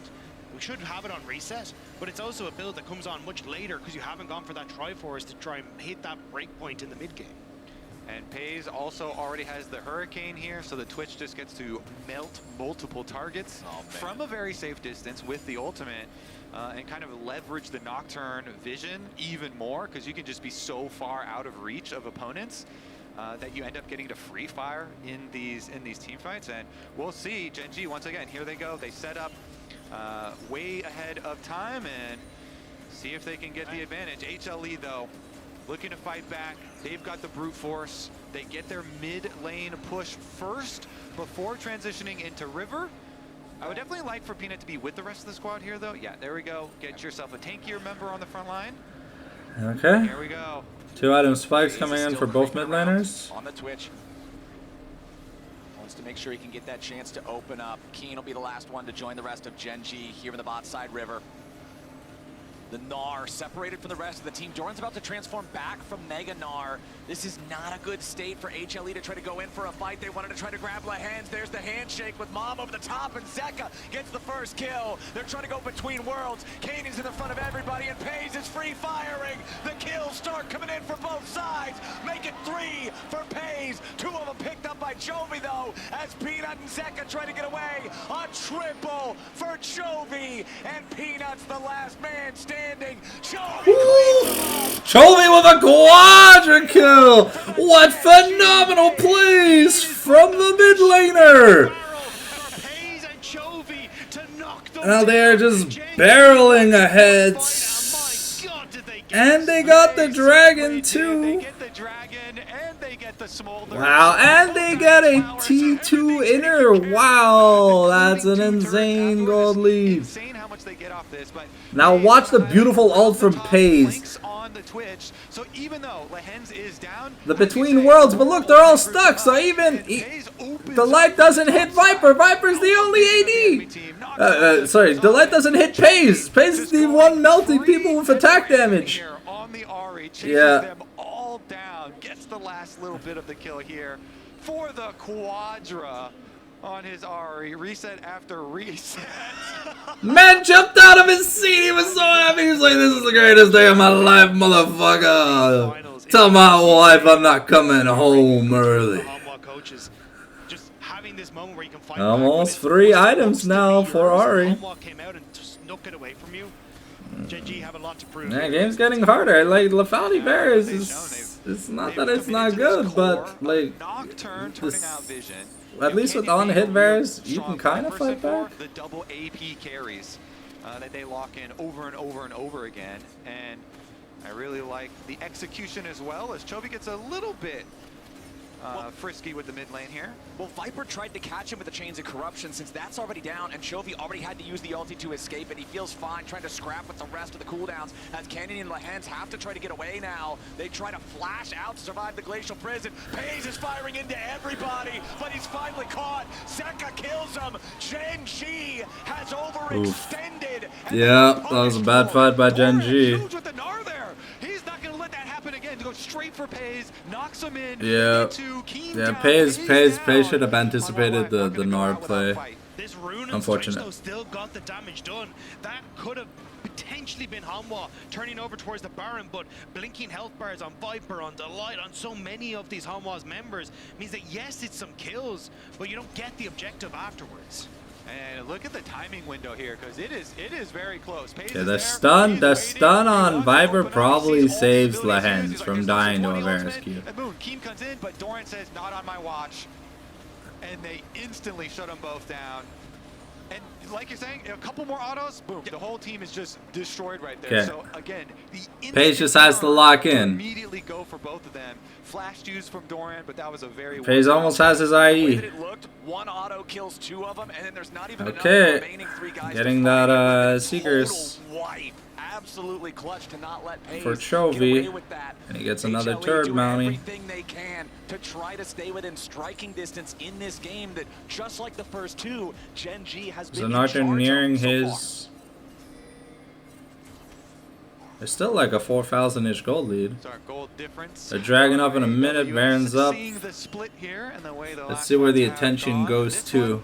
Of course, as you guys keep on mentioning, I the mean, possibility of Smolder continuing to stack Smolder doing stuff, but Nocturne ult on him. Yep, Canyon has found his target here with Zeka Smolder. Mom summoned. Maybe it would have been enough to save him just from Nocturne, but not from the backup. There's nothing to fight for. So Sejuani was bot side, so they couldn't really have rushed Baron. Mom not going to save you from these bullies. No.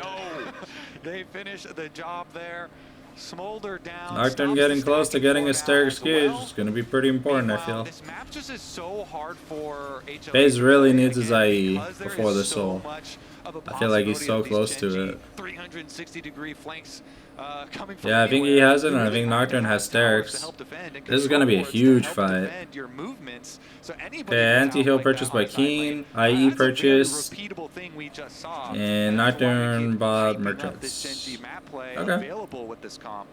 Or some words. No scope 30 seconds before Dragon's out. He needs to TP back out onto the map, because otherwise Gen G just get to pull the trigger once more. 8 seconds until Canyon's here. Zeka not out on the map. Even Doran's resetting. He just went mega too, so needed to clear out the way, but it means that coming into this, Hanwha have to buy time before this Gnar can have an impact. No flash available as well to try and threaten Paze. Okay, so the rapid fire cannon being completed for Zeka, I think is really big. Allows him to try to poke at these guys a little bit before the hard commit comes out for Gen G. But it's so scary since Paze can always be anywhere, everywhere, all at once. Not a good place to have to try to defend against. Canyon getting caught initially there by the Glacial Prison. Loses about half HP, but not close enough to death to force him all the way back. To buy time, though, for Doran to get that Gnar bar filled up. Wants to try and get on towards the backline. Paze in a very good spot, though, between all these members of Gen G. Yeah, Lehens wanted to go in there with a Zenith Blade, but he ain't gonna find the angle. Doran ready to transform. Narbar charged. Gets charmed though. Snot Bubble hits Lehens. There goes Mom. A little bit more damage might do it, and Viper grabs the kill. The Drake also secured by HLE. Beautiful start of the fight so far, as Chovy can't get anything else done. No charges left in the Spirit Rush. HLE played that wonderfully. The poke is beautiful from HLE, and Viper finds the final snipe there to take down Lehens. They get the dragon, they deny a dragon soul, and they deliver again on this series. And this is why I think as this game starts to go on, it becomes more and more difficult for Gen G to play. You don't really have a very tanky frontline that can immediately go into a Mega Gnar, into Peanut. Delight also being able to buy space. It means you can play for these backline threats with the Varus Hulk, the Mom ultimate across the top. It makes it difficult for Gen G to find these openings for pace if they're not on the objective first. And you don't get time to just stand around there at the fight, because we saw how much damage the poke is going to do. You're going to lose out, you know, win percentages very quickly with every skill shot that's going to land on you, every little bit of poke damage. So the decisions have to be instantaneous to go for. Zeka approaching 300 stacks here, gets away from... Oh, Viper gets caught! Oh, this could be huge! Viper. Now you got to be careful, because Delight is about to die too, and Doran's caught between worlds. Chovy and Canyon ready to follow up as the Gnar can't transform in time. Flashing away with a Sterix Gauge active, throws a boulder right back to him. Peanut still looking for maybe an angle as Mom comes in, but Chovy's going to be protected by the shield. HLE lose their AD carry, but nothing more. Hanwha protecting Doran there was crucial, because that would have been Gen G turn over to Baron. May still look for it as the TP comes back in. Zeka needs to teleport back into this equation to make things more even for Hanwha. The teleport seals the deal. Baron's the target. Gen G already got it down to about half. Doran here on the front line. Baron at 6k HP. HLE piling in. Lehens tries to get away. Doran still at about half HP now as Peanut has to fully escape. Arctic Assault backwards. It's Baron so still aggroed at 3,000. Doran still trying to transform. He needs to go into Mega Gnar. Peanut's behind the wall into the pit, but the Baron's going to be secured by Canyon. Now HLE trapped between a wall and an enemy team. Canyon gets the kill on Doran, and Chovy goes over looking for a little bit more. They want to kill the Smolder, and Zeka pops. They all drop, and it looks like the hopes are done, dead and gone for HLE. Gen G with a home run. Oh, Canyon clutches. Wow, what a clutch steal from Canyon. This man is truly a next generation jungler. You can see it burning down there, so close to execute range. Baron trying to finish him off too, and then Chovy still full HP on the Ahri. He moves up, and he actually puts so much pressure on the rest of the DPS of Hanwha that Canyon is allowed to stay in. Oof, the wall of mist. Smite, he secures it, and then Chovy goes in with the rest of his charges to finish it off. What a duo there. Really clutch on the Baron fight, even with all the extra damage that had been received by the rest of an extra members, turret. They pull it off. The flash from Canyon was so sick as well, because gets him out of the pin. I like that.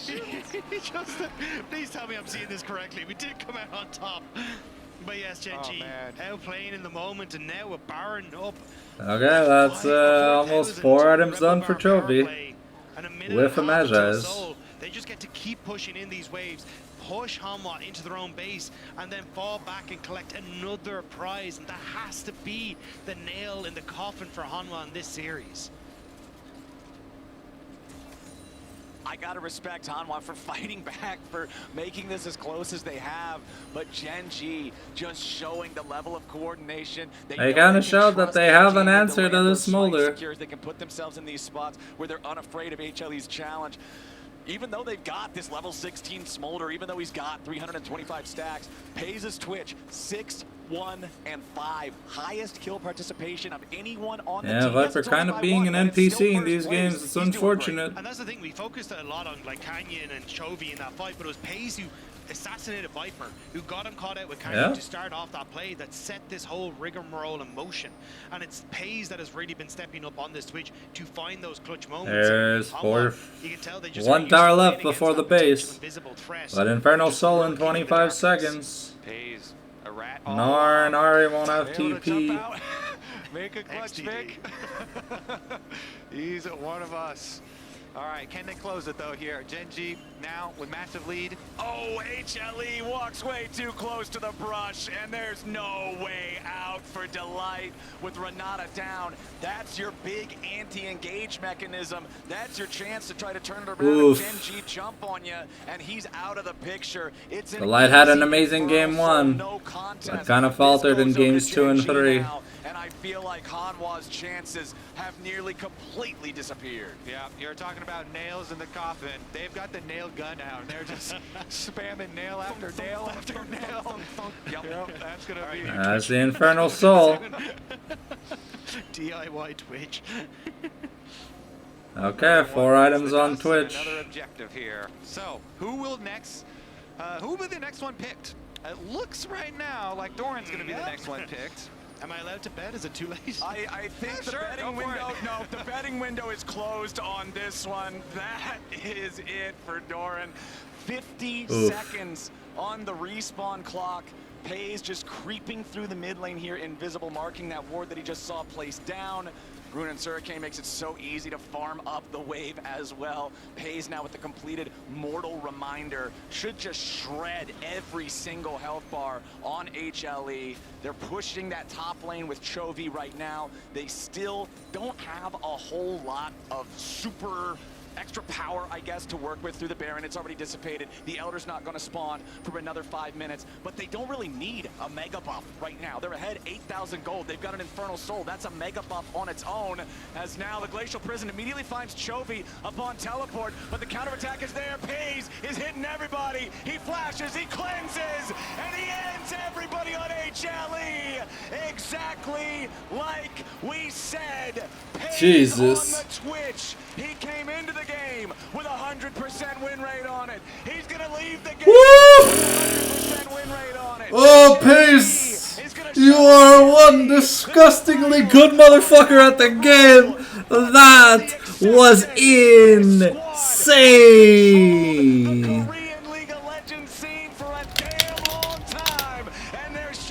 Alrighty, well, that's the end of today's match. Gen G get a clean win against Hanwha, getting their revenge and locking in my points for their undefeated streak. Let's go. Anyways, we'll see you guys tomorrow for yet another series of games.